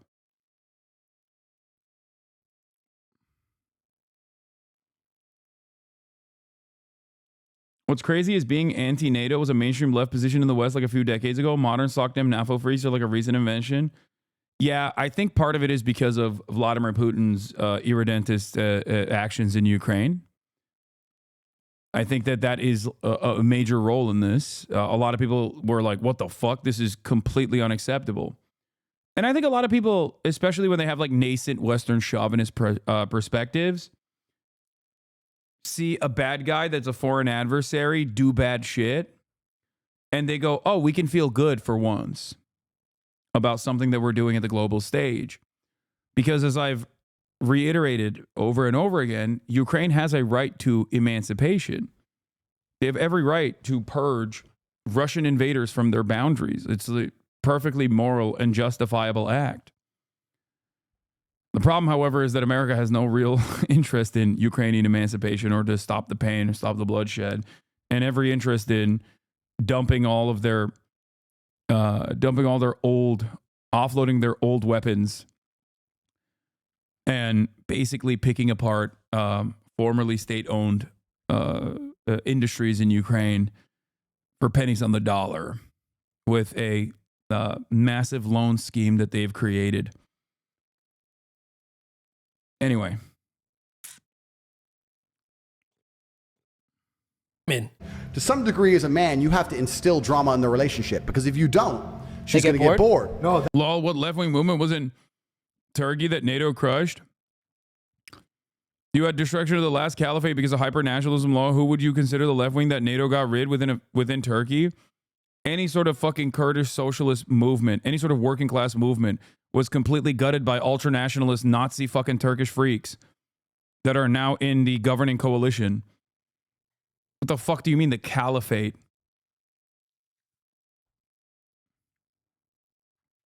Hello? Why did Turkey play an important role in the Cold War against the USSR? I'm personally anti-NATO, but what are your thoughts on the approval rating of NATO being very high in countries on Russia's doorstep? Is 90% in Poland? Can't they just say the same? That like your anti-NATO sentiments are made from the comfort of your own home? and away from the reaches of Russia, yeah, of course they can say that. But I'm also saying that from the perspective of a person who also lived in a NATO country and understands its history, understands NATO's involvement in Turkish affairs.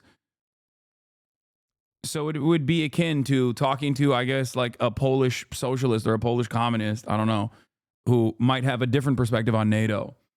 I'm not saying that my perspective on NATO is commonly held by Turkish people, even though I think that Turkey is less fond of America than maybe Poland is.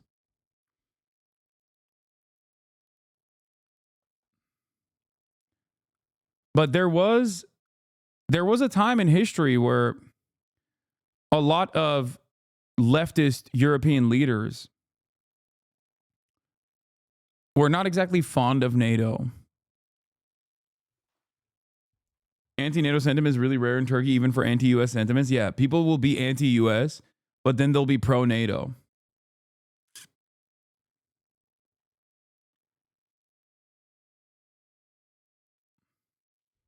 Yeah, İncirlik and its effects on Turkish politics. Yep. Never forget, whenever Turkey does some shit, everyone's always like, whoa, that's crazy. I can't believe they're going against American imperialism. It's like they have nukes. We in Turkey have American nukes in a Turkish-American base. Okay? We have nukes. We have American nukes that we house in Turkey. Whenever people forget that reality and think like, Turkey's doing this, Turkey's doing that, they're going to be fucking really, they're really showing everybody what's what. It's like,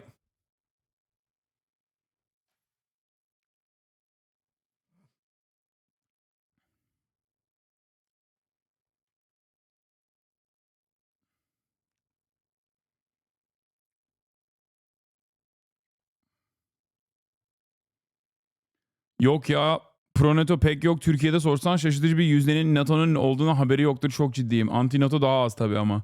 Yeah, this Turkish chatter says there isn't like a pro-NATO attitude in Turkey because they just like don't even understand what NATO is. However, the anti-NATO coalition is even smaller than the people who would be like pro-NATO.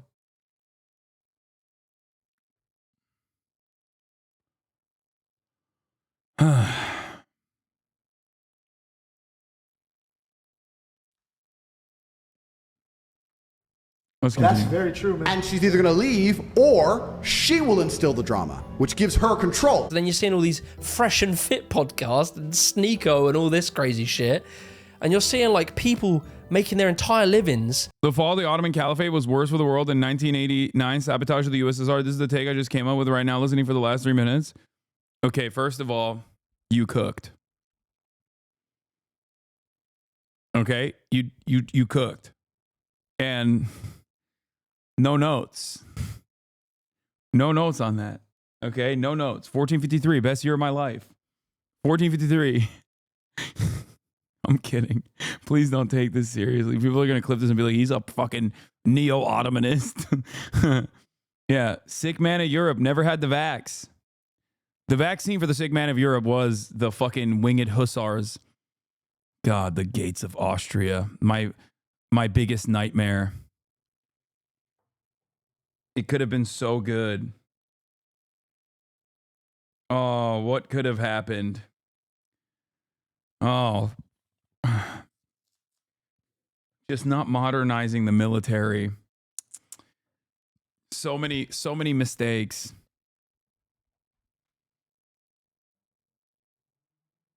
Abi Viyana kuşatmasını kaybetmemize sebep olan battle 11 Eylül'de olmuş. Another national tragedy.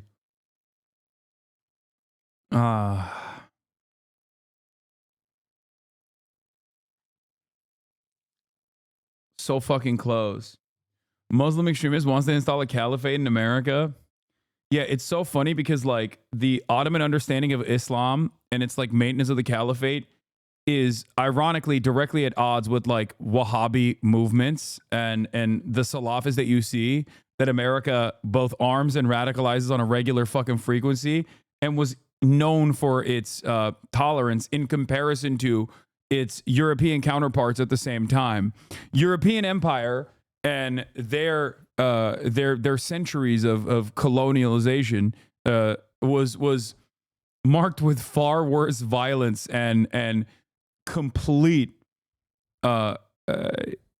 complete re-education of people's like religions and whatnot and their way of existence, as opposed to the Ottoman Empire at the time. But that is a fun little thing that Western supremacists, Western chauvinists refuse to ever reckon with. And how the fuck did we get here is the real question. Oh my God. Yeah. It's no different than when people say it's no different than when people say that anti-Semitism is like a ancient Muslim thing. It's like, bro, I didn't know the Holocaust was carried out by the Muslims, dude. That's crazy. Like, it's so obviously deflecting away from personal responsibility that like Western nations want to, the Western nations that don't want to reckon with their horrifyingly violent past. It's pretty funny. Complaining about women, and you're like, what the fuck is this? And there was one bro who would go on these shows, and his name was Destiny. Women fare a lot better post-divorce than men do, bro. And the reason why is because they get the resource, they get the money, they get the children, they get put in a better situation financially. No, they don't. Yeah. Dude, they get the house. Moms don't live good on child support. That's not true. Have you ever seen a bitch on child support? She's not living the greatest fucking life. Women fare worse than men in almost every degree after divorces. So the idea of pretending... What are you talking about? They make more money. They have better dating strategies afterwards. Men just do... How'd this man go from Owen Jones to Destiny, bro? Like an actually well-read left-wing journalist in the UK to who's like written entire books to like guy who talks fast and dunks on some of the dumbest people. And like, I don't agree with everything that Owen Jones has done, obviously, but I still appreciate his voice, especially in the piranha pool that is British media. Do better than women in almost every single metric post-divorce. What? Bro? Destiny was really interesting because he was a lefty and he was proud to be a lefty. He didn't try and hide. He didn't say it was like a... I think this interview in and of itself is this interview itself shows that he's not a lefty. I say interview because it was supposed to be a debate and then they just agreed on most positions. So much so that even Lex Friedman was like, wow, you guys agree on you surely agree on a lot. Centrist. He was like, no, do you not agree with Owen Jones? I think he was harsh on Jeremy Corbyn. He also was like seemingly on the fuck Jeremy Corbyn. He's anti-Semitic train a little bit. He's had a couple different moments. I think he's evolved from those positions, but you know, he has some of those L's. We all have our own L's, you know, it happens.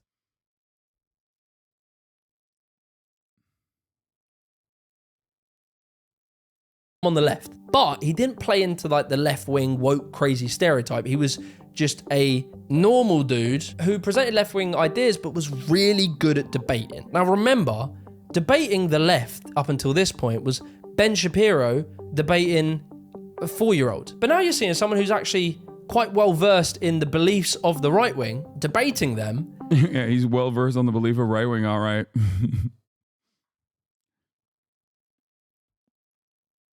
so well versed that he became them on many positions and winning a lot. So I get into Destiny, right? And I even was going to make a video on Destiny. I might do it again one day. And I had a conversation with him on a stream, but I was so right wing at the time, I didn't know how to make the video because I kind of had this mental block between really asking him sort of questions. But then the final nail in the coffin for me, at the point where I realized I was no. Maybe sometimes a little too intimate with the right wing.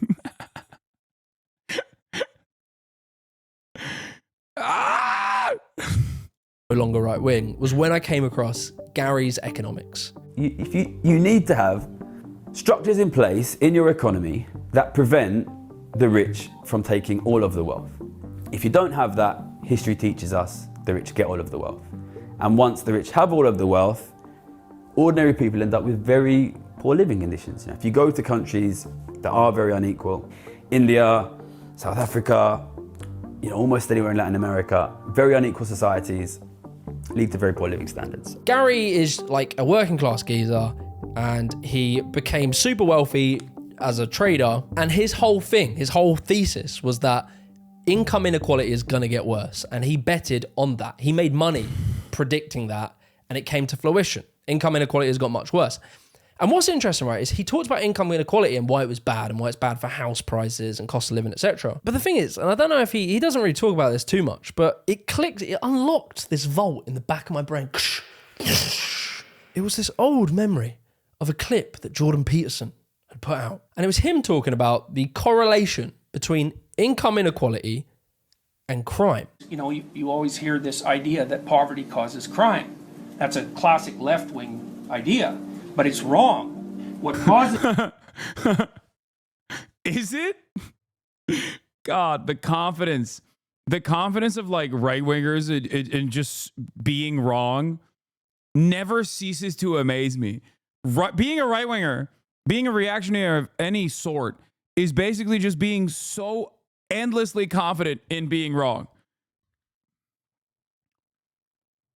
Like, I don't even think there's enough. If you were to look at historic academic literature on material conditions, social conditions, whatever you want to call it, like, and the likelihood of crime manifesting in that, there is overwhelming data, overwhelming research, okay? Even from, like, it's like a basic position that even criminologists believe, right? And I wouldn't say that I'm like in agreement with a lot of the, I would say, pseudoscientific stuff that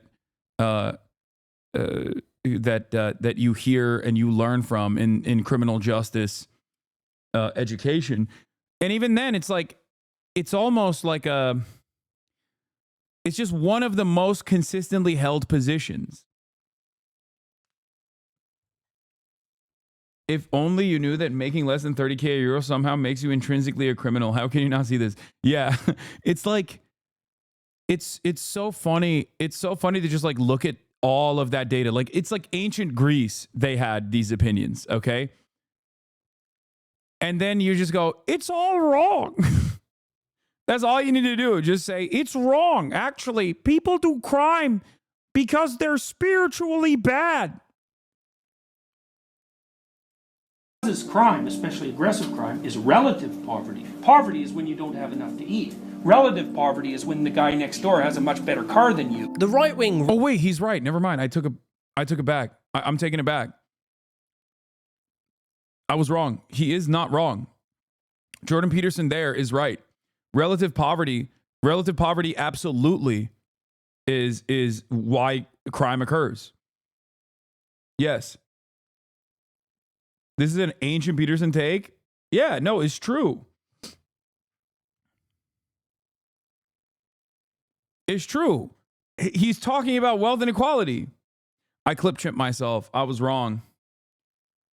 Really love to argue about culture. They always say that, like, it's people's, the problems in society comes from people's ideas and beliefs and their values, which is super convenient, right? Because when anything goes bad, you can just say that, oh, well, it's because people... He's wrong. I mean, he's not wrong. Sorry. Fuck. He's right.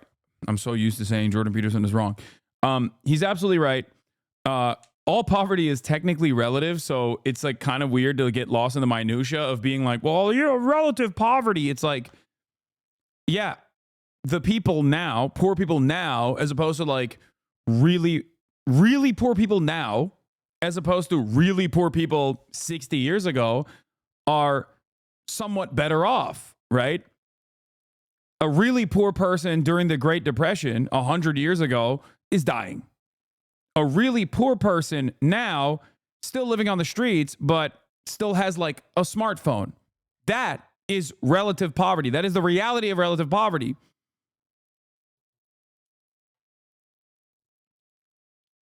But I don't make that distinction because relative poverty is just poverty. That's how poverty manifests. That's why it's really silly when you go, excuse me, sweetie, there are starving children in Africa. Why are you worrying about your own shit? It's like, that's an idiotic argument to make, right? Most people understand that that's a stupid thing to say. Because you're matching poverty to you're matching your own material conditions to those around you, to your immediate neighbors, to people that are within reach. It's fucking ridiculous.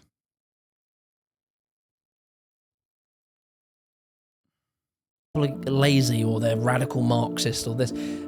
All the while, there's no solution to that, right? What can you do? You can't change people's minds. So it's just like, oh, well, I guess we just have to accept the status quo. But when you fundamentally challenge that view, the sort of outcomes come from... That's why we always make fun of right-wingers who are like, oh, how can you say you're being oppressed? There's a McDonald's in every corner. It's like, yeah, you're a fucking idiot, dude. Like, oh, great. I guess everybody has iPhones, so it's fine if you don't have a house. You don't need shelter anymore because you have an iPhone. Culture and people's individual decisions. And you start to realize that outcomes, you know, like negative outcomes, crime, poverty, people having less families, having less kids, that maybe doesn't come from culture. Maybe the reason that men and women aren't having kids and getting married isn't because they're no longer Christian and they don't believe in families and the nuclear family. Maybe it's because no one can fucking afford to have families. Maybe it's because most people in their 20s still haven't moved out of their parents' house. Maybe it's because they don't make enough money between two people to afford to have a child. There's all these things that are happening, and you realize that probably the economic system is causing this. And it isn't just that the testosterone levels in men have dropped because, I don't know, they've fucking touched receipts or something. And so yeah, the sort of like the needle drop, is that the expression? The pin drop? It all sort of made sense. I realized that I actually don't think everything is culture, and I think mainly things come from economics. I think most culture... I DM'd JimmyTheGiant and said I'd love to have him on to talk about this video and his like radicalization cycles if he would like to come on to talk about it. Culture comes from economics. And like, yeah, of course, attitudes, values, beliefs, they also have an impact, but I think you can... When I watched the video for the first time, I wrote this video off because of the Destiny stuff, but you being more charitable to him has helped me do the same. Definitely can't hurt to have another guy like this here in the UK. Yeah, I think the UK political sphere is like a cesspit for the most part, with some obvious exceptions. So I'll take any fucking guy who fights back against like the Tommy Robinsons of the world, and especially has like a level of charitability and is using his own personal journey of like unlearning certain positions that they previously took for granted. I'll always be on board with dudes like that, even if I have disagreements with them at certain points. I cannot understate economics. And so from there, as I've had my fucking left-wing epiphany, my left-wiffany, I start to really realize, like, kind of the woke stuff. Yeah, it's annoying. Do we need to argue about if there's an egg in a salad emoji? Is that really that important? And you start seeing, like, I don't know, Matt Walsh, where he's done this whole documentary, What is a Woman? And he's the expert in this. Going on Joe Rogan, being asked how many kids are on puberty blockers because this is real fucking moral panic. How many people have had this done? Depends on what. I don't think we have exact numbers, but if we're talking about the drugs, millions. It's a very small number, if that's right. It says over the last 5 years, there were at least 4,780 adolescents who started puberty blockers and had a prior gender dysphoria diagnosis. If your politics spends more time talking about, I don't know, what toilet a transgendered person is going to piss in, or the woke brigade, if it spends more time on that than the cost of living, the housing crisis, rising inequality, things that, you know, are actually important and actually affect your lives, if you're more focused on the former, then I hate to say it, but you've been bamboozled. Google react to radical vegans screaming away by removing the egg from their salad emoji. So what? What about my rights as somebody who loves eggs to have the egg in the emoji?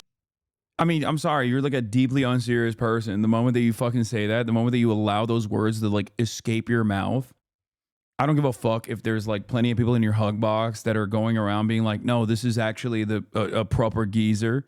Okay. You are like a pathetically unserious person. What the fuck are you doing? You're pissing and shitting in your diapers over this shit. This comes from a place of privilege. Okay. That's it. It comes from a place of just like having so much privilege that you are seeking out random things to be upset about. Like everything else is so set for you that you have to be like, oh, society is under fire because of this issue. Now, this is obviously like the most inconsequential and most idiotic one. The more devastating versions of this are when people like Piers Morgan or reactionary propagandists will capture the attention of a lot of working class people by channeling their anger at a visible target and claim that minority is actually responsible for all of the pain that they're experiencing. It's an endless trope. These sort of moral panics, these clutching of pearls over social issues tend to seemingly always happen when there's economic problems. Like, I think it was in the 70s where they tried to ban Dungeons and Dragons, the board game, because it was satanic and demonic. It just so happened that the 70s was like a massive economic crisis. And so, yeah, the more I made these videos... This guy's awesome. I mean, he has solid fundamentals. Like, I don't give a shit that, like, Destiny played a role in him understanding that, like, a lot of these dumbasses on the right are just stupid. But his fundamentals are there. Like, he understands it. He's there. He gets it. The more I started to see these patterns, right? These patterns between the 20s and the 30s, the rise of fascism in the West, and how that seemed to tie in with the Great Depression. And then, you know... Like, he is diametrically opposed to the liberal values that Destiny presents. Like, this kind of commentary is far closer to my understanding of the world than whatever Destiny presents on any given Sunday. I don't know. He usually just like shifts his positions depending on who he is arguing against, but yeah.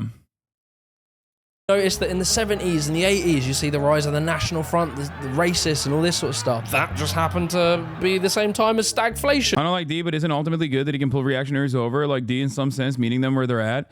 No, because if you fucking pull reactionaries over and then you keep them in your cult and you also exhibit a lot of reactionary tendencies and you don't give them the tools to actually move away from reactionary ways of thinking, you're not actually de-radicalizing them. Because, like, the way I think about it is, like, if your goal overall is to just, like, bring them to your side of the conversation, bring them to whatever your team is, with the express purpose of, like, maintaining the same toxic culture, of, like, going after people and you know, doxing them, harassing them, mass brigading them, whatever your enemies are. Many of them happen to be on the left, by the way. Then ultimately you're not... You know, you're not a part of this movement. You're saying, I want to pull you away from the right, and I want to make you I want to make you a loyal soldier for me, and whatever I happen to be in favor of.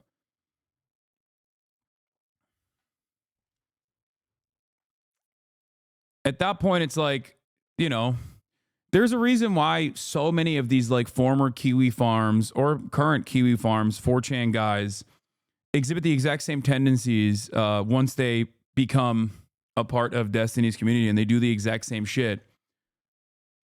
Don't you do that? No, I do not. I do pull people away from the right-wing radical positions that they have, but my goal isn't to become to bring them over and have them become my loyal servants or subjects or soldiers. I don't give a shit about that. I give a shit more about having them change their worldview, see a different framework, and operate within a different framework where they, you know, go and engage in community organizing, help other people, run for local office, unionize their workplaces, immediately create improvements in their material conditions, demonstrate solidarity. Being in your stream made me a materialist. I had the same type of epiphany as this guy, but with you, I think it's more important you separate from the ideology you presented me. If you come out to be a bastard someday, it won't change my principles. Exactly. Like, that's the difference, I think, that that me and Destiny have. I suspect that if I were to do a heel turn and start exhibiting a lot of right-wing tendencies, I'm sure that there are plenty of people who really, really love me that would stay on board and maybe even change their minds as well. I think I'm charismatic enough to be able to keep a cultish group of people, but plenty of people would be like, nah, fuck that. I'm out. I'm done. A lot more people in this community would be done with the nonsense that I'm presenting than I think Destiny's community has.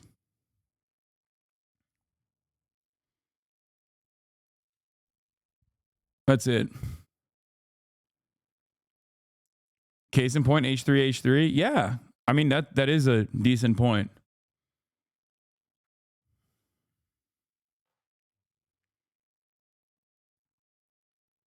Like, I'm not the end all be all. A lot of people try to centralize me, and I sometimes engage in that as well because I think that, you know, there is a, I'll say it like this. When I engage in drama content or when I do collaborations, there is a secondary purpose behind it. A lot of my naysayers will say, oh, it's because he wants clout. He's just clout driven. He's clout hungry. And to a certain degree, they're not wrong. Okay. But my goal there is to try and get others to maintain a charitable position to the way I see the world. Okay. I see myself as simply a vehicle for that change. It's not about people liking me. I mean, it feels good when people like me. I'll always be honest about that. Right. But my goal isn't for you to simply come in here and become fans of mine. I want you to be a fan of, you know, thinkers that came before me, that I try to explain their worldview to you in the most palatable way possible.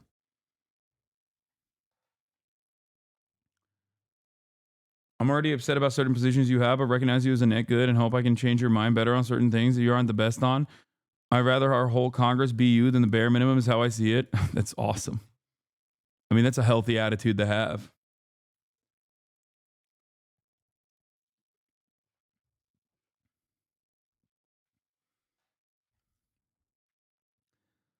Admittedly, Old Destiny on YouTube, back when he was bashing JonTron on the alt-right, introduced me to you, and I watched both of your YouTube videos. Found D was good at deconstructing, whilst you did that and posed an alternative vision. I still remember you and him advocating for socialism and Marx against train wrecks on Scuffed. Yeah.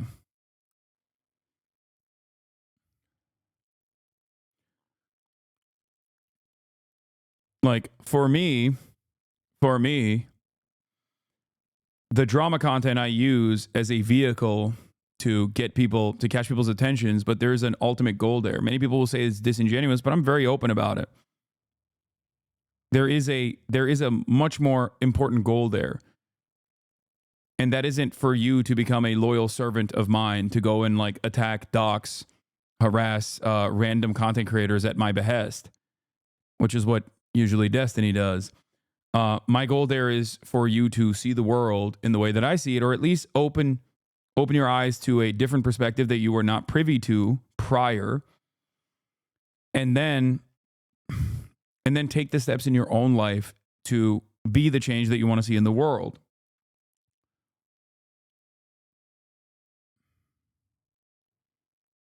That's it. What are the chances of ever renewing the D Hasan bond? They are less than 0. Come on, man. He spent the past 5 years trying to ruin my fucking life, and it has been a demonstrable failure, but it still hasn't stopped a shit ton of people from being open-minded to my position.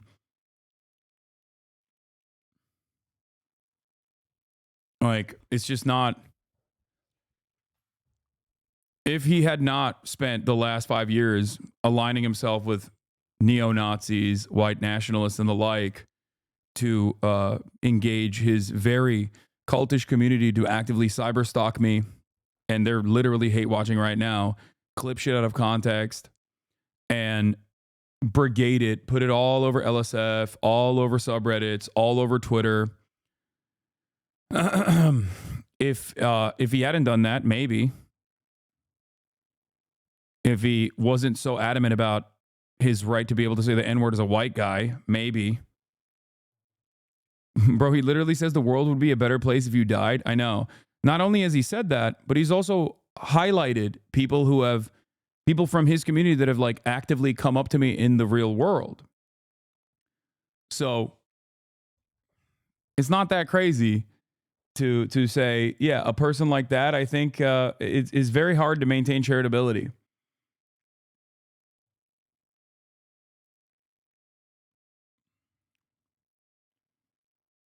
Very, very, very hard to maintain charitability with a guy like that.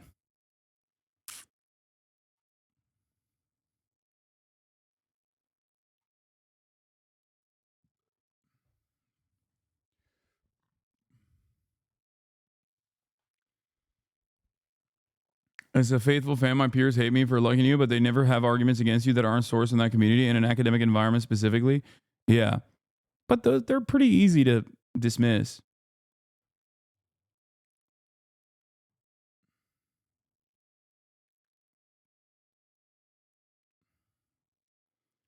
Yeah, said the same thing about Michael Brooks after his passing too. Again, it's just like, think about it this way. If I were to behave even marginally as bad as a person as Destiny presents himself on a regular basis, do you think his fans would ever let me live it down?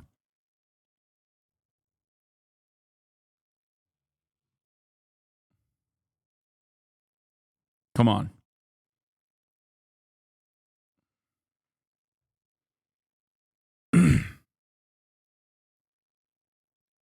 And I was charitable to him far past the point of comfort for many people, because I thought he was genuinely someone who had changed his framework, changed his attitude, changed his worldview.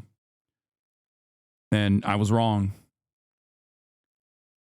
And the oil crisis. And then now, lo and behold, 2024, we're in big economic problems, and it just so happens that the far right is on the rise, and the Tommy Robinson Farage followers are now throwing bricks at mosques.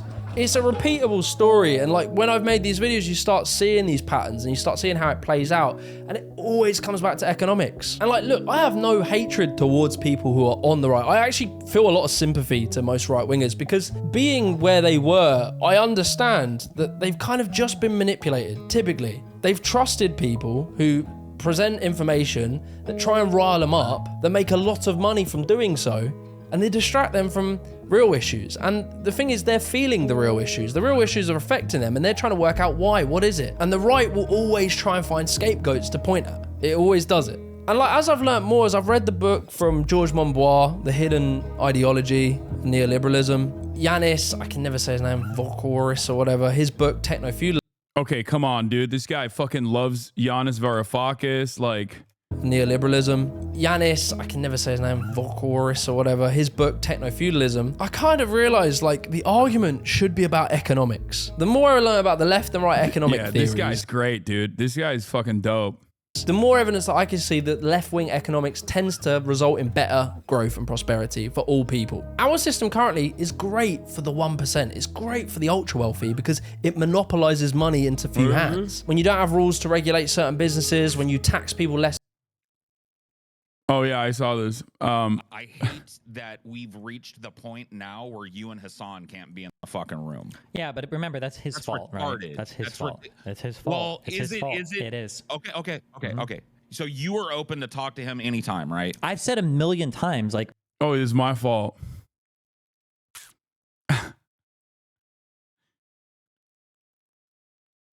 me and Hasan and Vosh could, even if we were doing antagonistic content, it would be amazing content. These are 1,000,000 view videos every single debate. It would be crazy. And if we were doing synergistic content, bro, we would save the left. We would save the left if we got together. Yeah, dude, we're gonna save the left by fucking.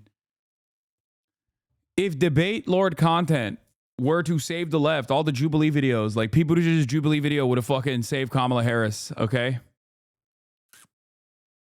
And also, he's looking at this from the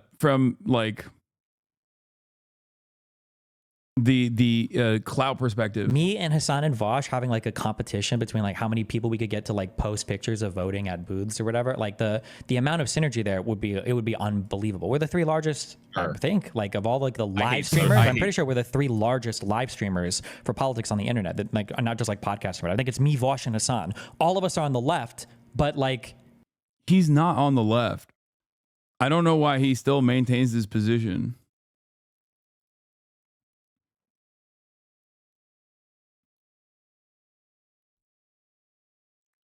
We are not on the same fucking moral compass at all. Yeah, China and Albania together are the biggest army in the world. Between us and China, we are 1 billion strong. we don't do any content together. None of us do. That's yeah. I wonder why, dude. Yeah. This is on par with a jealous ex who cyber stalks you crying into his beer because you won't visit anymore during the holidays. Insane.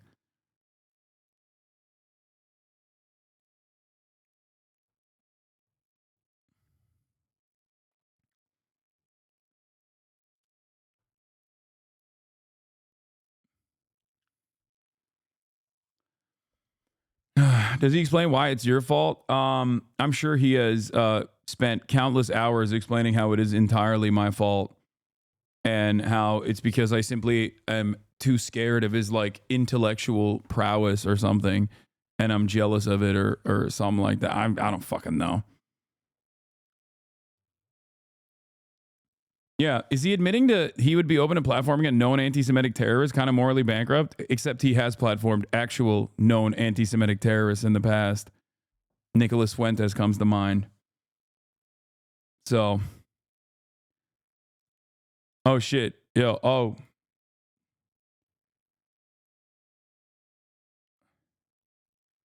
Hold on, I'm gonna have Jimmy the Giant on now.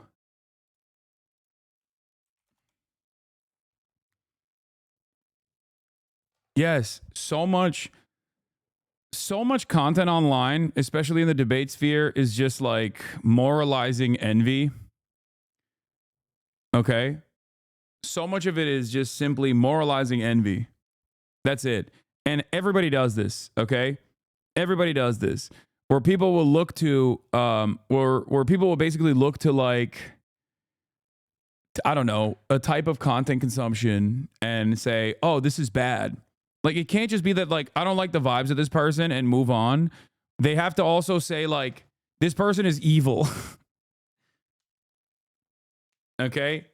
This person isn't just bad. They're or something about this doesn't add up for me, and I'm just going to move on from this. But it's actually, this is an evil person that must be destroyed at any point. And for Destiny, a lot of his disagreements with me is just simply pure envy. That's it. He has conditioned himself into, he's almost trapped himself into this like weird, inconsistent political position where he's like a perma-contrarian that simply cares about the blood sport of it all and just like wants to aesthetically win arguments.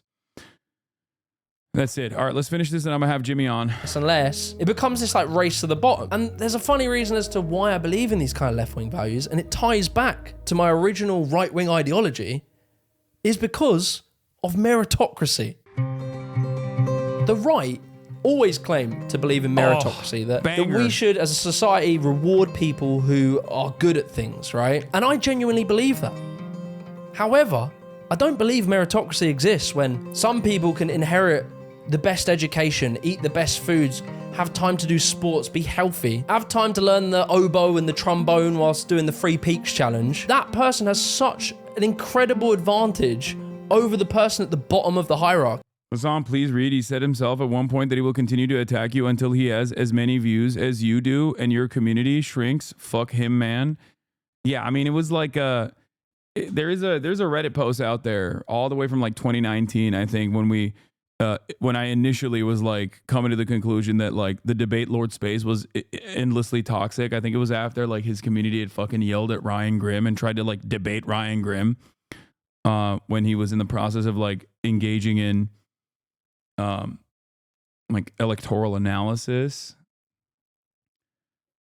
And I mean, Vosh has said that as well in the past, where it's just like he basically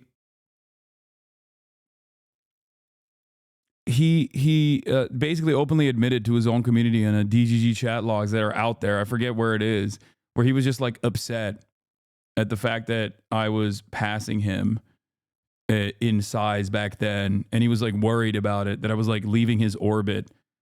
And he has never seemingly given up on that because he sees everything from like a winner-loser dynamic. Like there's no grander political project. Even the fact that like he does these initiatives to do door knocking and stuff, I think is just simply not because he like loves the Democratic Party per se, but I think he simply wants to at least like channel. At least try and channel like all of that initiative into something. You know what I mean? So it's like, it's not just like him winning debates. The person who grew up in poverty, whose dad's in jail, whose mum has to work 3 jobs, that person who then has to leave home at 16 to pay rent and they can't afford to save a single penny. And the fact that this group of people that are living like this is growing, child poverty is growing, I think it's utterly insane to pretend that there is a meritocracy. But the right wing, through a very concerted effort, has brainwashed most of society to believe that this is inevitable. We can't fix this. There's nothing we can do about this. But we know we can. We have in the past. Countries do right now. And so that is where I land. If it means that I now have to wear a badge to show I'm part of the woke brigade, so be it. I've accepted that through actually delving into this stuff, looking into social economic problems, reading papers from academics, not listening to Jordan Peterson tell me that the academia world is overrun by Marxists. I've learned some stuff and I've challenged my way of viewing the world and had to challenge my ego at the same time. So I want to know you guys' evolution. Like, have you always believed that? Yeah. By the way, this is what Destiny's 50-year-old virgin and friend of Destiny, Dan Diddy Saltman, seen here threatening to continue taking DJ Clancy and Twitch support. No strategy too brutal. No weapons off limits. Sorry, airplane Wi-Fi. Just received this from an anonymous account. What's this, guys? Don't worry. Kind of hard to do a good puff piece when Hasan is labeled anti-Semite of the year, lol. Like, he really thinks that the stop anti-Semitism thing has motion. He also wants to take credit for things that failed demonstrably. Like, this level of investment is pathological. All out R-word war. I'm still flying back home soon. I'm going to virtually molest Twitch so fucking hard. We're going to do some biblical streams. I will tell you that. I had a brief chat with Mr. Richard Lewis. Got a lot of my ducks in a row, as the cool kids say. I got like 200 emails to respond to. Faith havers will be eating good. Disbelievers will be eating burgers with nothing in them. This is going to sound R-worded, but I realize if I let Twitch try to stand up a little bit, I can knock them over again versus just kicking an R-word on the ground. Anyways, another alt, you're pathetic. How's my dictates? Keep coming back to me. You have my poster on your wall, homie. You're a fan. No weapon is off limits. No strategy too brutal. Victory at all costs. I'm going to become a super soldier. I will be nice. That depends on you. They will never admit defeat. It will always be, he was going to step down anyways. Ethan did all this. You weren't involved in this. That congressman was already doing this. Hasan's ad contract expired. There is no winning with R words. You know, they are trying to get puff pieces written now and smear pieces on me. What is my man saying?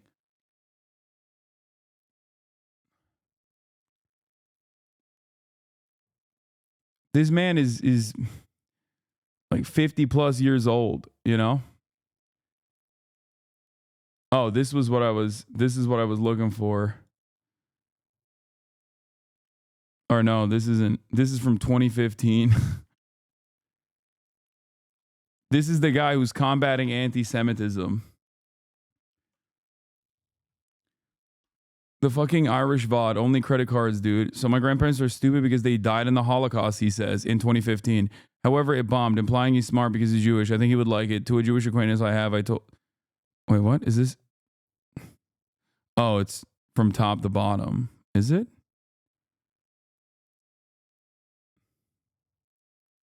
I'm the opposite of a SUW. I'm rich and I came from a well-off family. I think my issue is this.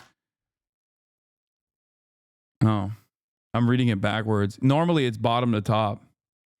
Anyway, I'm gonna call. Fuck it. I don't give a shit about any of this. All right, let's move on. These people are unhinged. There's no helping them. Why cover it? They're insane. Nothing new. I mean, it's good to. It's good to showcase like what Destiny's community is doing on any given day, just so people understand like that a lot of the criticism is not reasonable and it's just simply the personal vendetta. Yo, yes, brother. JimmyTheGiant. How the devil are we? This is I just watched your video. I'll admit, originally. People had shown me that you did a Why I Left the Right video, and because it featured Destiny in it, I was like, oh, this guy's probably like some fucking weirdo, but it's fantastic. Your video is incredible. Appreciate it, man. No notes. I'm glad that Owen Jones was able to lib pill you a little bit. Well, not even lib pill you, but he stumbled on the video as well. He did a little post on Insta, and I was like, "Fucking hell, bro!" Like, I don't know. I didn't watch loads of his. I haven't back then when because you were just talking about your stream. You were saying how'd I go from him to Destiny. I'd say it was more the other way around. It was a bit more like I heard Owen Jones on the Chav stuff, went Destiny, and I've kind of reopened the Owen Jones, content now. So now I'm sort of finding his stuff, and I find it more interesting now. You know what? I was literally just having a big conversation with another creator today about this, and it's sort of like Owen Jones, to someone who was kind of where I was at, is quite difficult to enjoy. I don't know how to explain, but when you're kind of, when you got a foot in the water there, you kind of like him a bit more. Once you have a bit of, yeah, I know, I'm yapping already. Hasan. I think the aesthetics of it play a role, don't you think? Like, I feel like he's too. He won't appreciate me saying this, but I feel like he's too effete almost. And this is even like being homophobic. He's just like too polite. Yeah, and that's exactly, I think, like a young lad who is quite laddie. I think you go to the gym, you do all this, you don't really see much in common with an Owen Jones. You see more in common with like a Joe Rogan, like, to be completely honest, just from aesthetics. No, I agree. And like, that's kind of the thing, they suck you in because they're like, well, I find him funny. Well, I don't find Joe Rogan funny, but I find that kind of ilk funny. They all go to the gym and they all happen to, kind of dabble in Trumpian politics. And you're like, well, maybe. So you kind of, it's this sort of aspirational side. And I think for young lads, I did a second video. You might want to check it at some point. It's called How the Left This Lost, video like, is the male vote or something like that. How the left failed men. And it was kind of that, just the aesthetics of like young lads in this world that we live in. How the where, left failed young men. And it was kind of like, it's kind of like, really just like the optics of, we're in a society where everyone's fucking struggling. Bro, that haircut is dire in that video. I'm not gonna lie. Well, and the thumb. You needed it. No, your haircut in that video, you needed to get that shape up. Right. I bounced between two barbers. One of them's sharp, the other one's he's learning, Yeah, you look Dagestani.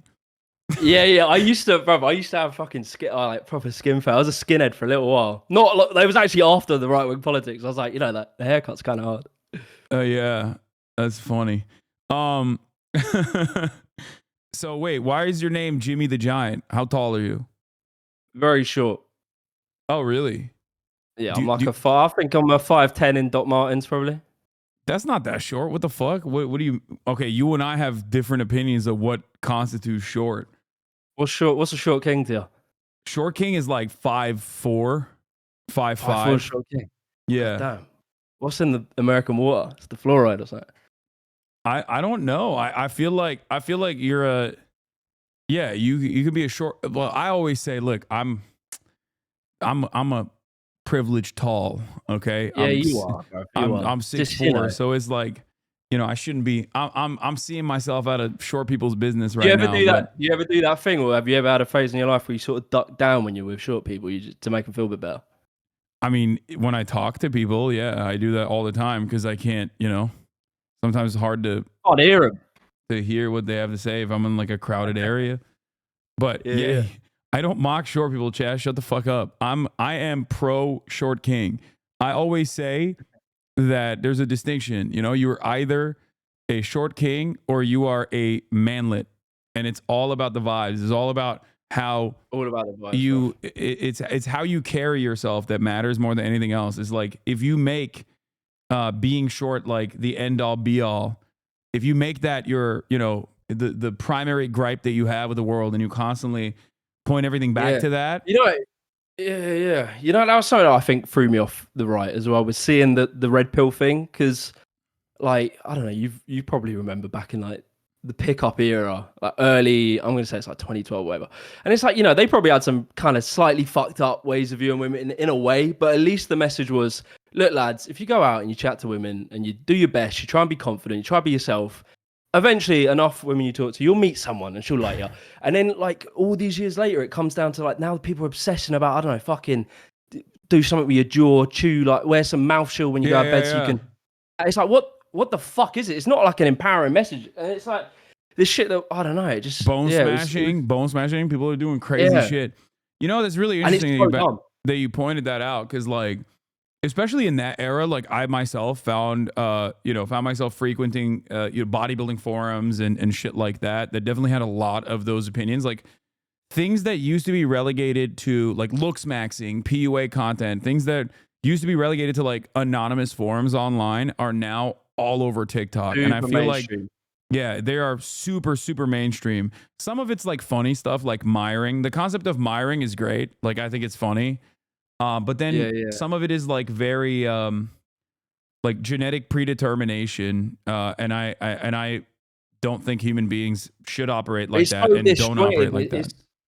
It's such a sad thing because like literally you can tell lads just go to the gym, get a hobby, learn who you are, and put yourself out there. Meet, just say hello to them. You don't have to over fucking think it. These people think it on so many levels. They're like, bro, you need like this.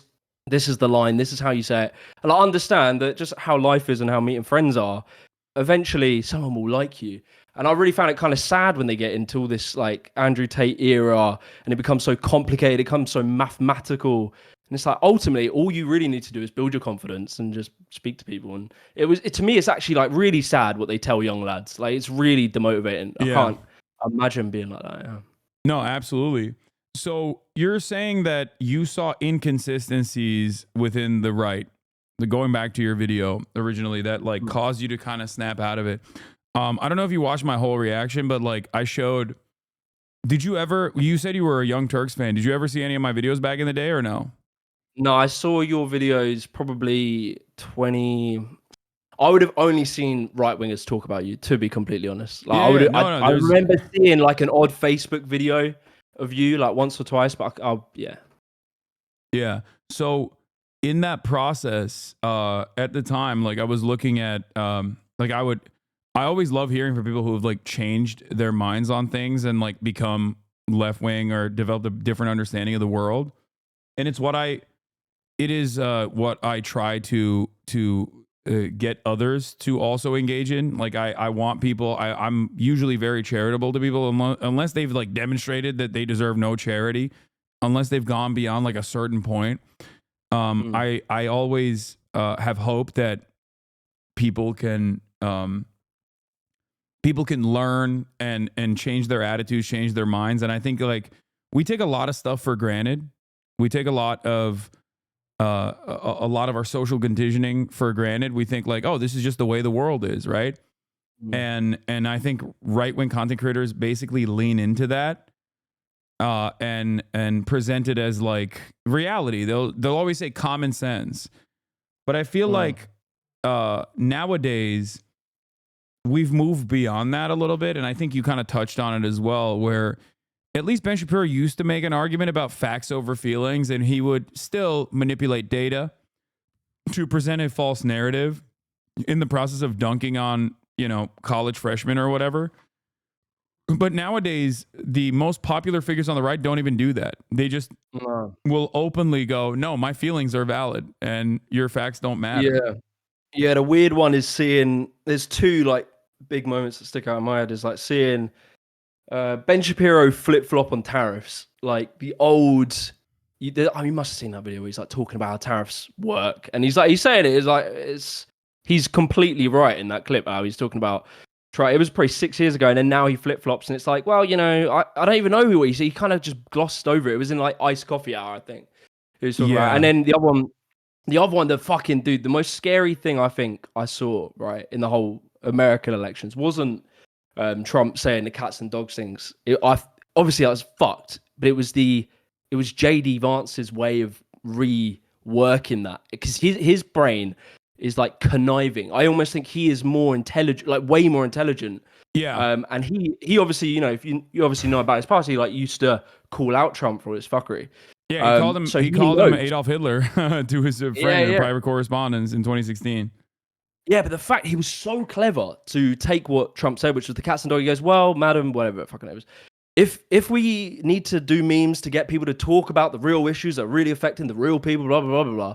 And he spun, literally accepting it was bullshit. I mean, he doesn't fully accept it, but The way he spins that to be like, ultimately, it doesn't matter if we do a bit of propaganda where we're kind of overtly lying, as long as it gets the real message being bullshit. But it's so, and I found out more scary. And just seeing like, the devolution of the right wing, like, there was a period of time where if you're a right winger, I even say about like Trump, if you were someone who voted for him in 2016, I don't think you're the same as someone who voted for him this year. I think that can be two very different places. You can vote for him in 2016 from a different perspective than now. Now it's like you have to be anti, like, truth, like, I don't like, and just have no trust in the establishments that deliver what we consider truth, I suppose.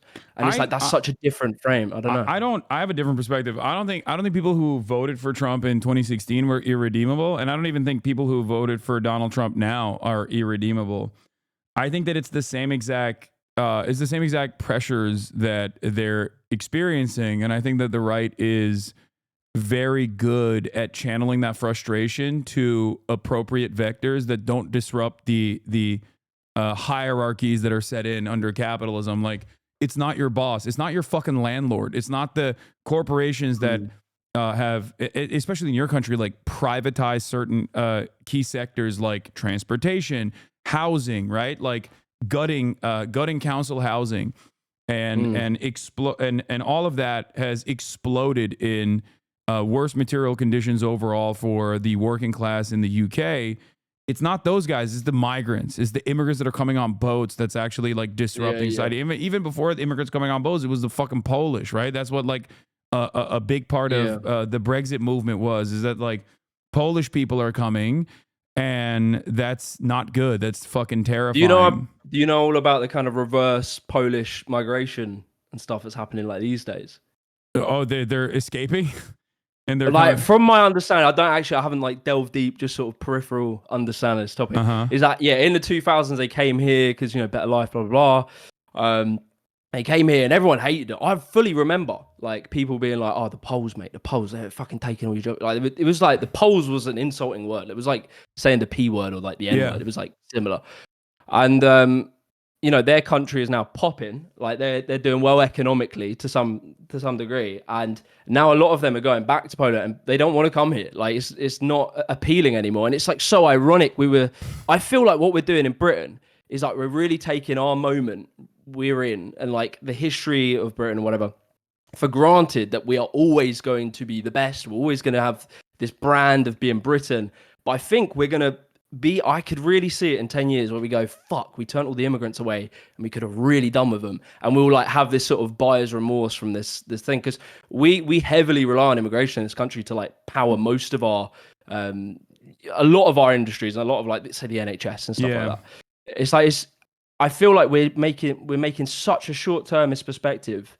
And I truly reckon we'll regret it. I think like how you see it with the Polish people, they're going back to their country, taking the money that they've made here, and now Poland's doing well, and it's like we're so short-termist. Yeah, I did a whole video just on the whole immigration stuff, and bruv, it's a fucking headache.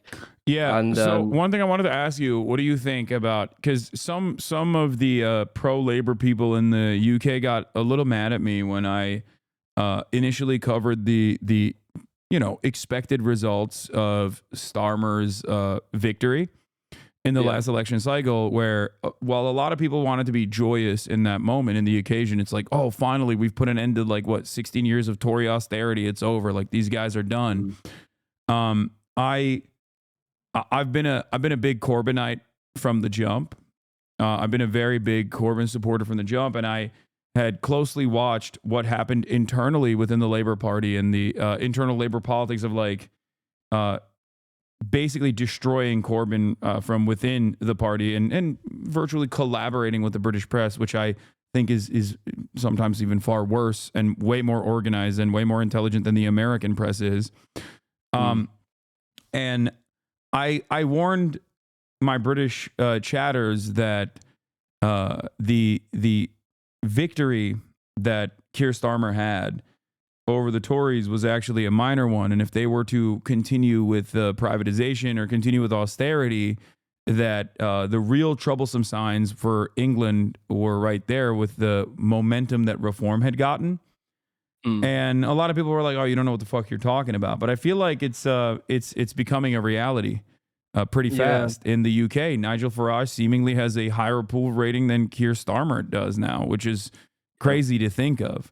I mean, this guy is like a clown. He's a failure. He's wild. Yeah. He's openly racist, but like outside of that, he's also been a demonstrable failure as a politician, and now he's seeing this like momentum, this right-wing surge. Yeah, this is fully his moment. Like, he's cut through certain times over the years. Like, obviously, Brexit was a big one. He stood down a load of people. I think it was 2019. He like stood down UKIP candidates in conservative areas. Like he's had moments, and this is like his moment. And I want to make a video on Elon Musk, his sort of war on Britain or whatever he's doing, whatever the fuck he's doing. But the fear is like, obviously he's going to fund reform. And like, I don't know, man. Like, I think to be honest, like, I don't know. It's quite hard when we talk about politics and that. It's like, we're talking about as people that, we watch it a lot. And what you were saying, you were being quite charitable there about people who vote for Trump. You're all right, to be honest. Like, most people that vote for these people, they're not sat like us, like reading, watching, and all this stuff. They're just sort of, going about their life. They're fucking busy people, and they live in top. So yeah, but I think people who kind of voted for Keir Starmer, we all knew he is like a watered down neoliberal Tory. He's like slightly less. There's some history of him, like, I don't know, saying more things that, I don't know, you could say a more like left wing, social democrat, whatever. But it's like we all kind of knew it. And I feel like the thing I fear the most is that he will not bring about change, and he will kill any hopes of a left wing movement by just delivering centrist politics, which it's not what we need at the moment. And so like, yeah, that's the real thing. It's like, okay, you've had Tories for 14 years, you give Labour a chance, and if they do not they can't even just do okay, they have to fucking smash it. And it's very unlikely the way they're going about it that they're going to fucking smash it. It's just, probably it's going to plod along and get a little bit shitter. Maybe it'll be less shit than if it was under Tories, but it's probably going to be shitter. And then all you're opening the door for is for people to be like, fuck me, we just need a change, man. And like, Farage is, I always say it, Farage is a brilliant politician. And like, so is Trump. Like, the way that they go about and do the ground game, which the centrists, like the Keir Starmers of the world, they don't want to fucking touch a barge bowl. Like, Farage is out dressing up like he's LARPing as a farmer, hanging out with farmers, and like, he's on every hot button issue. And he's always there, and he's playing the ground game, and he's doing what Trump did. Trump was doing like campaigns the whole fucking time. And what Keir Starmer's gonna, I don't know, poke his head in a, I don't know, coffee shop like a month before the election. It's not going to be enough. Like, you have to do what they're doing. I don't know. I fear the Farage thing. I fear it more than I think most people do, because I can just see I can just see how it's going to play out. But. No, absolutely. I mean, this is a similar outcome to what happens in American politics in every election cycle, where the Democrats slowly but surely capitulate the right-wing framing on issues, whether it be immigration or any number of different things. And then Republicans come in, they fuck up the economy, they fuck up the country. And then in that fuck up, a lot of people grow a resentment towards the administrators. So then they're like, okay, fuck it, we'll just vote for the Democrats again. But then the Democrats don't actually make broad sweeping change. And then inevitably an even more vicious right-wing version comes out and wins the election after the Democratic Party basically does status quo politics at a time when it's obviously necessary to shake up the system. I'm seeing something similar in the UK as well. Why do you think like left wing populists never? Because I don't know. It's so funny to me. I feel like if there was ever a moment that you could do all of the left wing populist talking points, like billionaires, blah blah blah, all this stuff, it's like the moment where Elon Musk has basically bought an election, and he's like hanging out at Mar-a-Lago every day, and it's like, surely this is like all right-wing populists are left-wing populists with like all the talking points of left-wing populism, but with like, basically very right-wing economics. Yeah. They say all the things about like the working class, and they always talk about the elite, but the elite is obviously like, a select few of the rich people that we can scapegoat. But why do you think the left just don't? I don't know. How are they so like kind of useless on this stuff? It's not that they're useless necessarily. It's that especially in the aftermath of the Cold War, where capitalist power is won, there is no alternative. There's no global alternative. I wouldn't say that China is like even remotely ideologically interested in doing anything similar to the USSR. In its domestic affairs, the USSR did a whole bunch of stuff that I'm very critical of, but like on the global stage, they played a role of being an alternative. You know, it doesn't matter if I disagree with the things that they did. Like that's the way that people saw it, and there's no tent pole to align or to get together and oppose the current mandate. So there's just nothing. There's no alternative, and in that process, I think the media in and of itself is completely corporate captured, completely backed by the same corporations that leverage their bets and fund both sides of our uniparty here in America. But like you guys have a different structure, but it's still very similar in the way that it plays itself out, where you have this labor Tory dynamic, and the issue is that virtually every institution is against any sort of serious progressive politics, because serious progressive politics are almost always going to be inherently anti-capitalist.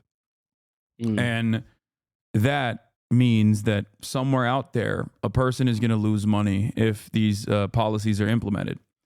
Like, you know, one thing I think when I was probably seeing your content through the lens of right wingers, that I got I don't know if it's like the impression or just how I perceived the left was always kind of that you guys didn't love, like, I want to word this in a way that isn't like fucking wanky. No but wrong like, answers. Just say it. Say whatever you want. Say whatever you feel.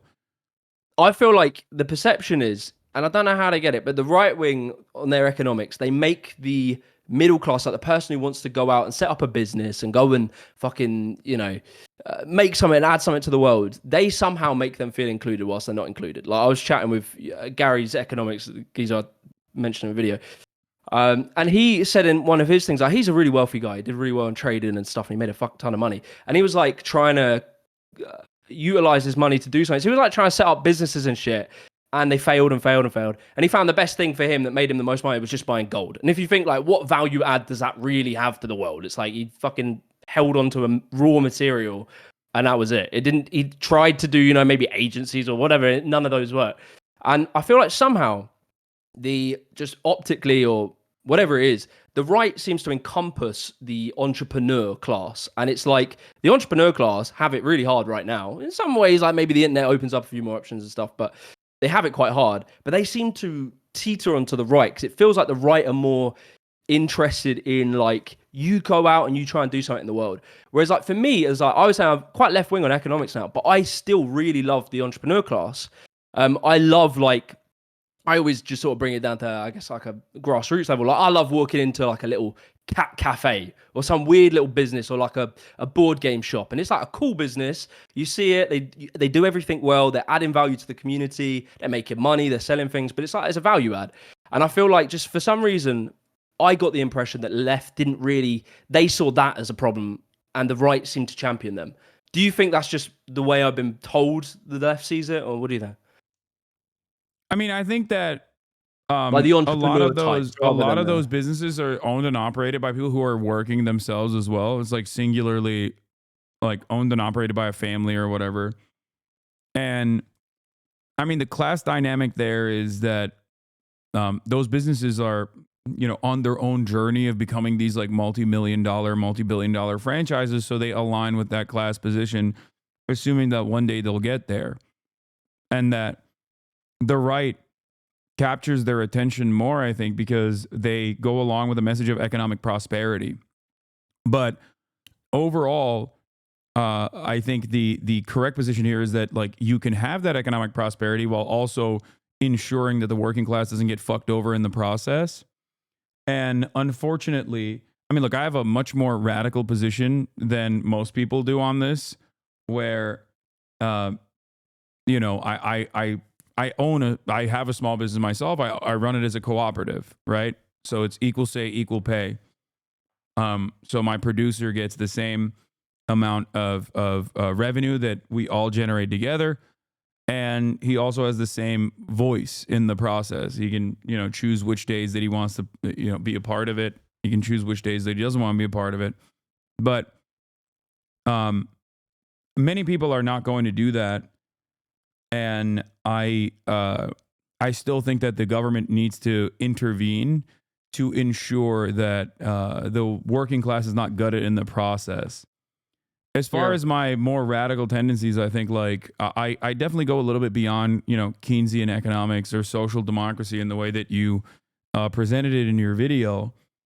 But ultimately, I think you're experiencing the failures of social democracy because inevitably, no matter what happens, all of those reforms that are pushed for, if maintained under a capitalist framework, will be clawed back by right-wingers. Like the NHS is a great example of this. They want to privatize it. They have wanted to privatize it for years, right?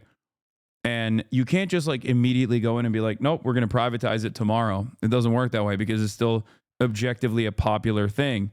It's the pride of the nation. But how do you do it? Well, years and years of refusing to fund it adequately, and then inevitably letting it fall apart, and then privatizing certain aspects of the NHS, and then inevitably privatizing it all. It doesn't happen overnight. These are, you know, it's the same thing with the trains, right? You mentioned the trains. You privatize the railroads, and maybe originally the railroads are maybe a little bit faster. Some of the lines might even be a little bit faster at first, but slowly but surely the profit motive kicks in, and they start cutting corners, and eventually you have a worse product overall. And the working class suffers in that process because now they can't get to fucking work in a timely manner. It ruins their day. The trains are never on time, and they get slowly but surely more frustrated, more angry. And if there's a guy in that process like Nigel Farage, he comes in and he says, "You're angry because black and brown people are coming into the country, and they're taking away they're taking away your benefits." And this is... Sorry, mate. Sorry. No, my point was this is just what happens universally. It happens in virtually every Western capitalist country. Yeah, I think because I was sort of I'm not like name dropping, but I was just chatting with Gary recently, so it's like on my mind. But he mentioned we have this geezer called his name was Tony Benn, and he was like an aristocrat, super socialist MP, like working class hero. It sounds kind of bullshit, but he was genuinely like quite an influential politician. And he had this quote, and this is I guess this is more the very far left sort of critique of capitalism, is that inevitably, or Keynesianism rather, is that it will always, as you say, it will fall back into that. And he said something to the extent, I'm going to read it, it's like, there's no final victory, there is no final defeat, there is just the same battle to be fought over and over again, so toughen up, bloody toughen up. So it's like, he's kind of sort of saying, like, what you are saying is factually true. I suppose he's coming from the perspective that this is a constant struggle that will always be the case. And I suppose there's no end to it. My like absolute optimism would be like you could raise educational standards to such a level that people would really deeply understand this political dynamic. They're so well taught about it that we can see the signs of it. Because I feel like from just spending time doing research into my videos, I've learned the signs of like what is fashion. Why do people call Donald Trump fashion? It's not that tomorrow he's probably gonna enact some, like look like Hitler, but it's the tendencies, it's the sort of ways of speaking, it's the scapegoating. It's like it's not necessarily he is inherently a fascist leader. He is fascistic and he acts in fascist way, and you don't know where that will spiral to.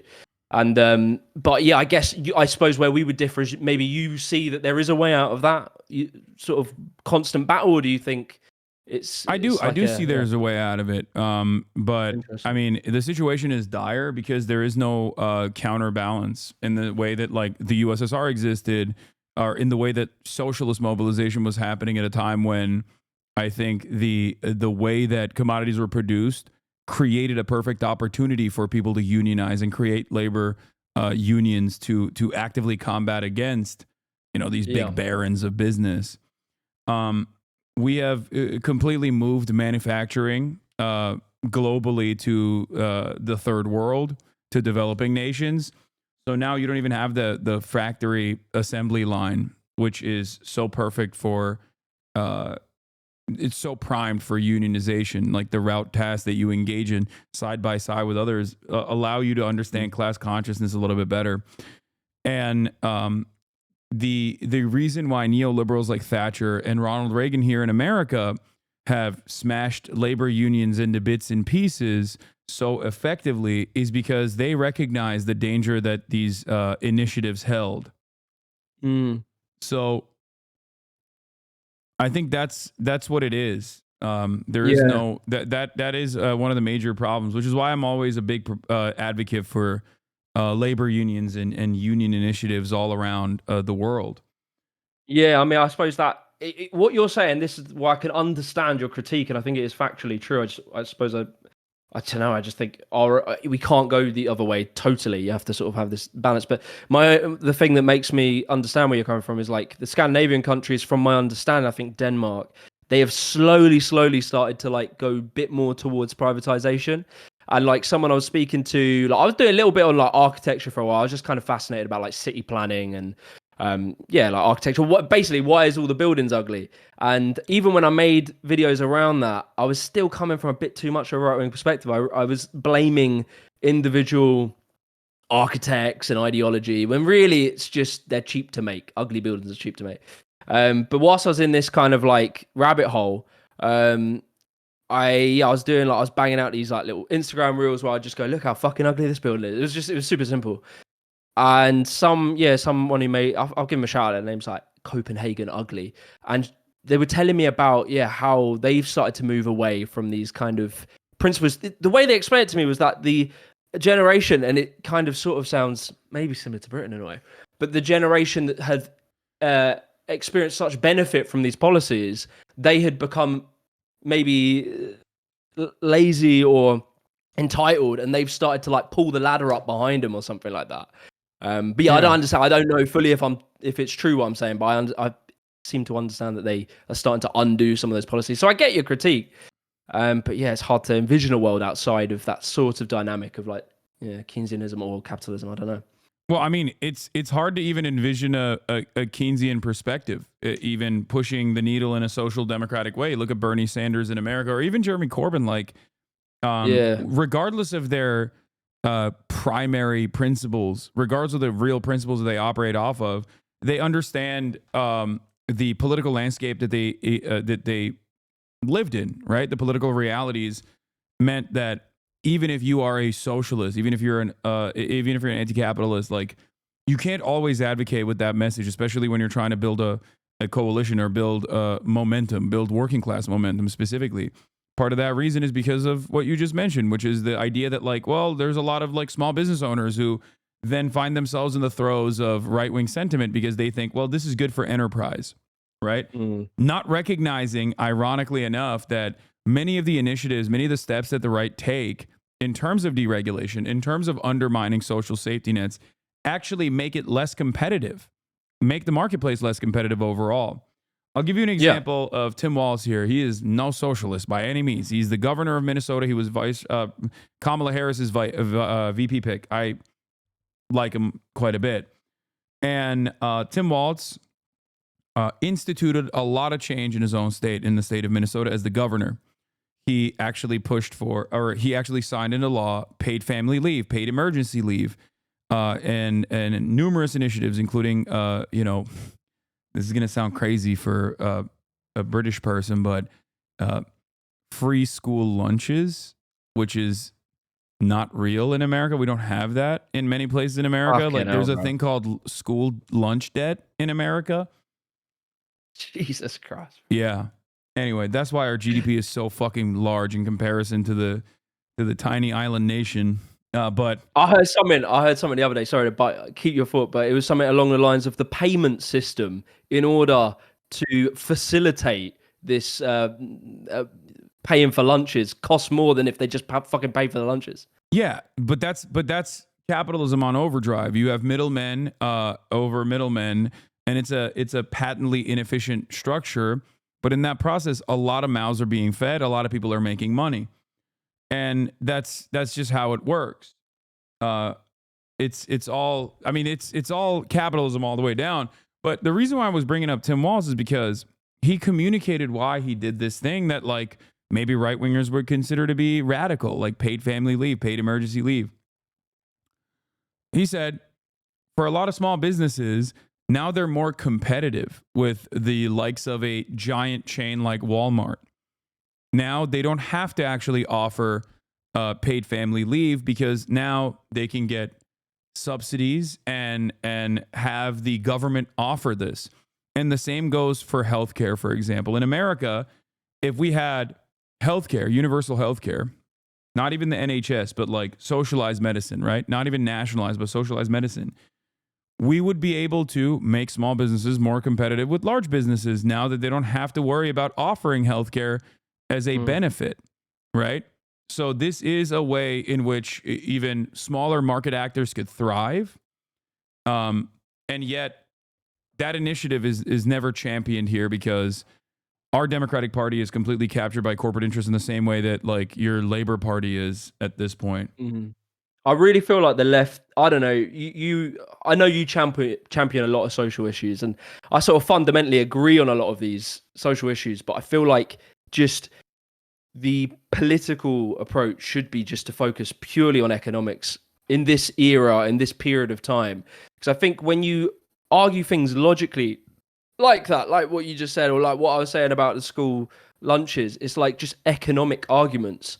I think in this period of time, and I talked about this in my immigration video, I was like, it's very hard to make people care about helping the vulnerable when they're struggling. Like, it's really hard to extend generosity when you feel like you have no generosity extended to you.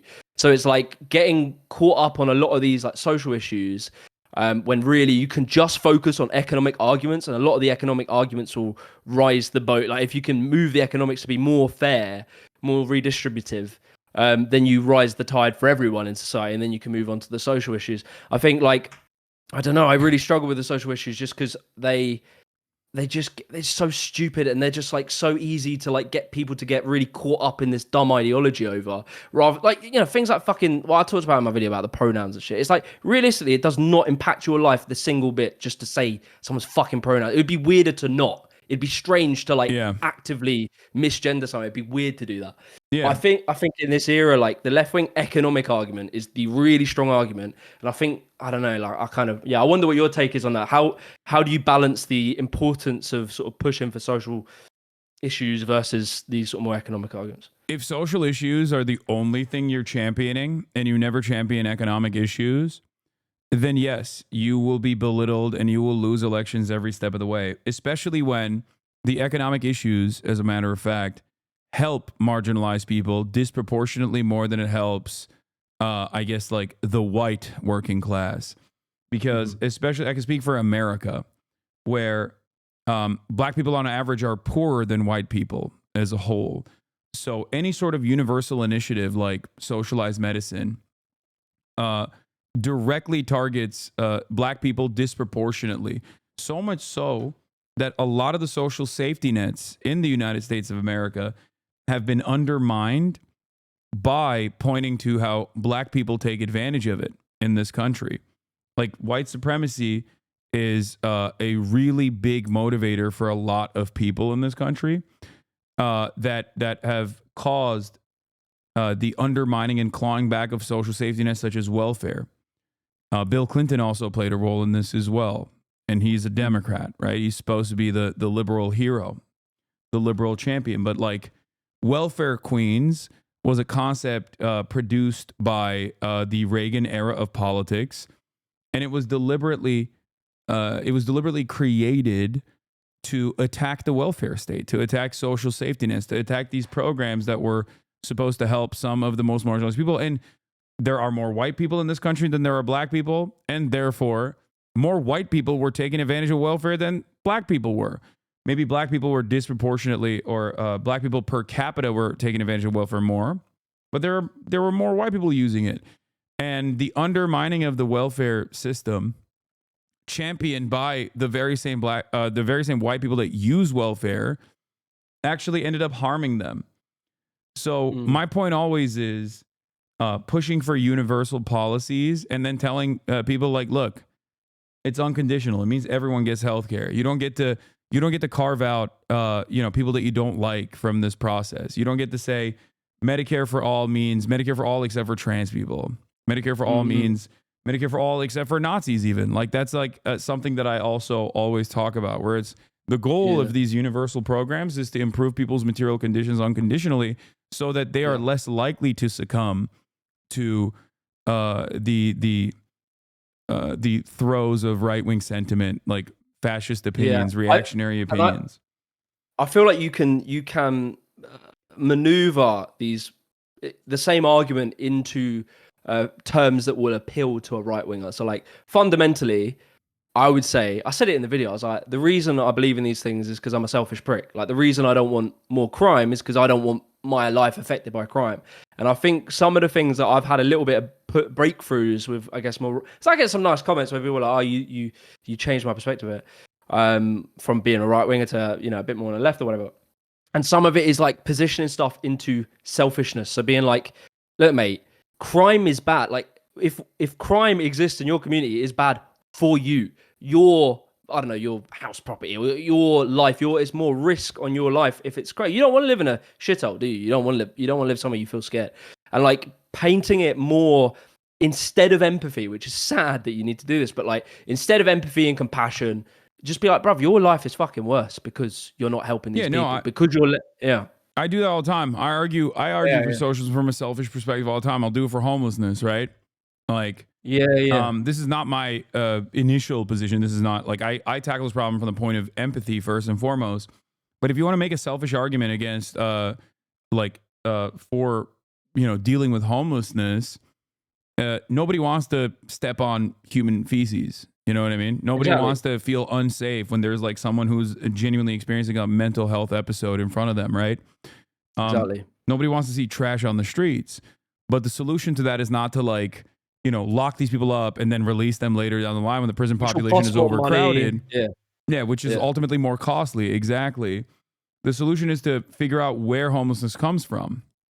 And you can look to other countries that have actually done a significantly better job of dealing with homelessness. And Vienna comes to mind. Austria. Vienna Vienna has 65% social housing.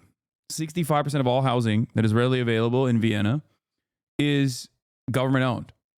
That's mad. And they have significantly less homelessness as a consequence of that. Even places like Finland, as a matter of fact, have implemented housing first homeless policies, like anti-homelessness initiatives, where first and foremost, they put homeless people in homes. Okay. And then the process of like rehabilitation begins. Because, or even Singapore, where the government owns all the land and all the housing units technically. So, this is the way to look to successful examples and to point to them and to say like, this is how you're supposed to, deal with this problem. Because like no one the liberal attitude towards homelessness in America, and I use this as a negative. I'm not, because I don't consider myself to be a liberal. The liberal attitude is basically to like either avoid looking in the direction of homeless people and act like they don't exist, or rather demand that every single person become social workers, like little social workers on the way to work. And that's a completely unsustainable method. You can't fix the problem that way. You are not fixing the problem that way. You're just trying to universalize the problem, right? You're trying to fix a systemic problem with individual action, which is like, it's like what they do with climate change, where it's like, fucking take your plastic bag to Tesco's and you'll save the turtles. It's like, it's their way of shifting responsibility onto individuals. But yeah, like I feel like going down, I did the selfish argument, or I tried to paint a selfish argument on the refugee, like I did the migrant crisis stuff. So I was talking about refugees specifically, not just general immigration.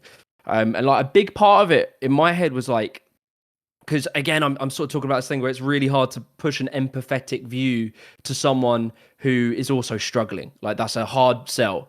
And so I flipped it onto like a geopolitical one. Like I was thinking about it more and more when I was doing this video. I hadn't actually heard many people talk about this, but like with the refugee, like the crisis where, you have all these states, like say Syria, etc., and they have civil wars, and you are currently overburdening most of the developing world by allowing them to take the absolute brunt. It's like something like 80, maybe 70% are in the developing world. Of the 120 million refugees worldwide, something like 70 to 80% are in the developing world, which is so destabilizing to a country that is already struggling, doesn't have the infrastructure to support it.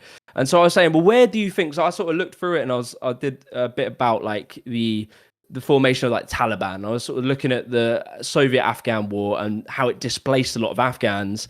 They then were in these like camps, these refugee camps. They obviously weren't good living standards, and they became quite easy to radicalize, and it created these sort of like, you know, many years on, you have all these sort of big conflicts, and there's many other reasons why. But would it surprise you if I were to tell you that the radicalization occurred even before the USSR involvement?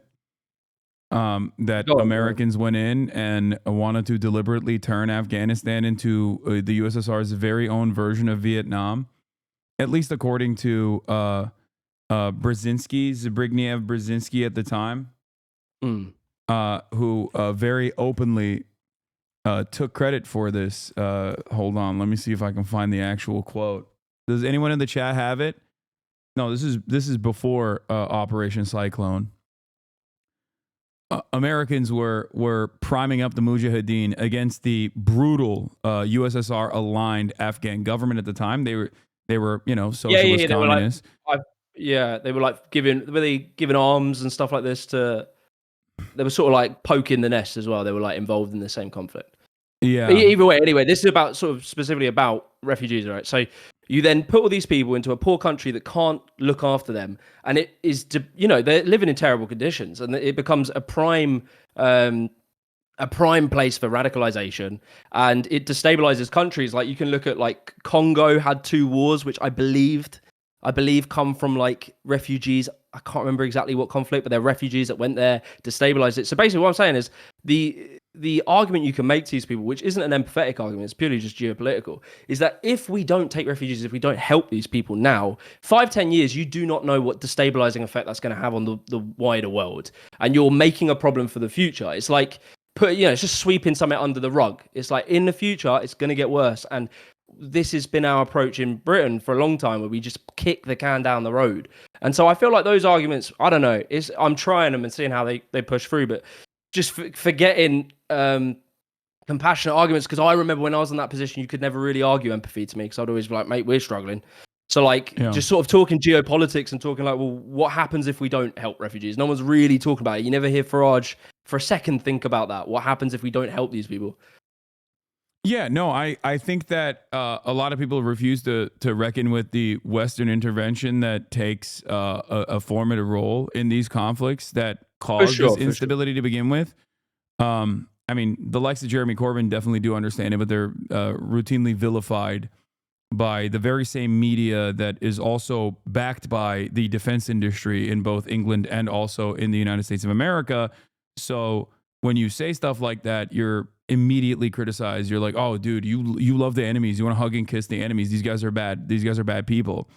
And your position is born out of empathy, but it's a good starting point for a lot of people, because a lot of people it will appeal to. I just think there is a contingent of society, especially on the right, where compassionate arguments are always thwarted by what about our own problems? And obviously they never have solutions. They'll say, well, why are we housing refugees when we have our own homeless? It's like, yeah, but I literally did in the video. I don't see you advocating for socialized housing. Like I don't see you advocating for more council housing, And I did literally in the video. I did like a Control F on reform and conservative manifestos for the word homelessness, and they didn't appear once. They're in the Labour manifesto maybe 4 times, and like refugee migrant is like in their manifesto like 20 times, reform and conservative. They don't give a shit, It's but that's the problem though, because the new Labour manifesto or the new Labour attitude is also not great. They just span on it, man. They just always submit to that right wing frame, and it's like, bro, but it's not necessarily right wing framing, is what I'm saying. It's more so the corporate interests there at play, and they are beholden to the same corporate masters in the same exact ways that like the right wing parties are, which is why they have to take a more tolerant approach. But because they're not actually interested in tackling the underlying problem, then they just come across as like smarmy, woke, annoying shitheads. Like smarmy, woke, annoying, liberal, elitist shitheads who don't want to address any of the real problems at all. And that's the issue. That's why I think it's important. I've got to bounce. It's quite late here. Can I ask you one last question? It's Yeah, been I've really enjoyed chatting with you, by the way. Yeah. I just wanted to ask, like, what you read my tweet about Cenk. I just wanted to know, what is your inside perspective on what's going on with his? Is he playing the game, or is it too much to? I don't know, because like I am obviously a bit biased. This is a man who's seen me shit my diapers. You know what I mean? He is my uncle after all. But yeah, I think Cenk used to be a big fighter for progressive causes, unconditionally and uncompromisingly, right? He always would tell the Democratic Party never to cave and capitulate the right-wing framing on issues. And I feel like after years and years of not getting the results that he wanted to, I think he's given up hope on the Democratic Party almost. And that's a very dangerous prospect for his future politics, because when you give up hope on the Democratic Party, that's one thing. But after giving up hope on the Democratic Party, assuming that the Republican Party is going to do anything that is at the behest of the working class, I think is when you make that leap, or when you even entertain that as a concept, you're slowly but surely radicalizing yourself in the opposite direction. And I am a little fearful, because I do see like his opinions on crime are genuine. Like he just like legitimately has a right-wing position on crime overall, where he thinks like everyone on the left is they love crime. They want people to come and like rape your daughters or whatever. Like he'll say like crazy shit. And we've had some arguments both privately and publicly, including in what I call Janksgiving, where he comes over for Thanksgiving. We just did that recently, and we talked for like 3 hours. But yeah, I think. Your pub conversations have got to be wild. I can't imagine when you lot have a few bevies. Yeah. But we'll see what happens. Maybe he's just being optimistic, and he'll recognize that the Republicans are not doing any of those things, or maybe he'll just like continue to double down and be like, well, this is the real enforcement that we need to see here, because he keeps talking about like stopping the bleeding, where the real solutions to lower crime are too difficult. They're far too difficult. These initiatives are too broad and too much in the future. And when you succumb to short-term thinking and you want to like in your mind stop the bleeding when it comes to like crime or homelessness, all of a sudden you're looking into the right-wing position on the matter. You're all of a sudden thinking that the right-wing position on the matter is stopping the bleeding, when it is exactly that attitude that has got to this, that has got us here to begin with. You know? Yeah. Goddamn. Yeah, man. It's been really cool chatting with you. I really appreciate you watching my video, and keep in touch. It'd be nice to have a few more for sure. Yeah. Keep doing what you're doing. I'll try and check. Cambridge Union and Oxford Union to talk about Israel-Palestine this upcoming week. Yeah, you said Tuesday, yeah. Yeah, let me know if you want to pull up to that. Well, literally, you're like, as in tomorrow. You're technically tomorrow. No, not tomorrow. It's like midnight here, so it's like half. No. I guess Wednesday and Thursday. Got you. All right. So as in the 4th. Am I being stupid? Is it the 3rd or the 4th that you do it? I think it's the 4th and the 5th. I bet. Okay, I'll check it, mate. I might already be in London, so if I am, I'll give you a shout. All right. Sick, man. Been really cool. All right, let me know, man. Have a good one. In a bit, brother. That was Jimmy the Giant, everybody. A YouTuber who made the video Why I Left the Left. And also How the Left Failed Young Men. Oh, fuck, it's hot in here. Or Why I Left the Right. Sorry, not Why I Left the Left. Sorry. I'm so used to people saying Why I Left the Left that I forget that there are people who leave the right. Also, we got some breaking news, ladies and gentlemen, boys, girls, and MBs. We got some really big breaking news. Hunter Biden might be itching for a pardon. Okay? Hunter Biden might be itching for a pardon, folks. Oh my Lord. Lordy Lord. How we got here? Free my man. Free my man. He ain't do nothing wrong. Free my motherfucking man, baby. Get him out of here. Get him out of here. Get him out of prison. Also, apparently Asmongold agreed with me. Yeah, Let's take I'm a gonna look. be honest. I think he was right about pretty much everything. I gotta pee real quick. I think this was good. This is really good. And I feel like also it's an example of like, if you build it, they will come. The reason why people have moved away from like progressive policies and the Democratic Party is they feel like the party's not made for them. Yeah, I'll link y'all the video. Yeah, honestly, it made sense. Yeah, no, for sure. And I think that's really what happens more than anything. I just want to see and win. Now, if you build Blue Sky, well, I mean, there's some people that are at Blue Sky for sure. And does the right need a view? No, they don't. This is the thing, is that if you create something worth fighting for, you don't need to pay people to fight for it. They'll do it for free. That's the thing, is a lot of the people that were like, for example, a lot of the people that were like going to like the Kamala rallies, they were getting paid like, tens of millions of dollars, right? Or at least millions of dollars to do that. So it's really not a surprise that would happen. Both parties have changed so much in the last 5, 10, or 20 years. Yeah, sure. But the right has the view, and it's the view of driving people to the right. Yeah, exactly. And younger generations are brainwashed by social media. Well, older generations are brainwashed by mainstream media. Like, I don't really think that's a very, like, this isn't really much of a conversation, is it?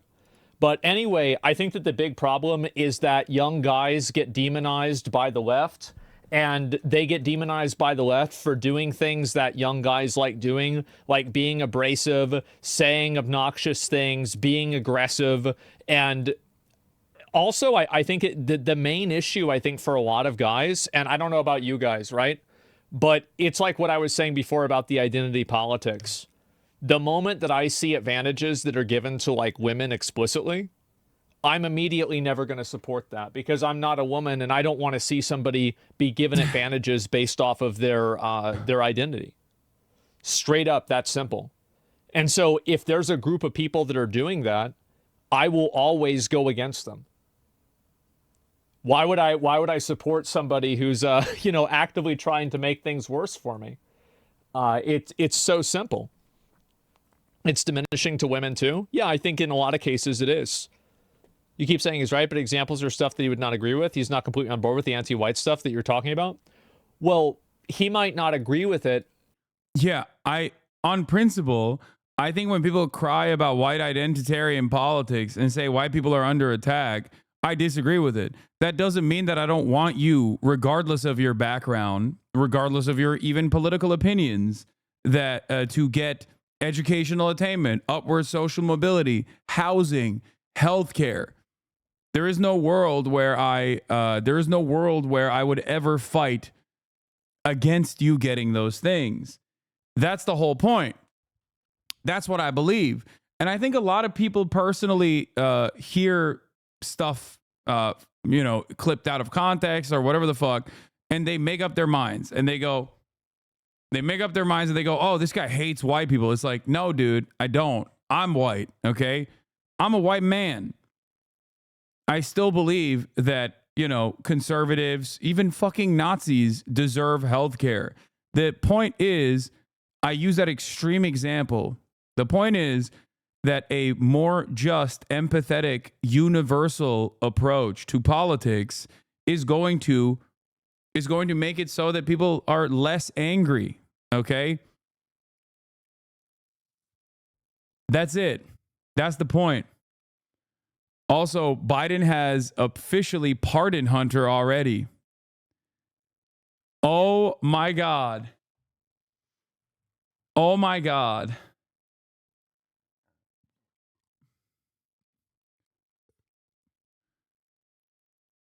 This motherfucker will pardon his son, but not student loan debts, okay?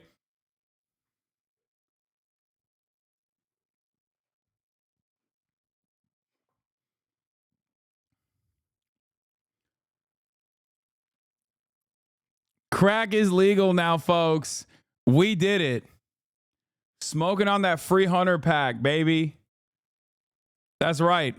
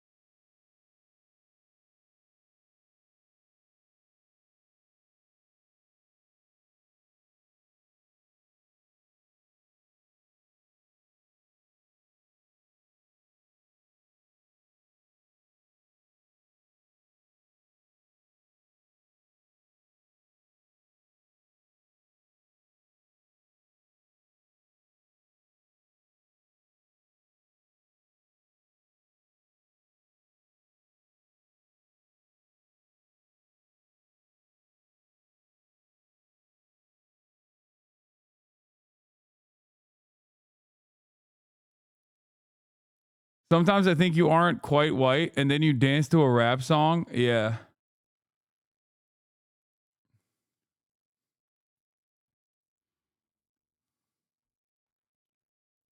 You're such an unk, bro.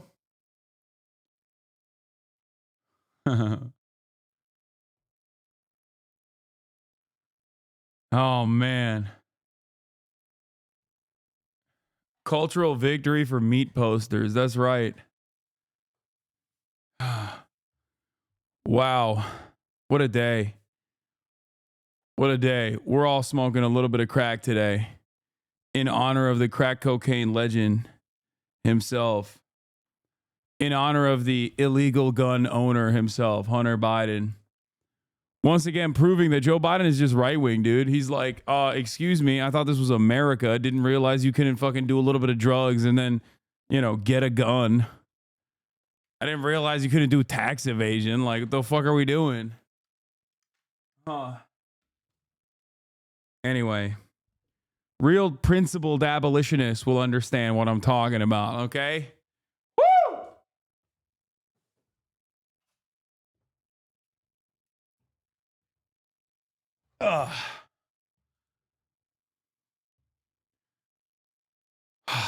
Wow. I'm a single issue voter, honestly. I'm a single issue voter. So for me, it's like, this is my one issue. Like, I'm glad that it finally happened, right?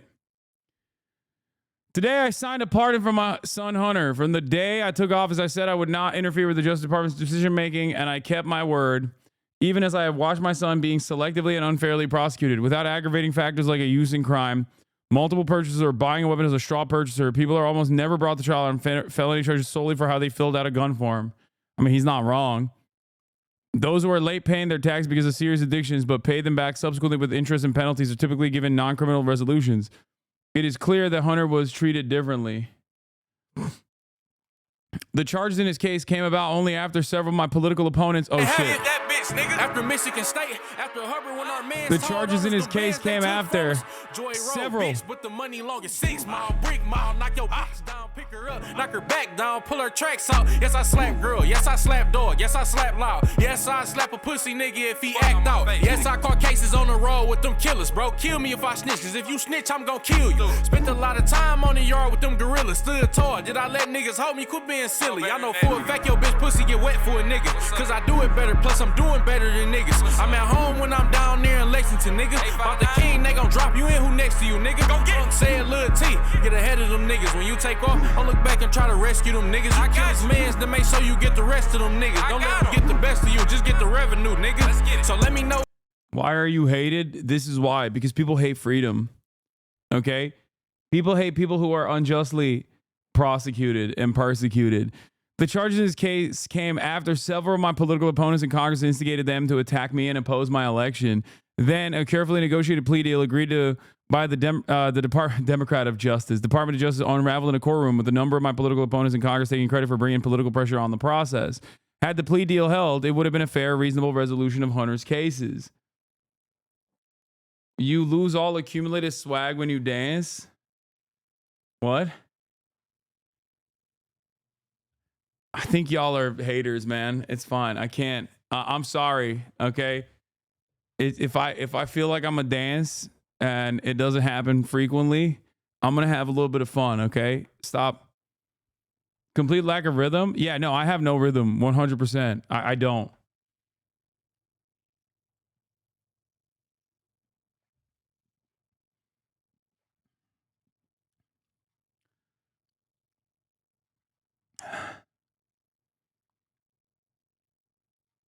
Anyway, no reasonable person who looks at the facts of Hunter's cases can reach any other conclusion than Hunter was singled out only because he is my son, and that is wrong. There's been an effort to break Hunter, who has been 5.5 years sober, even in the face of unrelenting attacks and selective prosecution. In trying to break Hunter, they've tried to break me, and there's no reason to believe it will stop here. Enough is enough.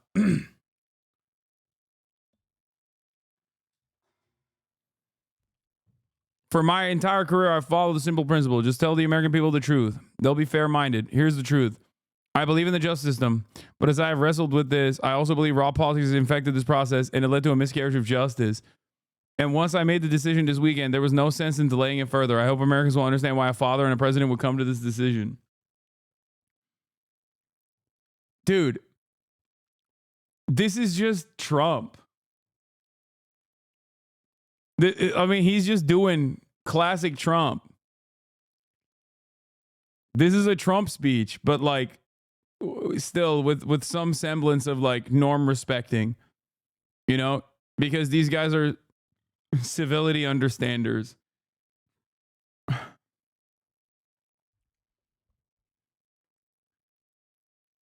He's going to pardon January 6th supporters who are not his family. Generational side eye. Okay, calm down. She liked it.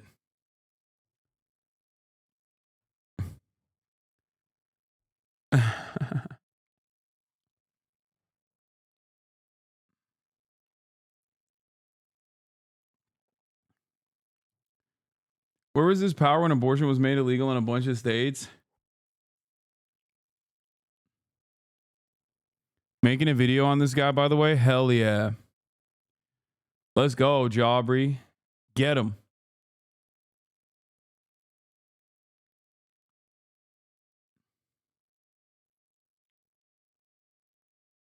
Black and white, that paperwork evolved from him. Zero toleration for that nigga, take his life from him. He don't want that pistol plate, okay, I Tyson him. Life from him, better check the black and white, that paperwork evolved from him. Zero toleration for that nigga, take his life from him. He don't want that pistol plate, okay, I Tyson him. Life from him.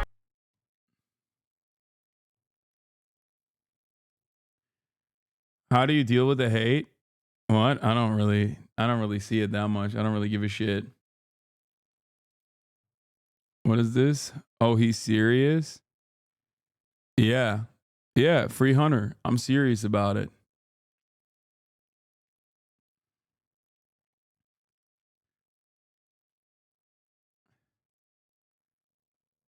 Do you actually support Biden's decision or are you mocking him? I can't tell.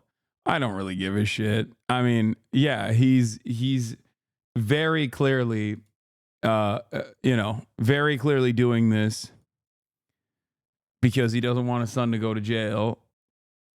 But I am joking. Like, I don't really give a shit if Hunter Biden goes to jail or not. You know?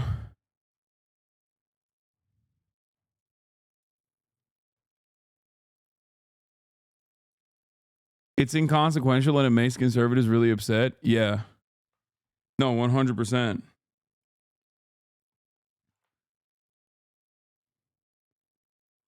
The precise moment is the highlight of Jenks giving. The shirt was the cherry on top. Yeah.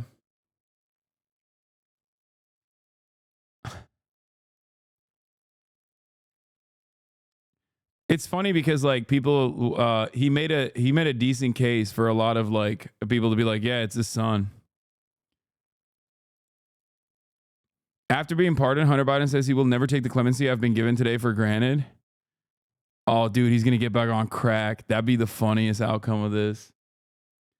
Damn, you're on Fox News again? Left-wing Twitch stars videos filled with terrorist propaganda extremism.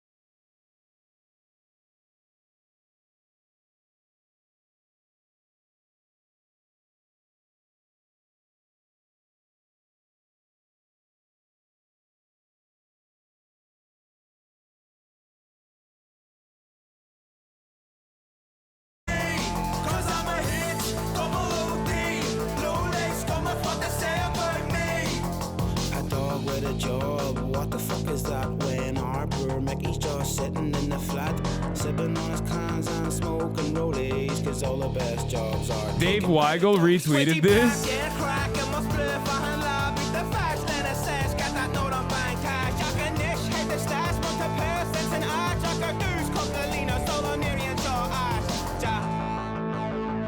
It's gonna be a bloodbath.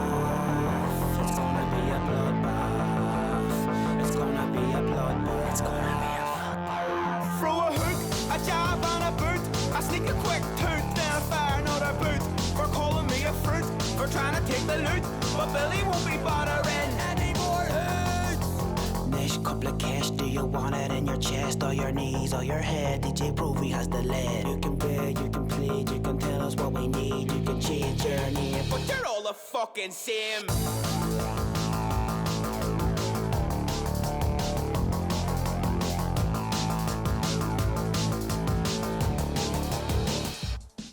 I'm a hitch, double OD. Low race, come with what they say about me. Cause I'm a hitch, double OD. Low race, come with what they say about me. I'm a hitch, double OD. Low race, come with what they say about me. Cause I'm a hitch, double OD. Low race, come with what they say about me.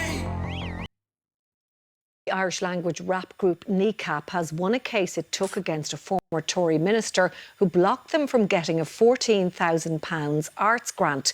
The UK government conceded the case in a Belfast court today, accepting the decision had been unlawful. It was a typically understated Kneecap arrival for the conclusion of this civil action.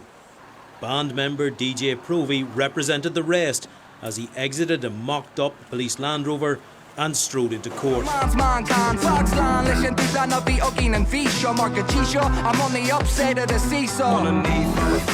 band took this case over a decision of former Tory Trade Minister Kemi Badenoch to deny them a £14,000 arts grant.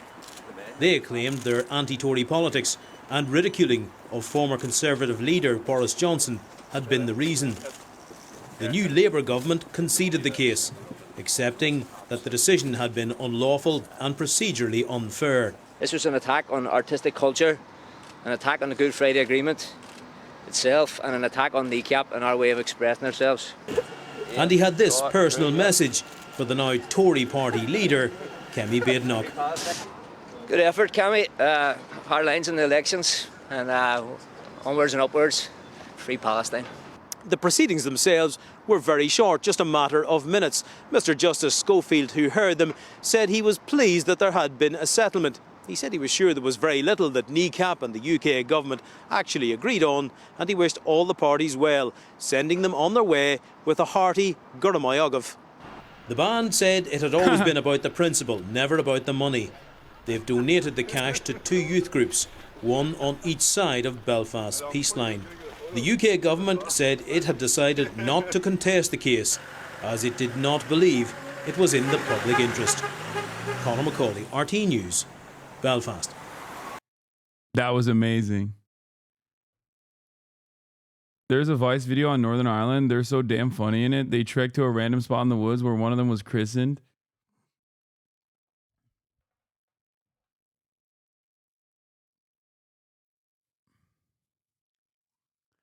What a guy. Yeah. I know Hunter Biden got a pardon, chat. You think I don't know? Look at the... Why do you think I'm wearing this shirt right now? Why do you think I'm wearing this shirt right now, chat?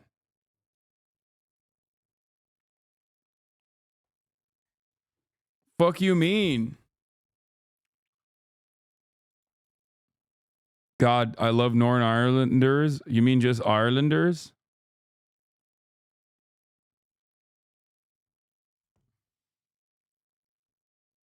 First reaction is not what we expected. Reagan, Biden and pardon his son Hunter. Honestly, I don't think this is something worth getting mad over. A father should look after his son. Joe has been so mistreated by the Democrat Party and disrespected. This is the one thing he's actually always cared about.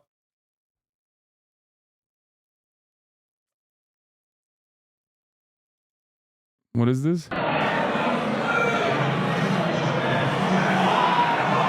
Oh, God.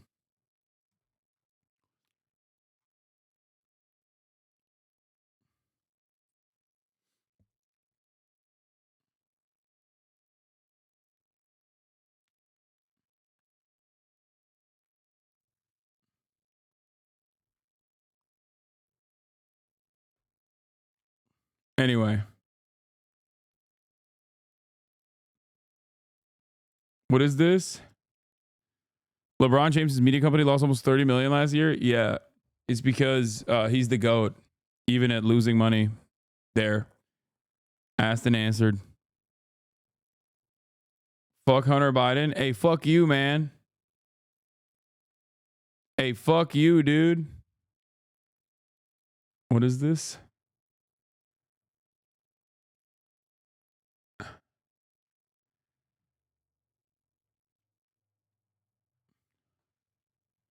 Just got here. What's your take on the pardon? I'm conflicted. It's amazing. Fuck the rules. Fuck the norms. I wish Joe Biden would do that for, you know, pardoning student loan debt.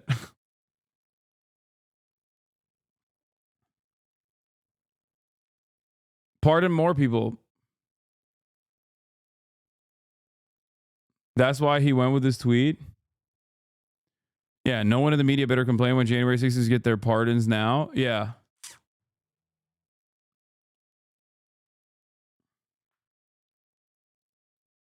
Oh my God. That's the reason why he's saying that. Free Sirhan.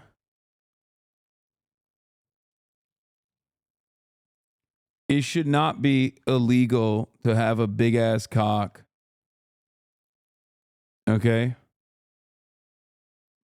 It should not be illegal to have a big dick and do crack cocaine. It just shouldn't be.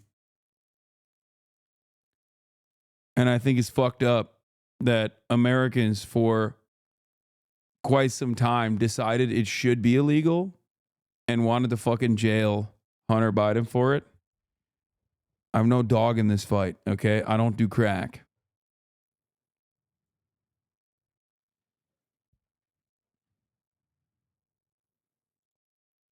But it's fucked up that they were making having a big cock illegal out here. You feel me? And doing crack. No. I think that he might not think that it's valid. I think that Hasan understands that what I'm saying is accurate. He just doesn't agree with the conclusion. That's two very different things. I think it's very easy to identify, yes, this is why people are mad, without going and saying that you agree with why they're mad. He doesn't understand, he doesn't agree. Yeah, exactly. It's simple. And so anyway, I think that's the main thing. And so the moment that, and I feel like, again, when you see people that are getting preferential treatment, or especially like on Twitch, this has happened a lot, where people have said negative things like, you know, calling people crackers, etc., and not getting in trouble for it. I mean, I got banned for calling people crackers. Fuck that. Fuck that. It's like, I don't want. How can you talk about universal health care and like what the Democratic Party should do going forward, and then go back to like talking about cracker?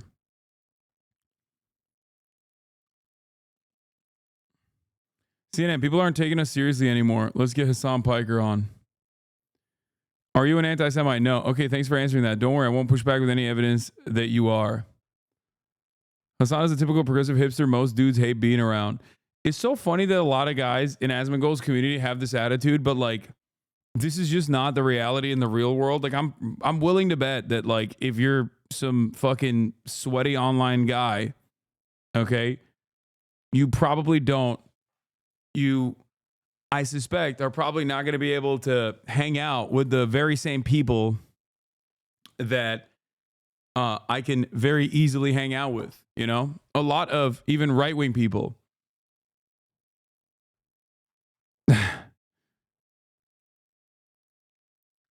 They ask him what his thoughts are about 9/11.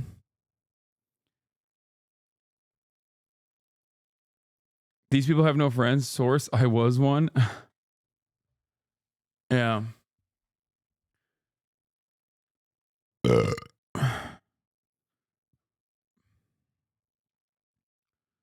Son of billionaire complains about how nobody listens to him. Son of billionaire. Dude, how the fuck did these people arrive at these, like, oh God, I don't even want to get into it.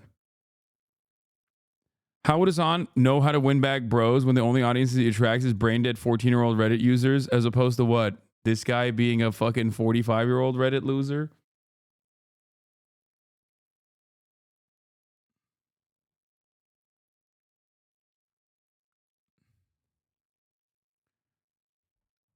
The whole intro of him being very broy is the most forced and telegraphed move ever.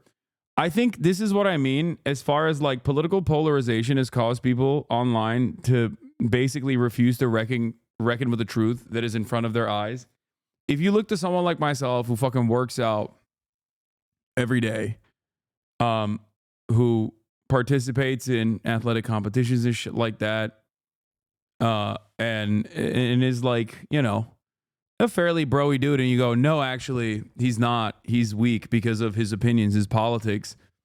You've lost sight of like what is directly in front of you, and you're only, dude. I'm banning that one Chat GPT bot that keeps asking the weirdest questions. Push by Twitch, push by CNN, push by DNC. What kind of privilege is this?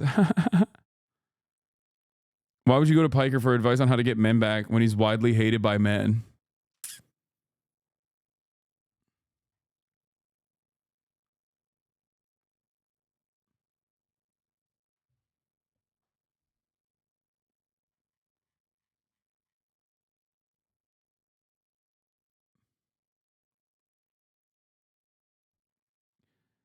I think that there is a real crisis of confidence among men. You know? That's true. There's a real crisis of confidence among men. So what did this Josh Strife guy say about me? Did we find out or no? How do I find the transcript? Where is the transcript? Show transcript.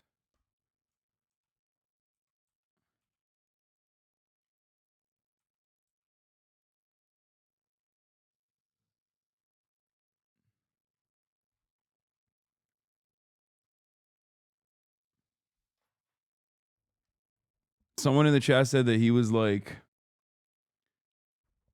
someone in the chat said he was like saying that like my radical politics caused something.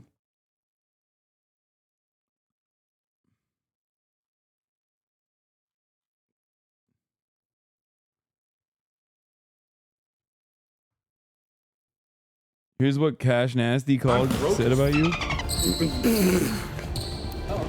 Yes! Oh my god!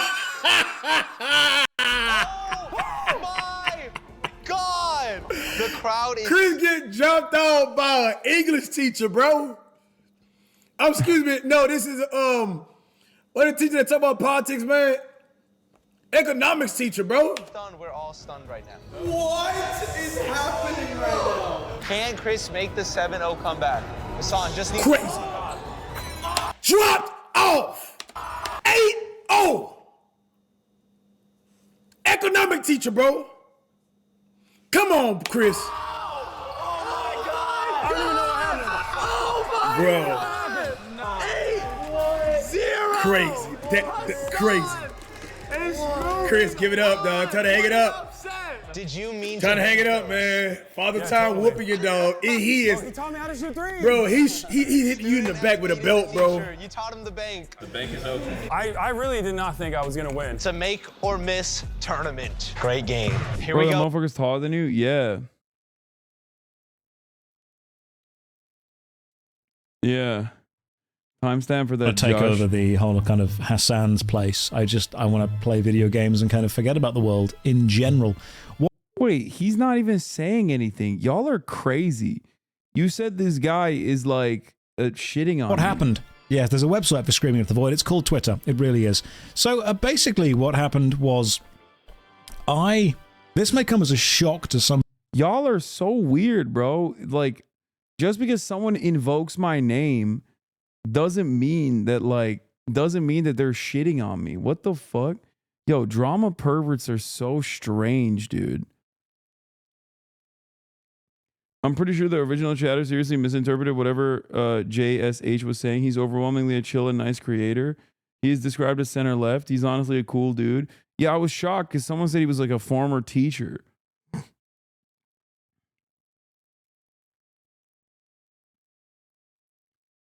Drama farmers are desperate because they want me to talk about Destiny sucking penis. That's what it is, okay? They're like, please talk about it. Please speculate if it's Nick Fuentes, okay? That's what it is. That's what the drama farmers really want. And like, I'm not a fucking 14-year-old edgelord, so I don't necessarily care. I doubt that it's actually Nick Fuentes. I didn't want to see it, and now I have to bleach my fucking eyes. I don't even want to think about it. And that's it. Wait, he sucked the dick? Yeah, his Destiny is yeah, he's bisexual. I mean, that's not that weird. It's not weird at all, actually. What's weird is how he's tried to fuck white nationalists. And I think he has.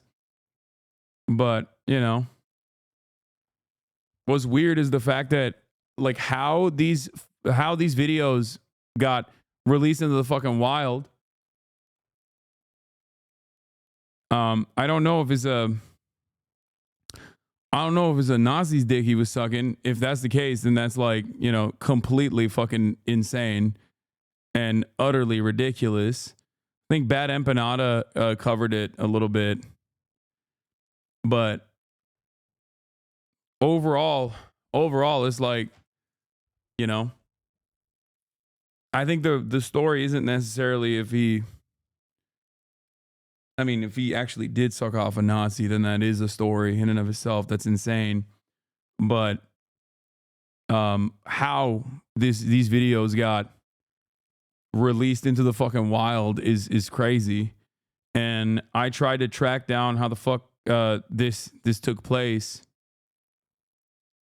And I think it's I don't know, people were saying that he was like sending all these videos to like random people that he's trying to fuck, which I don't really understand. I don't really understand that at all. Like, why the fuck would you, one, I don't even understand being a public, like being a you know, public person, a public personality, and then also filming yourself doing the deed. But, you know, different strokes for different folks. But I definitely don't fucking understand. I definitely don't understand why you would go about sending those videos to random fucking people like a resume, especially if you didn't get prior consent from other parties involved that were filmed. Not like prior consent during the filming, but like consent to release these videos into the wild. But I don't know if that's the case. I don't know how the fuck these videos got released into the wild to begin with. The only thing I've seen is that the fact that he said his friend got hacked. Oh, okay.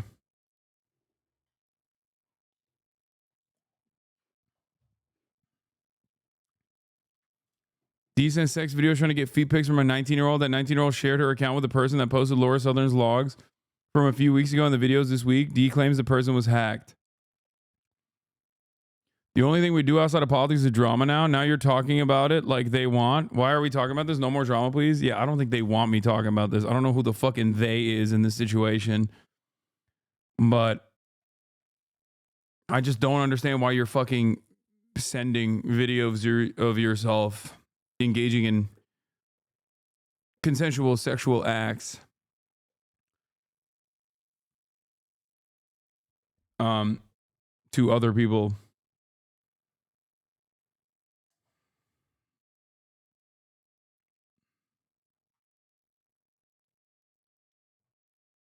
Hasan swerve arc? Yeah, dude, I'm anti-sex work. No, you do realize sex work is very different. Like, it's not private videos that you're sharing with random third parties, right?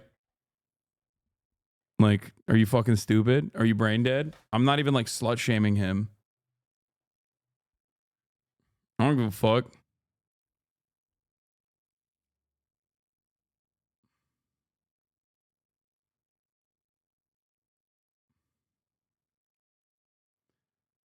Was Hunter Biden pardoned? Yes, we already talked about it.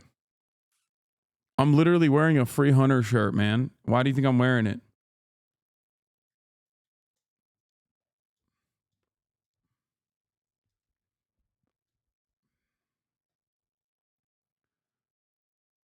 Nate Silver, why I left the left moment? Oh shit. I discussed here how I voted for Harris despite feeling the Democrats indulged in a lot of bad behavior that voters were rational to publish.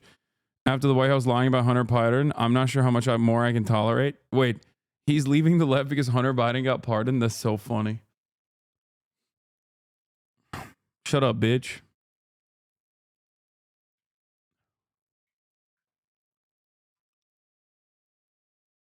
Yeah, Hunter Biden was the turkey to be pardoned this year.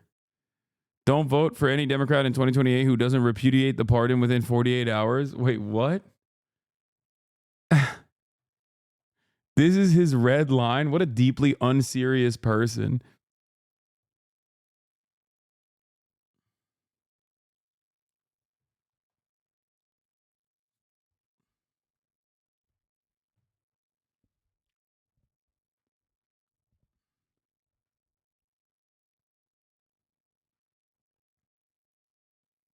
Bro, you're linking Hulu. Are you okay? Some of the chatters are just not all right mentally, I don't think. Chatters are basically like, come on, dog. Why don't you... Come on, man. Let's go on Hulu. Let's watch Hulu. Fuck it. Netflix reacts. Like, your brains are fucking fried, honestly.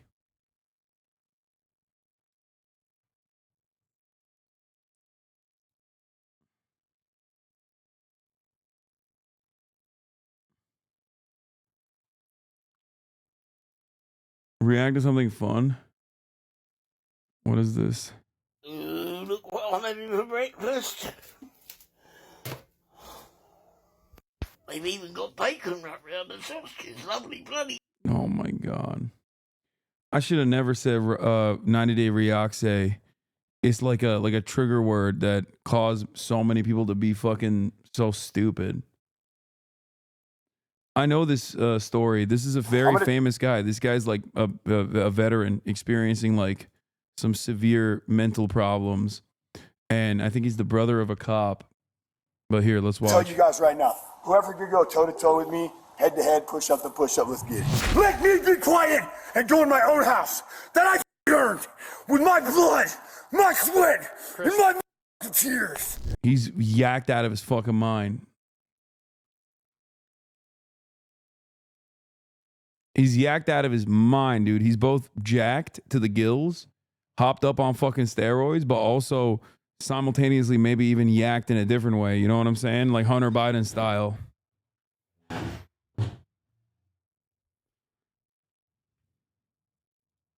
Top of the morning to you. It's 1:30 a.m. in Reno, Nevada, where police are called to an apartment complex for the second time after reports of a man who was yelling. Looks like they're just open.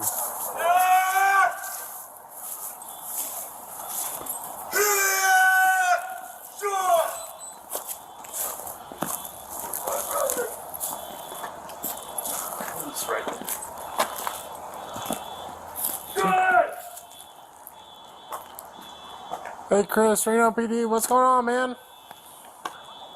I got no guns. Okay. Who are you? I'm with the Reno Police Department. I work with your brother. Get your hand off the weapon right there, mother. I got. This is pretty crazy. Because this is like the most active threat that, cops have experienced. My hands right here. Oh, take your hat off. You. You. Chris. You. Cops are also kind of funny though, because like low key they do respond to like people giving them orders because they're so servile in nature.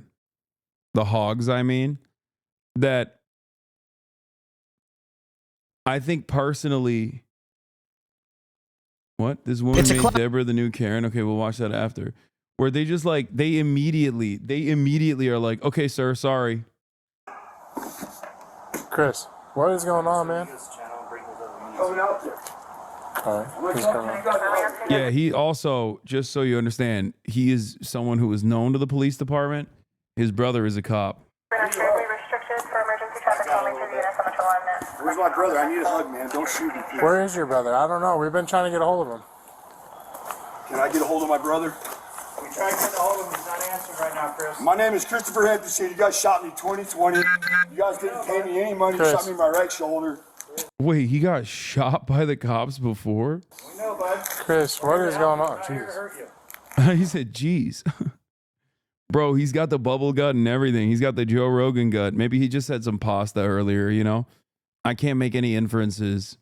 In the interest of journalistic integrity and fairness and honesty, I am not going to say that he has a Joe Rogan gut because of HGH. And instead, I'm simply going to say, maybe just like Joe Rogan, he just had a big pasta meal. What's going on today, Chris? Let me do some pull-ups. Get the out of my way. Move away. All of you. All of you move the away. Back the up. Chris. And if you do the Chris. shoot me in the back, shoot me in the You gonna tase me? I'm in my own apartment. Chris. Stop it. You got a bunch. He's doing, what he's doing here is called mogging. Okay. And it's excellent. It's working. Your What do you neighbors guys are want me to calling. do? You guys trying to take me to jail? Police identify the man seen here as 45-year-old Christopher Sheehan, the brother of an officer and military veteran. I'm gonna walk to the hospital with my dog now. Get the out of here.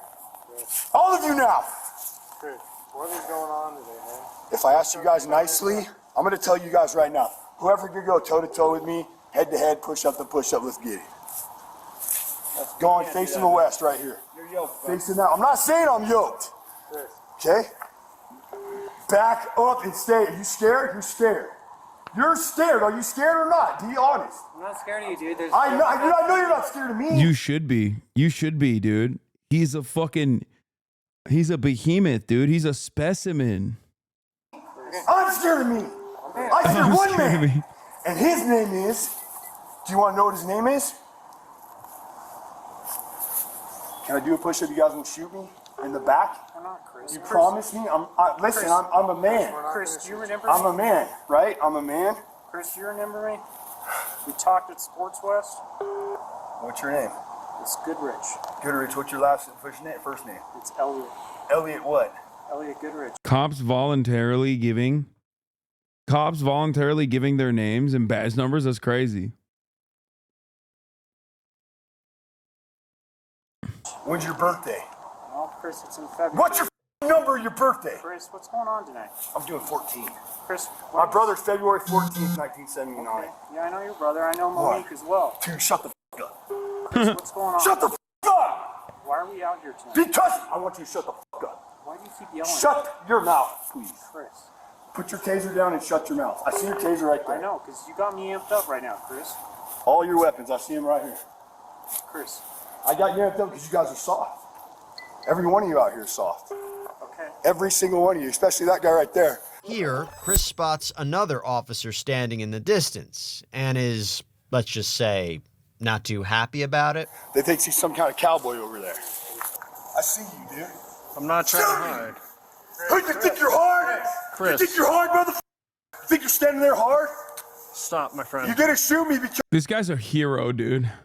you think I think I'm better than you. I was there when that happened, my friend. Do you Shut want the up! Okay. You weren't there! Yes, I was. Did you come up and hit me in the chest, man? No, You're okay? I tried to Did you come up and hit me in the abs, man? You're good? Chris, can we Did you fix- do that? Chris, can Did you listen? say I love you, bro? Did you say that to me? Chris. Was my brother there? Hey, Chris, can we get you some help, my friend? I already got Oh, they took they're fucking aiming. They got the lasers on him. They got the beat on him. Officers keep their distance from the 45-year-old as this late-night drama continues. What's up? Chris. Shoot me out with my boy Mike Chris, here. stop. 1, 2, 3, 4, 5, 6, Hey. 7 times. You gonna shoot me? I got no weapons. What Chris. else you want to see? You want to see the song? Chris. Want to see the Sheehan song, dude? Oh, you real? Chris. You guys think you're hard? Chris. Navy SEALs are hard. David Goggins, Jocko Willink. Oh my God, David Goggins. Oh my God, he brought up David Goggins and Jocko Willink, the thumbs. Dude, podcasts have destroyed this country. We have to put a tariff on fucking Shure microphones, dude. Okay? We have to actually tariff Shure microphones and podcasting equipment. I am being so for real. Oh my God. This is, you also shouted out, talk to her. Haley Welch. Jocko, run this country. David Goggins, run this country. Tom Milliken. Like, imagine having like a mental health episode. Right? Imagine having a mental health episode as like a veteran who's deeply unwell. Okay? And the words that are coming out of your mouth are just like prominent podcasters. Like those are the people that run this country in that moment. It's just like, it's already a sad state of affairs. It's just yet another instance where it's like, clearly, you know, we're not taking care of these people well enough. But it's just like, it loops back to being kind of funny. Yeah, Aiden Ross. You guys know who Tom Milliken is? You know who Marcus Luttrell is? Chris. You guys know who they are? I bet you read their books. You guys think they're hard? I'm hard. I'm hard as Tommy did it. Shins, baby. Shins. Shins. Shins. 4-4-4-4-4. Get the back now.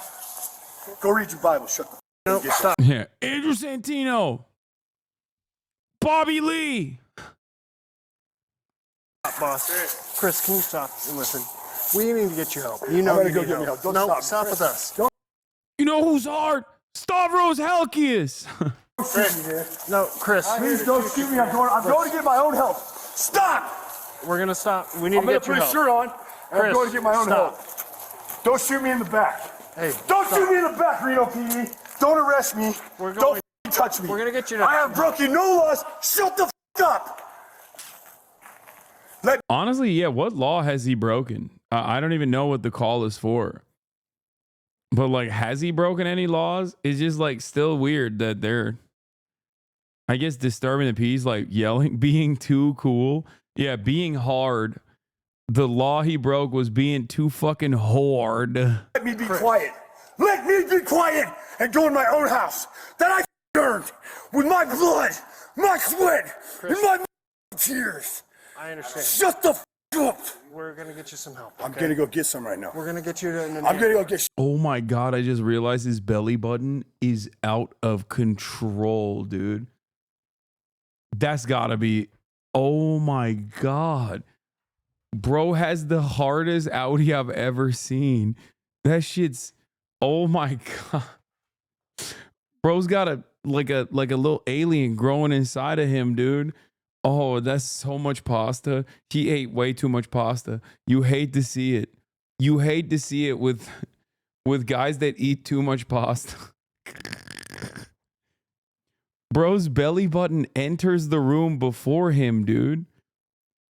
He's so fucking jacked. His belly button's got muscles on it.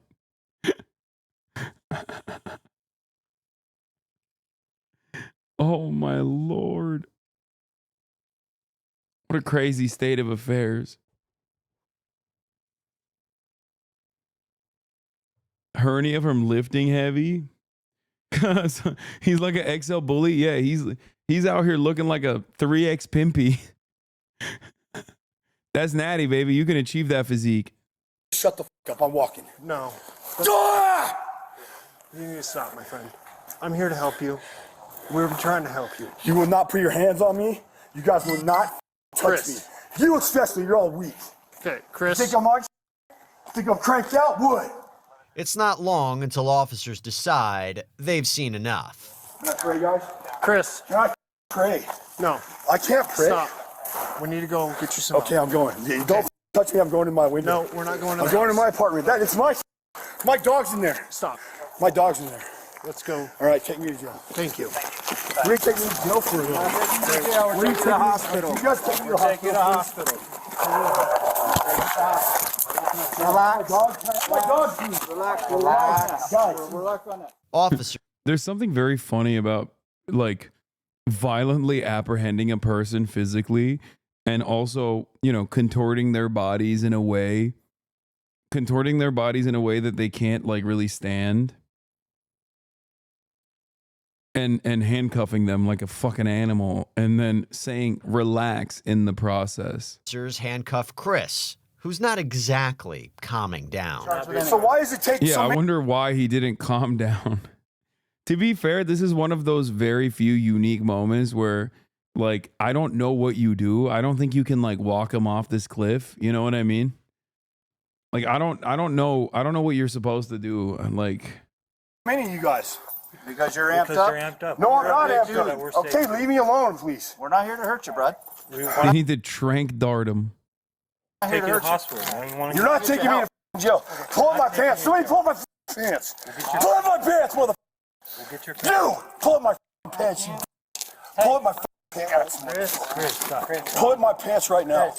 Pull up my pants. Pull up my pants. You got your keys so we can close up? I don't even have my keys on me. Okay, leave me the f alone. Make sure that it's closed, okay? We'll get everything closed up. Leave me alone. We'll help you, okay? Chris, can you hold Let me touch my dog if you're going to help me. Let me touch my dog if you're trying to help me, mother. You shot me in my mother. My dog's inside my apartment. Let me go in my apartment. Mother. Let me go in my apartment. Please, I don't have weapons, guys. I don't have anything to hurt anybody. Please leave me the alone. I haven't broken any laws. Let me go to the VA hospital. Let me call my buddy Doug Goddard to come and take me to the VA hospital.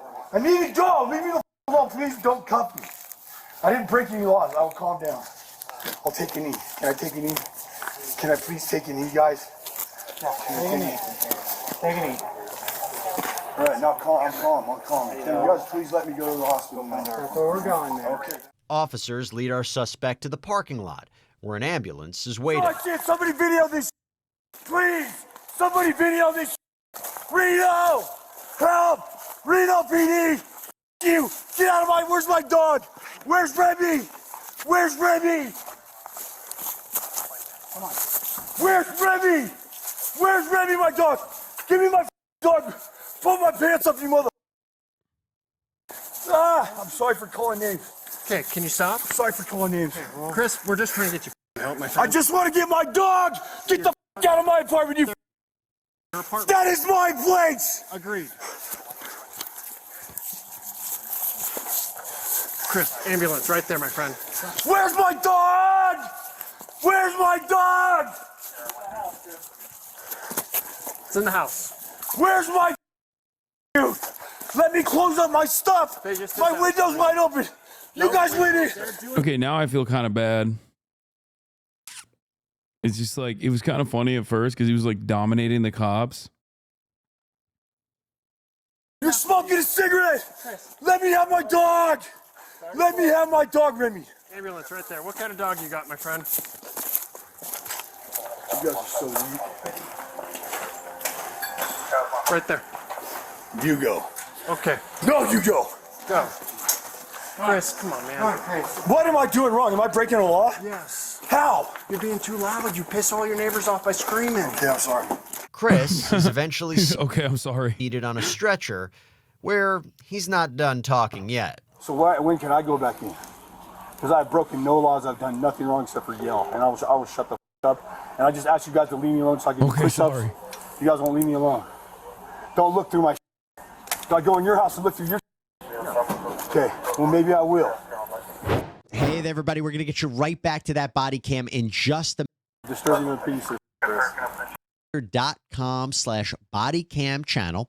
That's 50% off at truthfinder.com/bodycam channel. How would you like it? Thanks, Chris.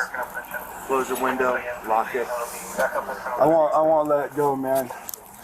You guys are going to arrest me, aren't you? You're going to throw a charge of disturbing the peace or something like that. Most likely, yeah? Christopher tonight. You're going to take me to jail? Yep, I knew you would. I knew you would. Moments later, one nice officer really cracks this case. Take a look. Can you push my elbow back a little bit? Back like this? Yeah, that way, yeah, keep going. Say when. Keep going. Yeah, keep going. Just go, dude. Send it, full send. I'm not gonna go too hard. I don't want to hurt you, man. Do as hard as you can, bro. I know, but I don't want to hurt your joints or nothing. I need it to break. I need it to pop. Doctors are chiropractors, so we'll let them figure that out. Yeah. Better? Yeah, Reno. There you go. Thank you for shooting me, man. That was the best thing you ever did to me. It's here our suspect brings out his inner Uncle Rico. Did you fall at all or anything, Chris? Looks like you have a little scrape on your back here. Yeah. You fell? It's sad seeing a specimen like this defeated, like seeing a pack of hyenas take down a water buffalo. Yeah, but it's like a water buffalo that's on the tail end of his life. You know what I mean? Like in his prime, he would have fought off the hyenas. And I mean, he's been shot before. He keeps saying that you guys shot me in my shoulder. So I think that he had already successfully taken out the hyenas before. Well, I did a back roll. Oh, okay. Did you hit your head at all? No, I just did it on purpose because I'm just practicing. I'm gonna walk on at UNR for football. All right. I've been training for it. Okay, I do think it's kind of wild that despite the fact that he very obviously is a massive steroid user, his hairline remains intact. So, you know, crippling PTSD aside, it's very difficult for me not to notice that, I mean, he has fantastic hair for a 45-year-old guy who is very clearly doing a shit ton of steroids.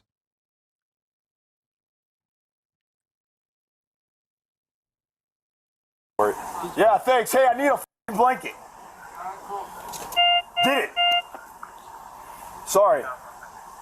I cracked the whip, though. We can grab you a blanket. Yeah, I can get No, I don't need one. I got one right here ready for you. Yeah, I got it right here, man. I don't need it. All right, Colton. They call me the White Geronimo. The White Geronimo. Wait, they did shoot him. Wait, this is the video? Let's talk about this. Let's figure this out. I'm going to run. I'm sorry. Your knees. Oh. Oh my God. The cops, I'm not showing you what happened, but like the cops basically tased one another. It's him. The cops basically tased the other cop, and then the other cop shot him in the shoulder. They tased him and shot him. This is him. This is the same guy. Why are you past what? Past what? Dude. Can you go down your Just yacked out of his fucking mind, even back then, baby. 2020, and he's still yacked out of his goddamn mind. knees, please? Let's talk about this. Let's figure this out. I'm going to run. I'm sorry. No. Talk about this. Here's my things. Here's my things. Here. He's like giving his ID. And then they shoot him. Oh my God, he keeps walking. Wait, what the fuck? Wait, did they actually shoot him? Like, I don't understand. Wait, there's no blood. They shoot him and he keeps walking. Yeah, this guy got tased in the knee. Oh, wait, maybe this person shot him. Hold on.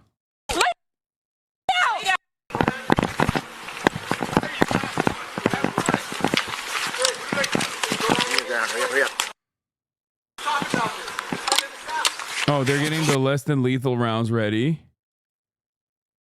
Look. Here's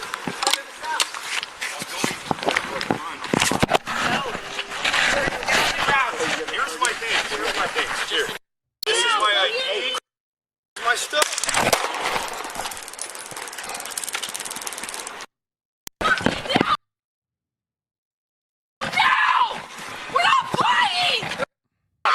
Get down! Oh, they did. Yeah, they shot him in the shoulder. Oh, there is blood. Yeah, they shot him in the shoulder. I'm covering it up because there's blood. They shot him in the fucking shoulder. They did. That one pop that you hear is actually a cop.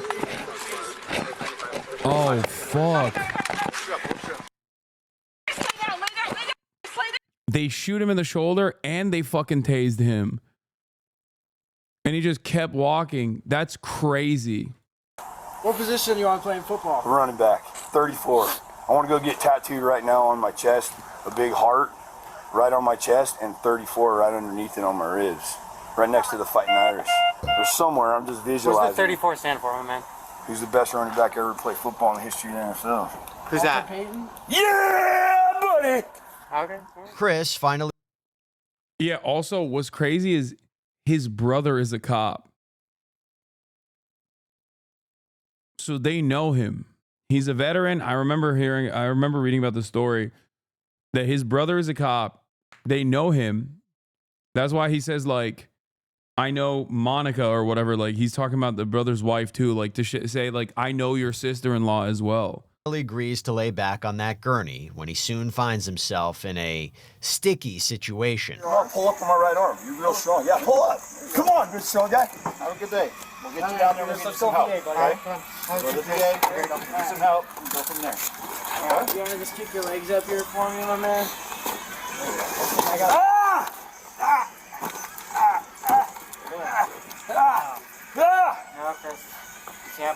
Can you guys please get the cuffs off now? They're hurting my shoulder, bro. Can you put them in the front?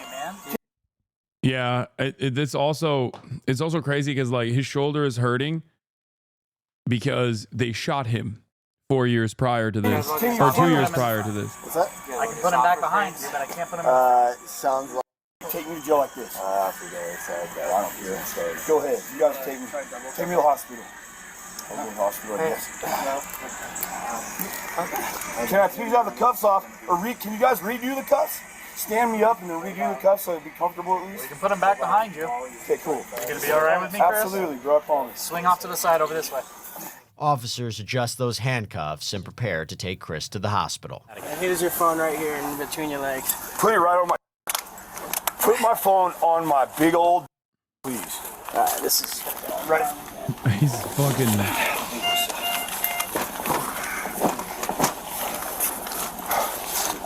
Can somebody put on the song on my phone? It's called Geronimo. No, don't do that. Don't touch my phone. This thing's Geronimo. I don't know, but it's awesome. It'll get you going, guys. It'll get you woken up in the morning. And it'll also warm you up when it's nice and toasty warm in the cool. Woo! Top of the morning to you.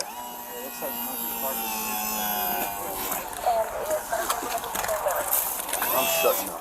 I'm never talking again. It's the last time I talked. But as you might have guessed, that's not the last time we hear from Chris. Of course it is. Please pour a cold cup of water right on my nuts. The only thing I need to do here is for Reno maintenance PD. to make sure it's locked up. As Chris heads for the hospital, officers check in with a few of his neighbors. Let's see what they have to say. Does he have history of just not being stable, unfortunately? Yeah, so he's a veteran. I don't know what service he was in. Was he? Yeah, and he suffered some sort of a brain injury. Yeah. And then that mixed with the steroids doesn't really help anything. So. Seeing as it was just Veterans Day. Yeah. I don't know if that triggered him. That's what we were just talking about. Yeah. I'm sure it has something to do with it, but when we were looking for his phone right now, we found some drugs, so that definitely doesn't help. So there's a whole lot of demons that he's dealing with right now, unfortunately. While securing the suspect's apartment, one officer reveals this is not his first run-in with Chris. Well, yeah, but this guy is big dude. Yeah, well, all the way out.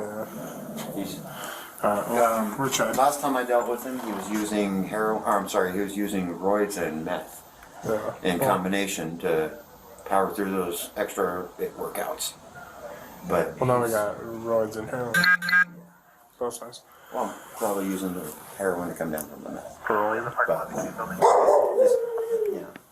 Chris was taken to the hospital where he's cleared by medical staff. Let's catch up with officers as they prepare to take the 45-year-old to jail. I'm just trying to get home to my family. I'm cold. I'm out here with no shirt on. Okay. And Sean Gibson is going to watch me go to jail when I could go home and be comfortable and be a healthy veteran if I went home and slept with my dog. He's not wrong, by the way. But you're going to make me go to jail because I was yelling. Tonight. How many days do you keep me in jail? You're going to take my job from me too, Sean Gibson? Give me my shirt. Give me my shirt. Don't touch my... Give me my shirt. You, Sean. Okay. Have a seat, Chris. I was speaking to my brother, Sean. Sorry, I shouldn't say that, Sean. I'm angry with you because you're making this decision. I can tell you're the sergeant. You can be angry at me. But why are you taking me to jail, dude? Because that's our solution for tonight. No, the solution for tonight is get help here or have me sleep it off. They've already cleared you out. So we're going to go up there and then you can work on getting help further from there. All right? There's people up there that'll help you as well. Dude, shut the up. Okay. You're a bitch. Yep. Made in every way. Okay. Every fucking way, Sean. All right. And I see it too. I see it. Okay. Yeah. Hey, I'm sorry I said that. I'm just angry you're taking me to jail. Because I just want to eat, I don't take any personal offense, But why are you guys taking me to jail when I need help? We're trying to get you that help. My meds are at home. I understand that. But you're going to put me in jail where I got to fight? You guys want me to fight in jail? No. Yeah, you do, because you haven't been in there. You don't even know what it's like in there. You have no clue. But you think you're hard, dude, with your little freaking goatee. Oh, I don't think I'm hard, man. I know I'm not hard. Me neither. I don't think I am either. I just want to go home. Hey, Chris, what we can do is we can try to... Can you guys just issue me a ticket like you did after you shot me and let me go home? I promise to be calm. Can you have a seat? I promise to be calm, guys. All right, I appreciate it. Chris is whisked away to jail, where we join officers who are about to bring him inside. All right, Chris, let's get you out of this pits, man. I'm sorry. Go ahead. Do you want me to grab your phone for you? I know you're touchy about your stuff. Got it? Okay. Can you grab my shirt for me? Yeah, I'll grab it. I'll grab it from the other side. That way we're not getting it all in the piss. It's okay. I don't trust you guys to get my shirt. Okay. I'll get it. Hey. Well, let him grab it. If he wants to grab it, grab it. Thanks, guys. Look, I've been respectful towards you this entire time. You know I'll grab your shirt. Don't touch my shoulder like that. I'm the man. I'm the man. You're the man, Chris. No problem. I'll get this. I'm not trying to be aggressive. I get it. I know who the guy. He is the man, actually. Respect to him. Yeah, I got it.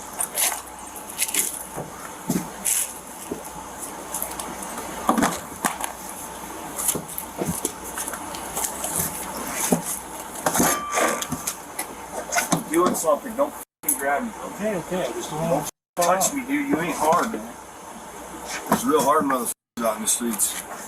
Like real ones. Yeah, I got your phone. You ever heard of the real ones? I'm a f***ing real one. Thank you.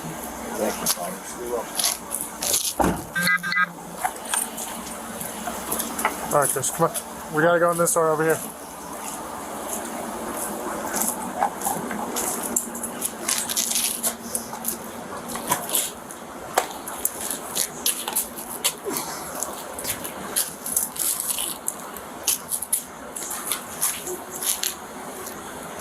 Can somebody put this shirt on for me? Do you want it like over your shoulders, or how do you want it? Got it? Got it now?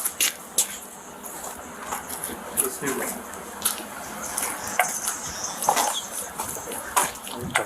Put it on.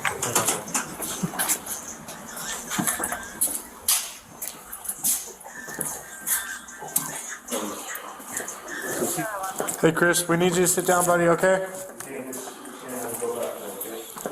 Can I sit right here? That's fine if you want to sit right there, but we just need you to sit down, okay? Would you trade some mentally well-being for that brolic, for being that brolic? I would. No. I mean, if I want to, I could get there. I just have to do steroids. Well, let's wait. And that would be somewhat of a trade-off. What you're describing is just like, would you do a shit ton of tren? And the answer is maybe.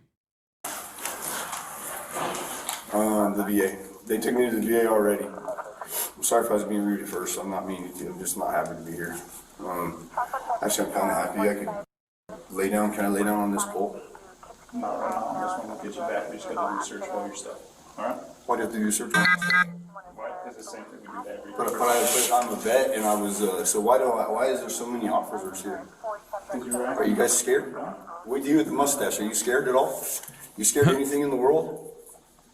Maybe spiders, but that's about it. I'm scared of rats, dude. That's the only thing. This is your worst take, dog. I'm a big fan of fellow gym bro, and you've always inspired me, but this is such an ape take. Wait, what? Doing trend would make your mental health worse? That's not an ape take. Yeah, I will not be doing hard steroids. Maybe some TRT in the future for health reasons if my T levels get low, but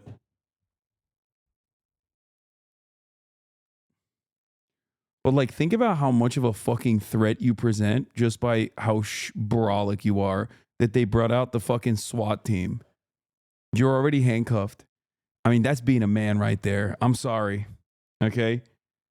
Not to get all too broy and too toxically masculine here, but god damn, dude, that's hard body shit right there. That is hard body shit right there.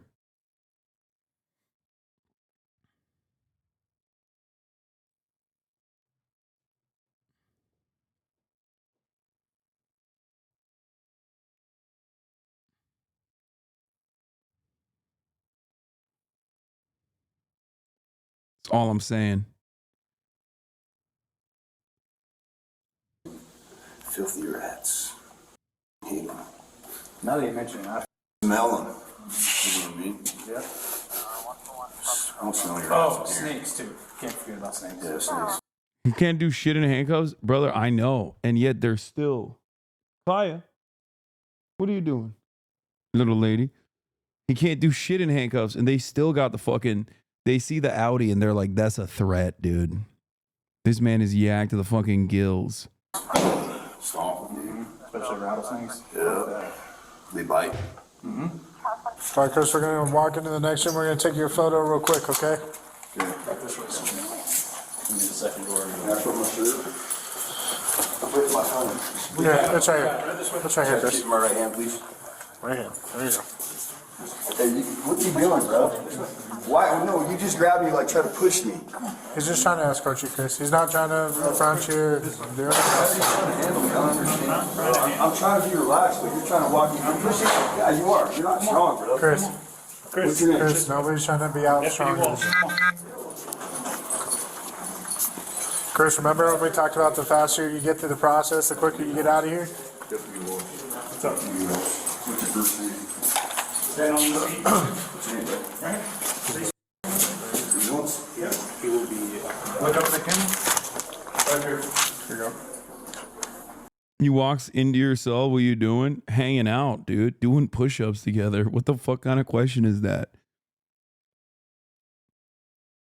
Hearing his tales of survival, admiring him, maybe kissing a little bit. I don't know. Not what the fuck these guys are doing.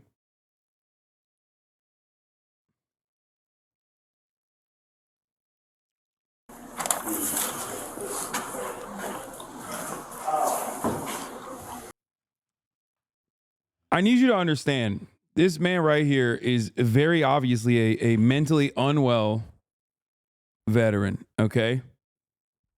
He's going through an episode. Now, when you're a hammer, everything looks like a male. Or a male. When you're a hammer, everything looks like a nail. Okay? I'm getting gauge as fuck today. When you're a hammer, everything looks like a nail. And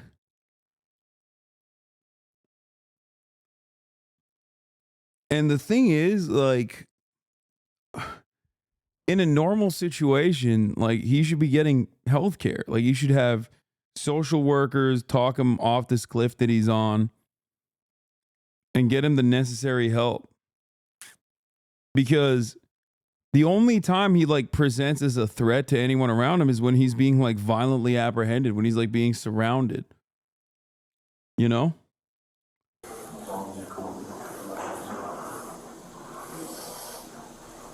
Social workers can't do shit here, man. What are you talking about? This is the thing that social workers literally do. What are you talking about?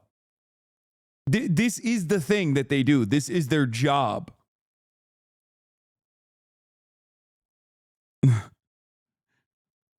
If you think that social workers are incapable of dealing with a very clear mental health crisis, then what the fuck is their job? We should just give every social worker a rocket launcher or call it a day. RPGs for every fucking EMT, dude. RPGs for every social worker, chat. It's like looking at a fire and being like, a firefighter can't handle this. We need a cop to shoot at the fire. Like, it's their job, man. This is what they're trained to do.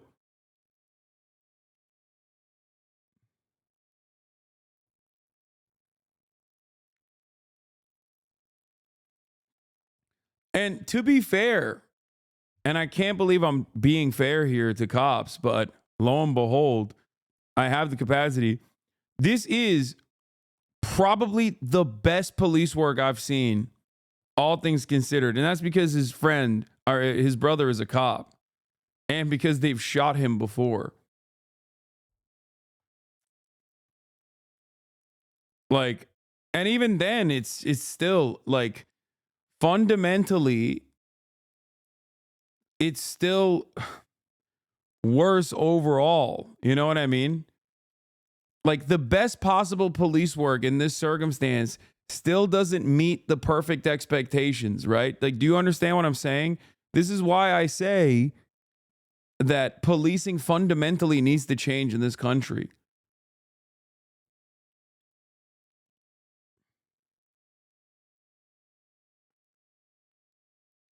Especially because if this fucking roided out vet wasn't known to the police force already, and it seems like in past interactions, he was not known to the police force where they fucking shot him.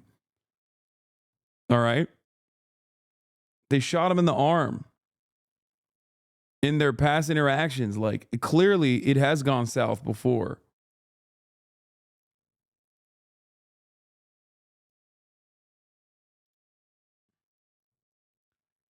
But if he was like black, oh my God, they would have fucking Swiss cheesed his ass. Be just a minute, all right, Chris? Chris, right up here for me.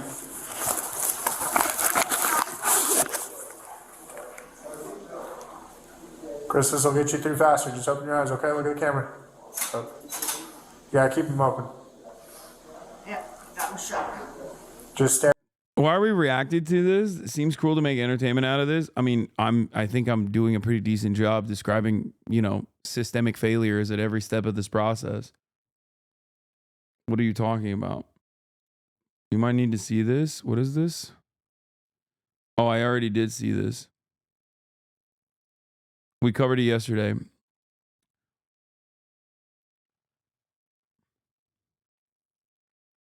Also, I don't know if you know this, but I'm a literal political commentator. Drewski reposted this. Me cheering up my little cousins so they don't tell their mom on me. That's funny. Oh, didn't work. Stare at it. Mean mugging.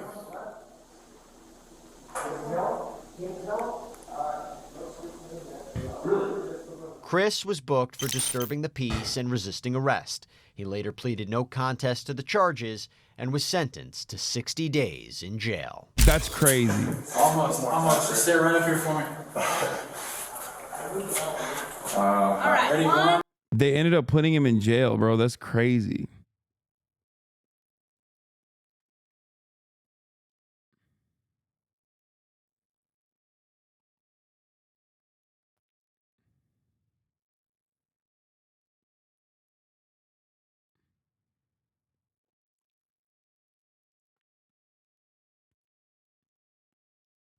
I think one of the funniest things that I have seen so far from liberals on this Hunter Biden pardon, by the way, to get back to the free Hunter movement, free Hunter,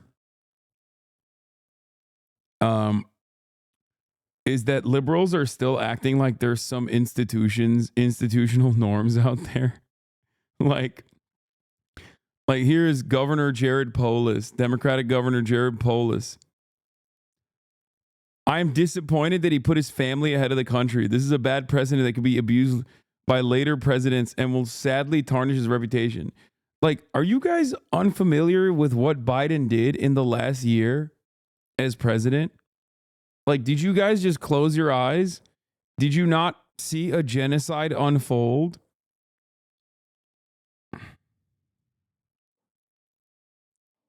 Like, what norms remain? I criticized Nate Silver for this. I said, I like that for this liberal, genocide is not a red line. Pardoning Hunter Biden is. And Trump did this too. Like, what do you mean? Like, what the fuck are these people doing? Some libs are happy that this is triggering right-wingers. It's not even triggering right-wingers that much. They're like, haha, yeah, we knew he was corrupt. There it is. Or they're saying, it's good that he did this. Now we can pardon the January 6ers. Like,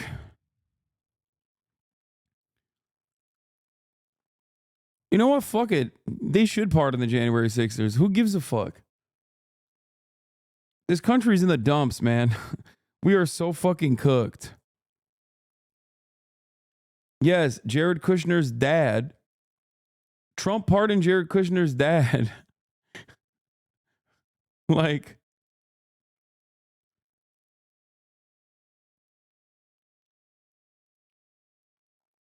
talk to me when Biden actually starts offering clemency and pardons to a shit ton of other nonviolent offenders, okay?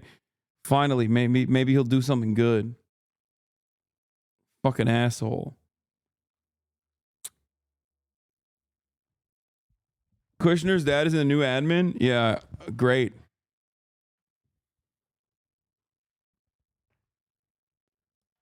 How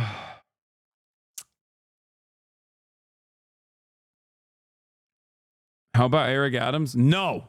Throw the book at that bastard.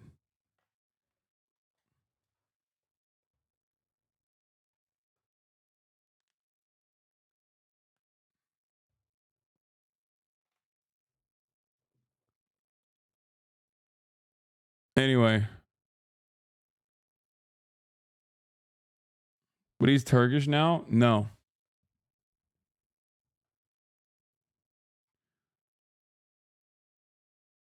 I just don't understand like how you get mad at this and not any of the other norms that have been violated, especially when the former president Donald Trump violated those norms pretty egregiously already. Like, what are we doing? It's over, man. The country's in the dumps.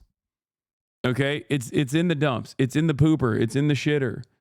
Stop fucking claiming that there is a country to save here. Okay? It does not exist.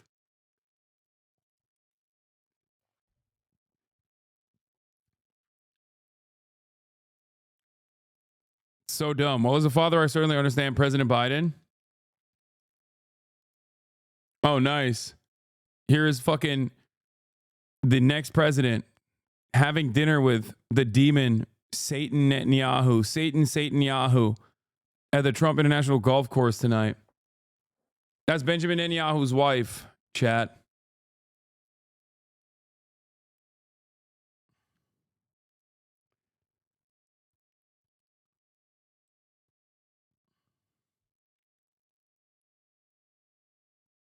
Lolo tweeted, "Hey Naomi, we went to law school together. You were always super nice. Would you mind convincing your grandpa to grant some more clemency applications? There are a bunch. I believe Obama did nearly 2,000 more. Tell Joe to beat him. Thank you." Yeah.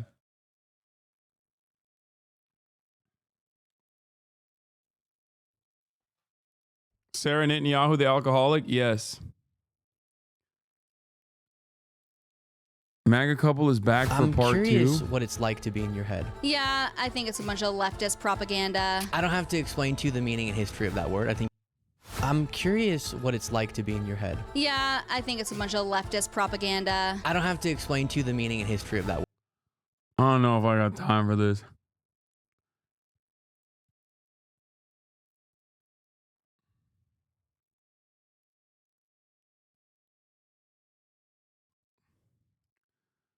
All right, I'm done. I'm done for the day, chat. That's enough. We'll talk about Hunter Biden and much more tomorrow. Half day today, short day today. You already know what it is.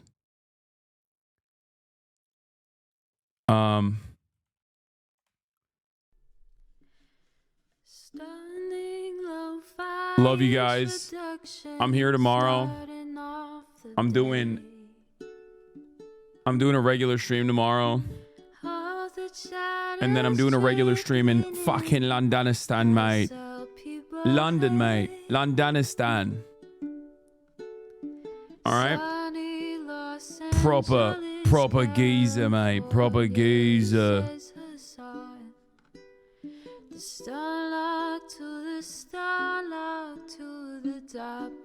Proper fucking geezer.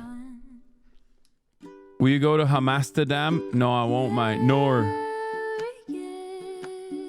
Was the guest Casper that goes today? Yeah. Anyway, love you guys. Peace. Hasan is streaming. There he is again. Hasan is streaming. Hasan is streaming. Review in the P.O. box. Uncle Uger's face. Sudden Discord active prop. Great names take embrace. Tiny Bernie Sanders, LGBTQ Air Force. The whole left at your fingertips. On at your door. H3 crowded debate, the Young Turks online show. 3 full fucking years of this, plenty more to go. 90-day fiance talks of champagne bourgeoisie. A Trump rally live reaction, a mass riot at DC. There he is again, Hasan is streaming. Hasan is streaming. There he is again, Hasan is streaming. Hasan is streaming. Reading a live stream, fair comments, Austin show chat advice. And all the ways the right-wing pipeline can suck you in online. JCS react, Lord frame gets broken, cover blown. A full-blown mass pandemic, monster streaming at your home. Total radicalization coming out to find. The system you were taught to trust in was broken the whole time. All these daily streams, whether big or whether small, have helped me and so many find the meaning through it all. There he is again, Hasan is streaming. Hasan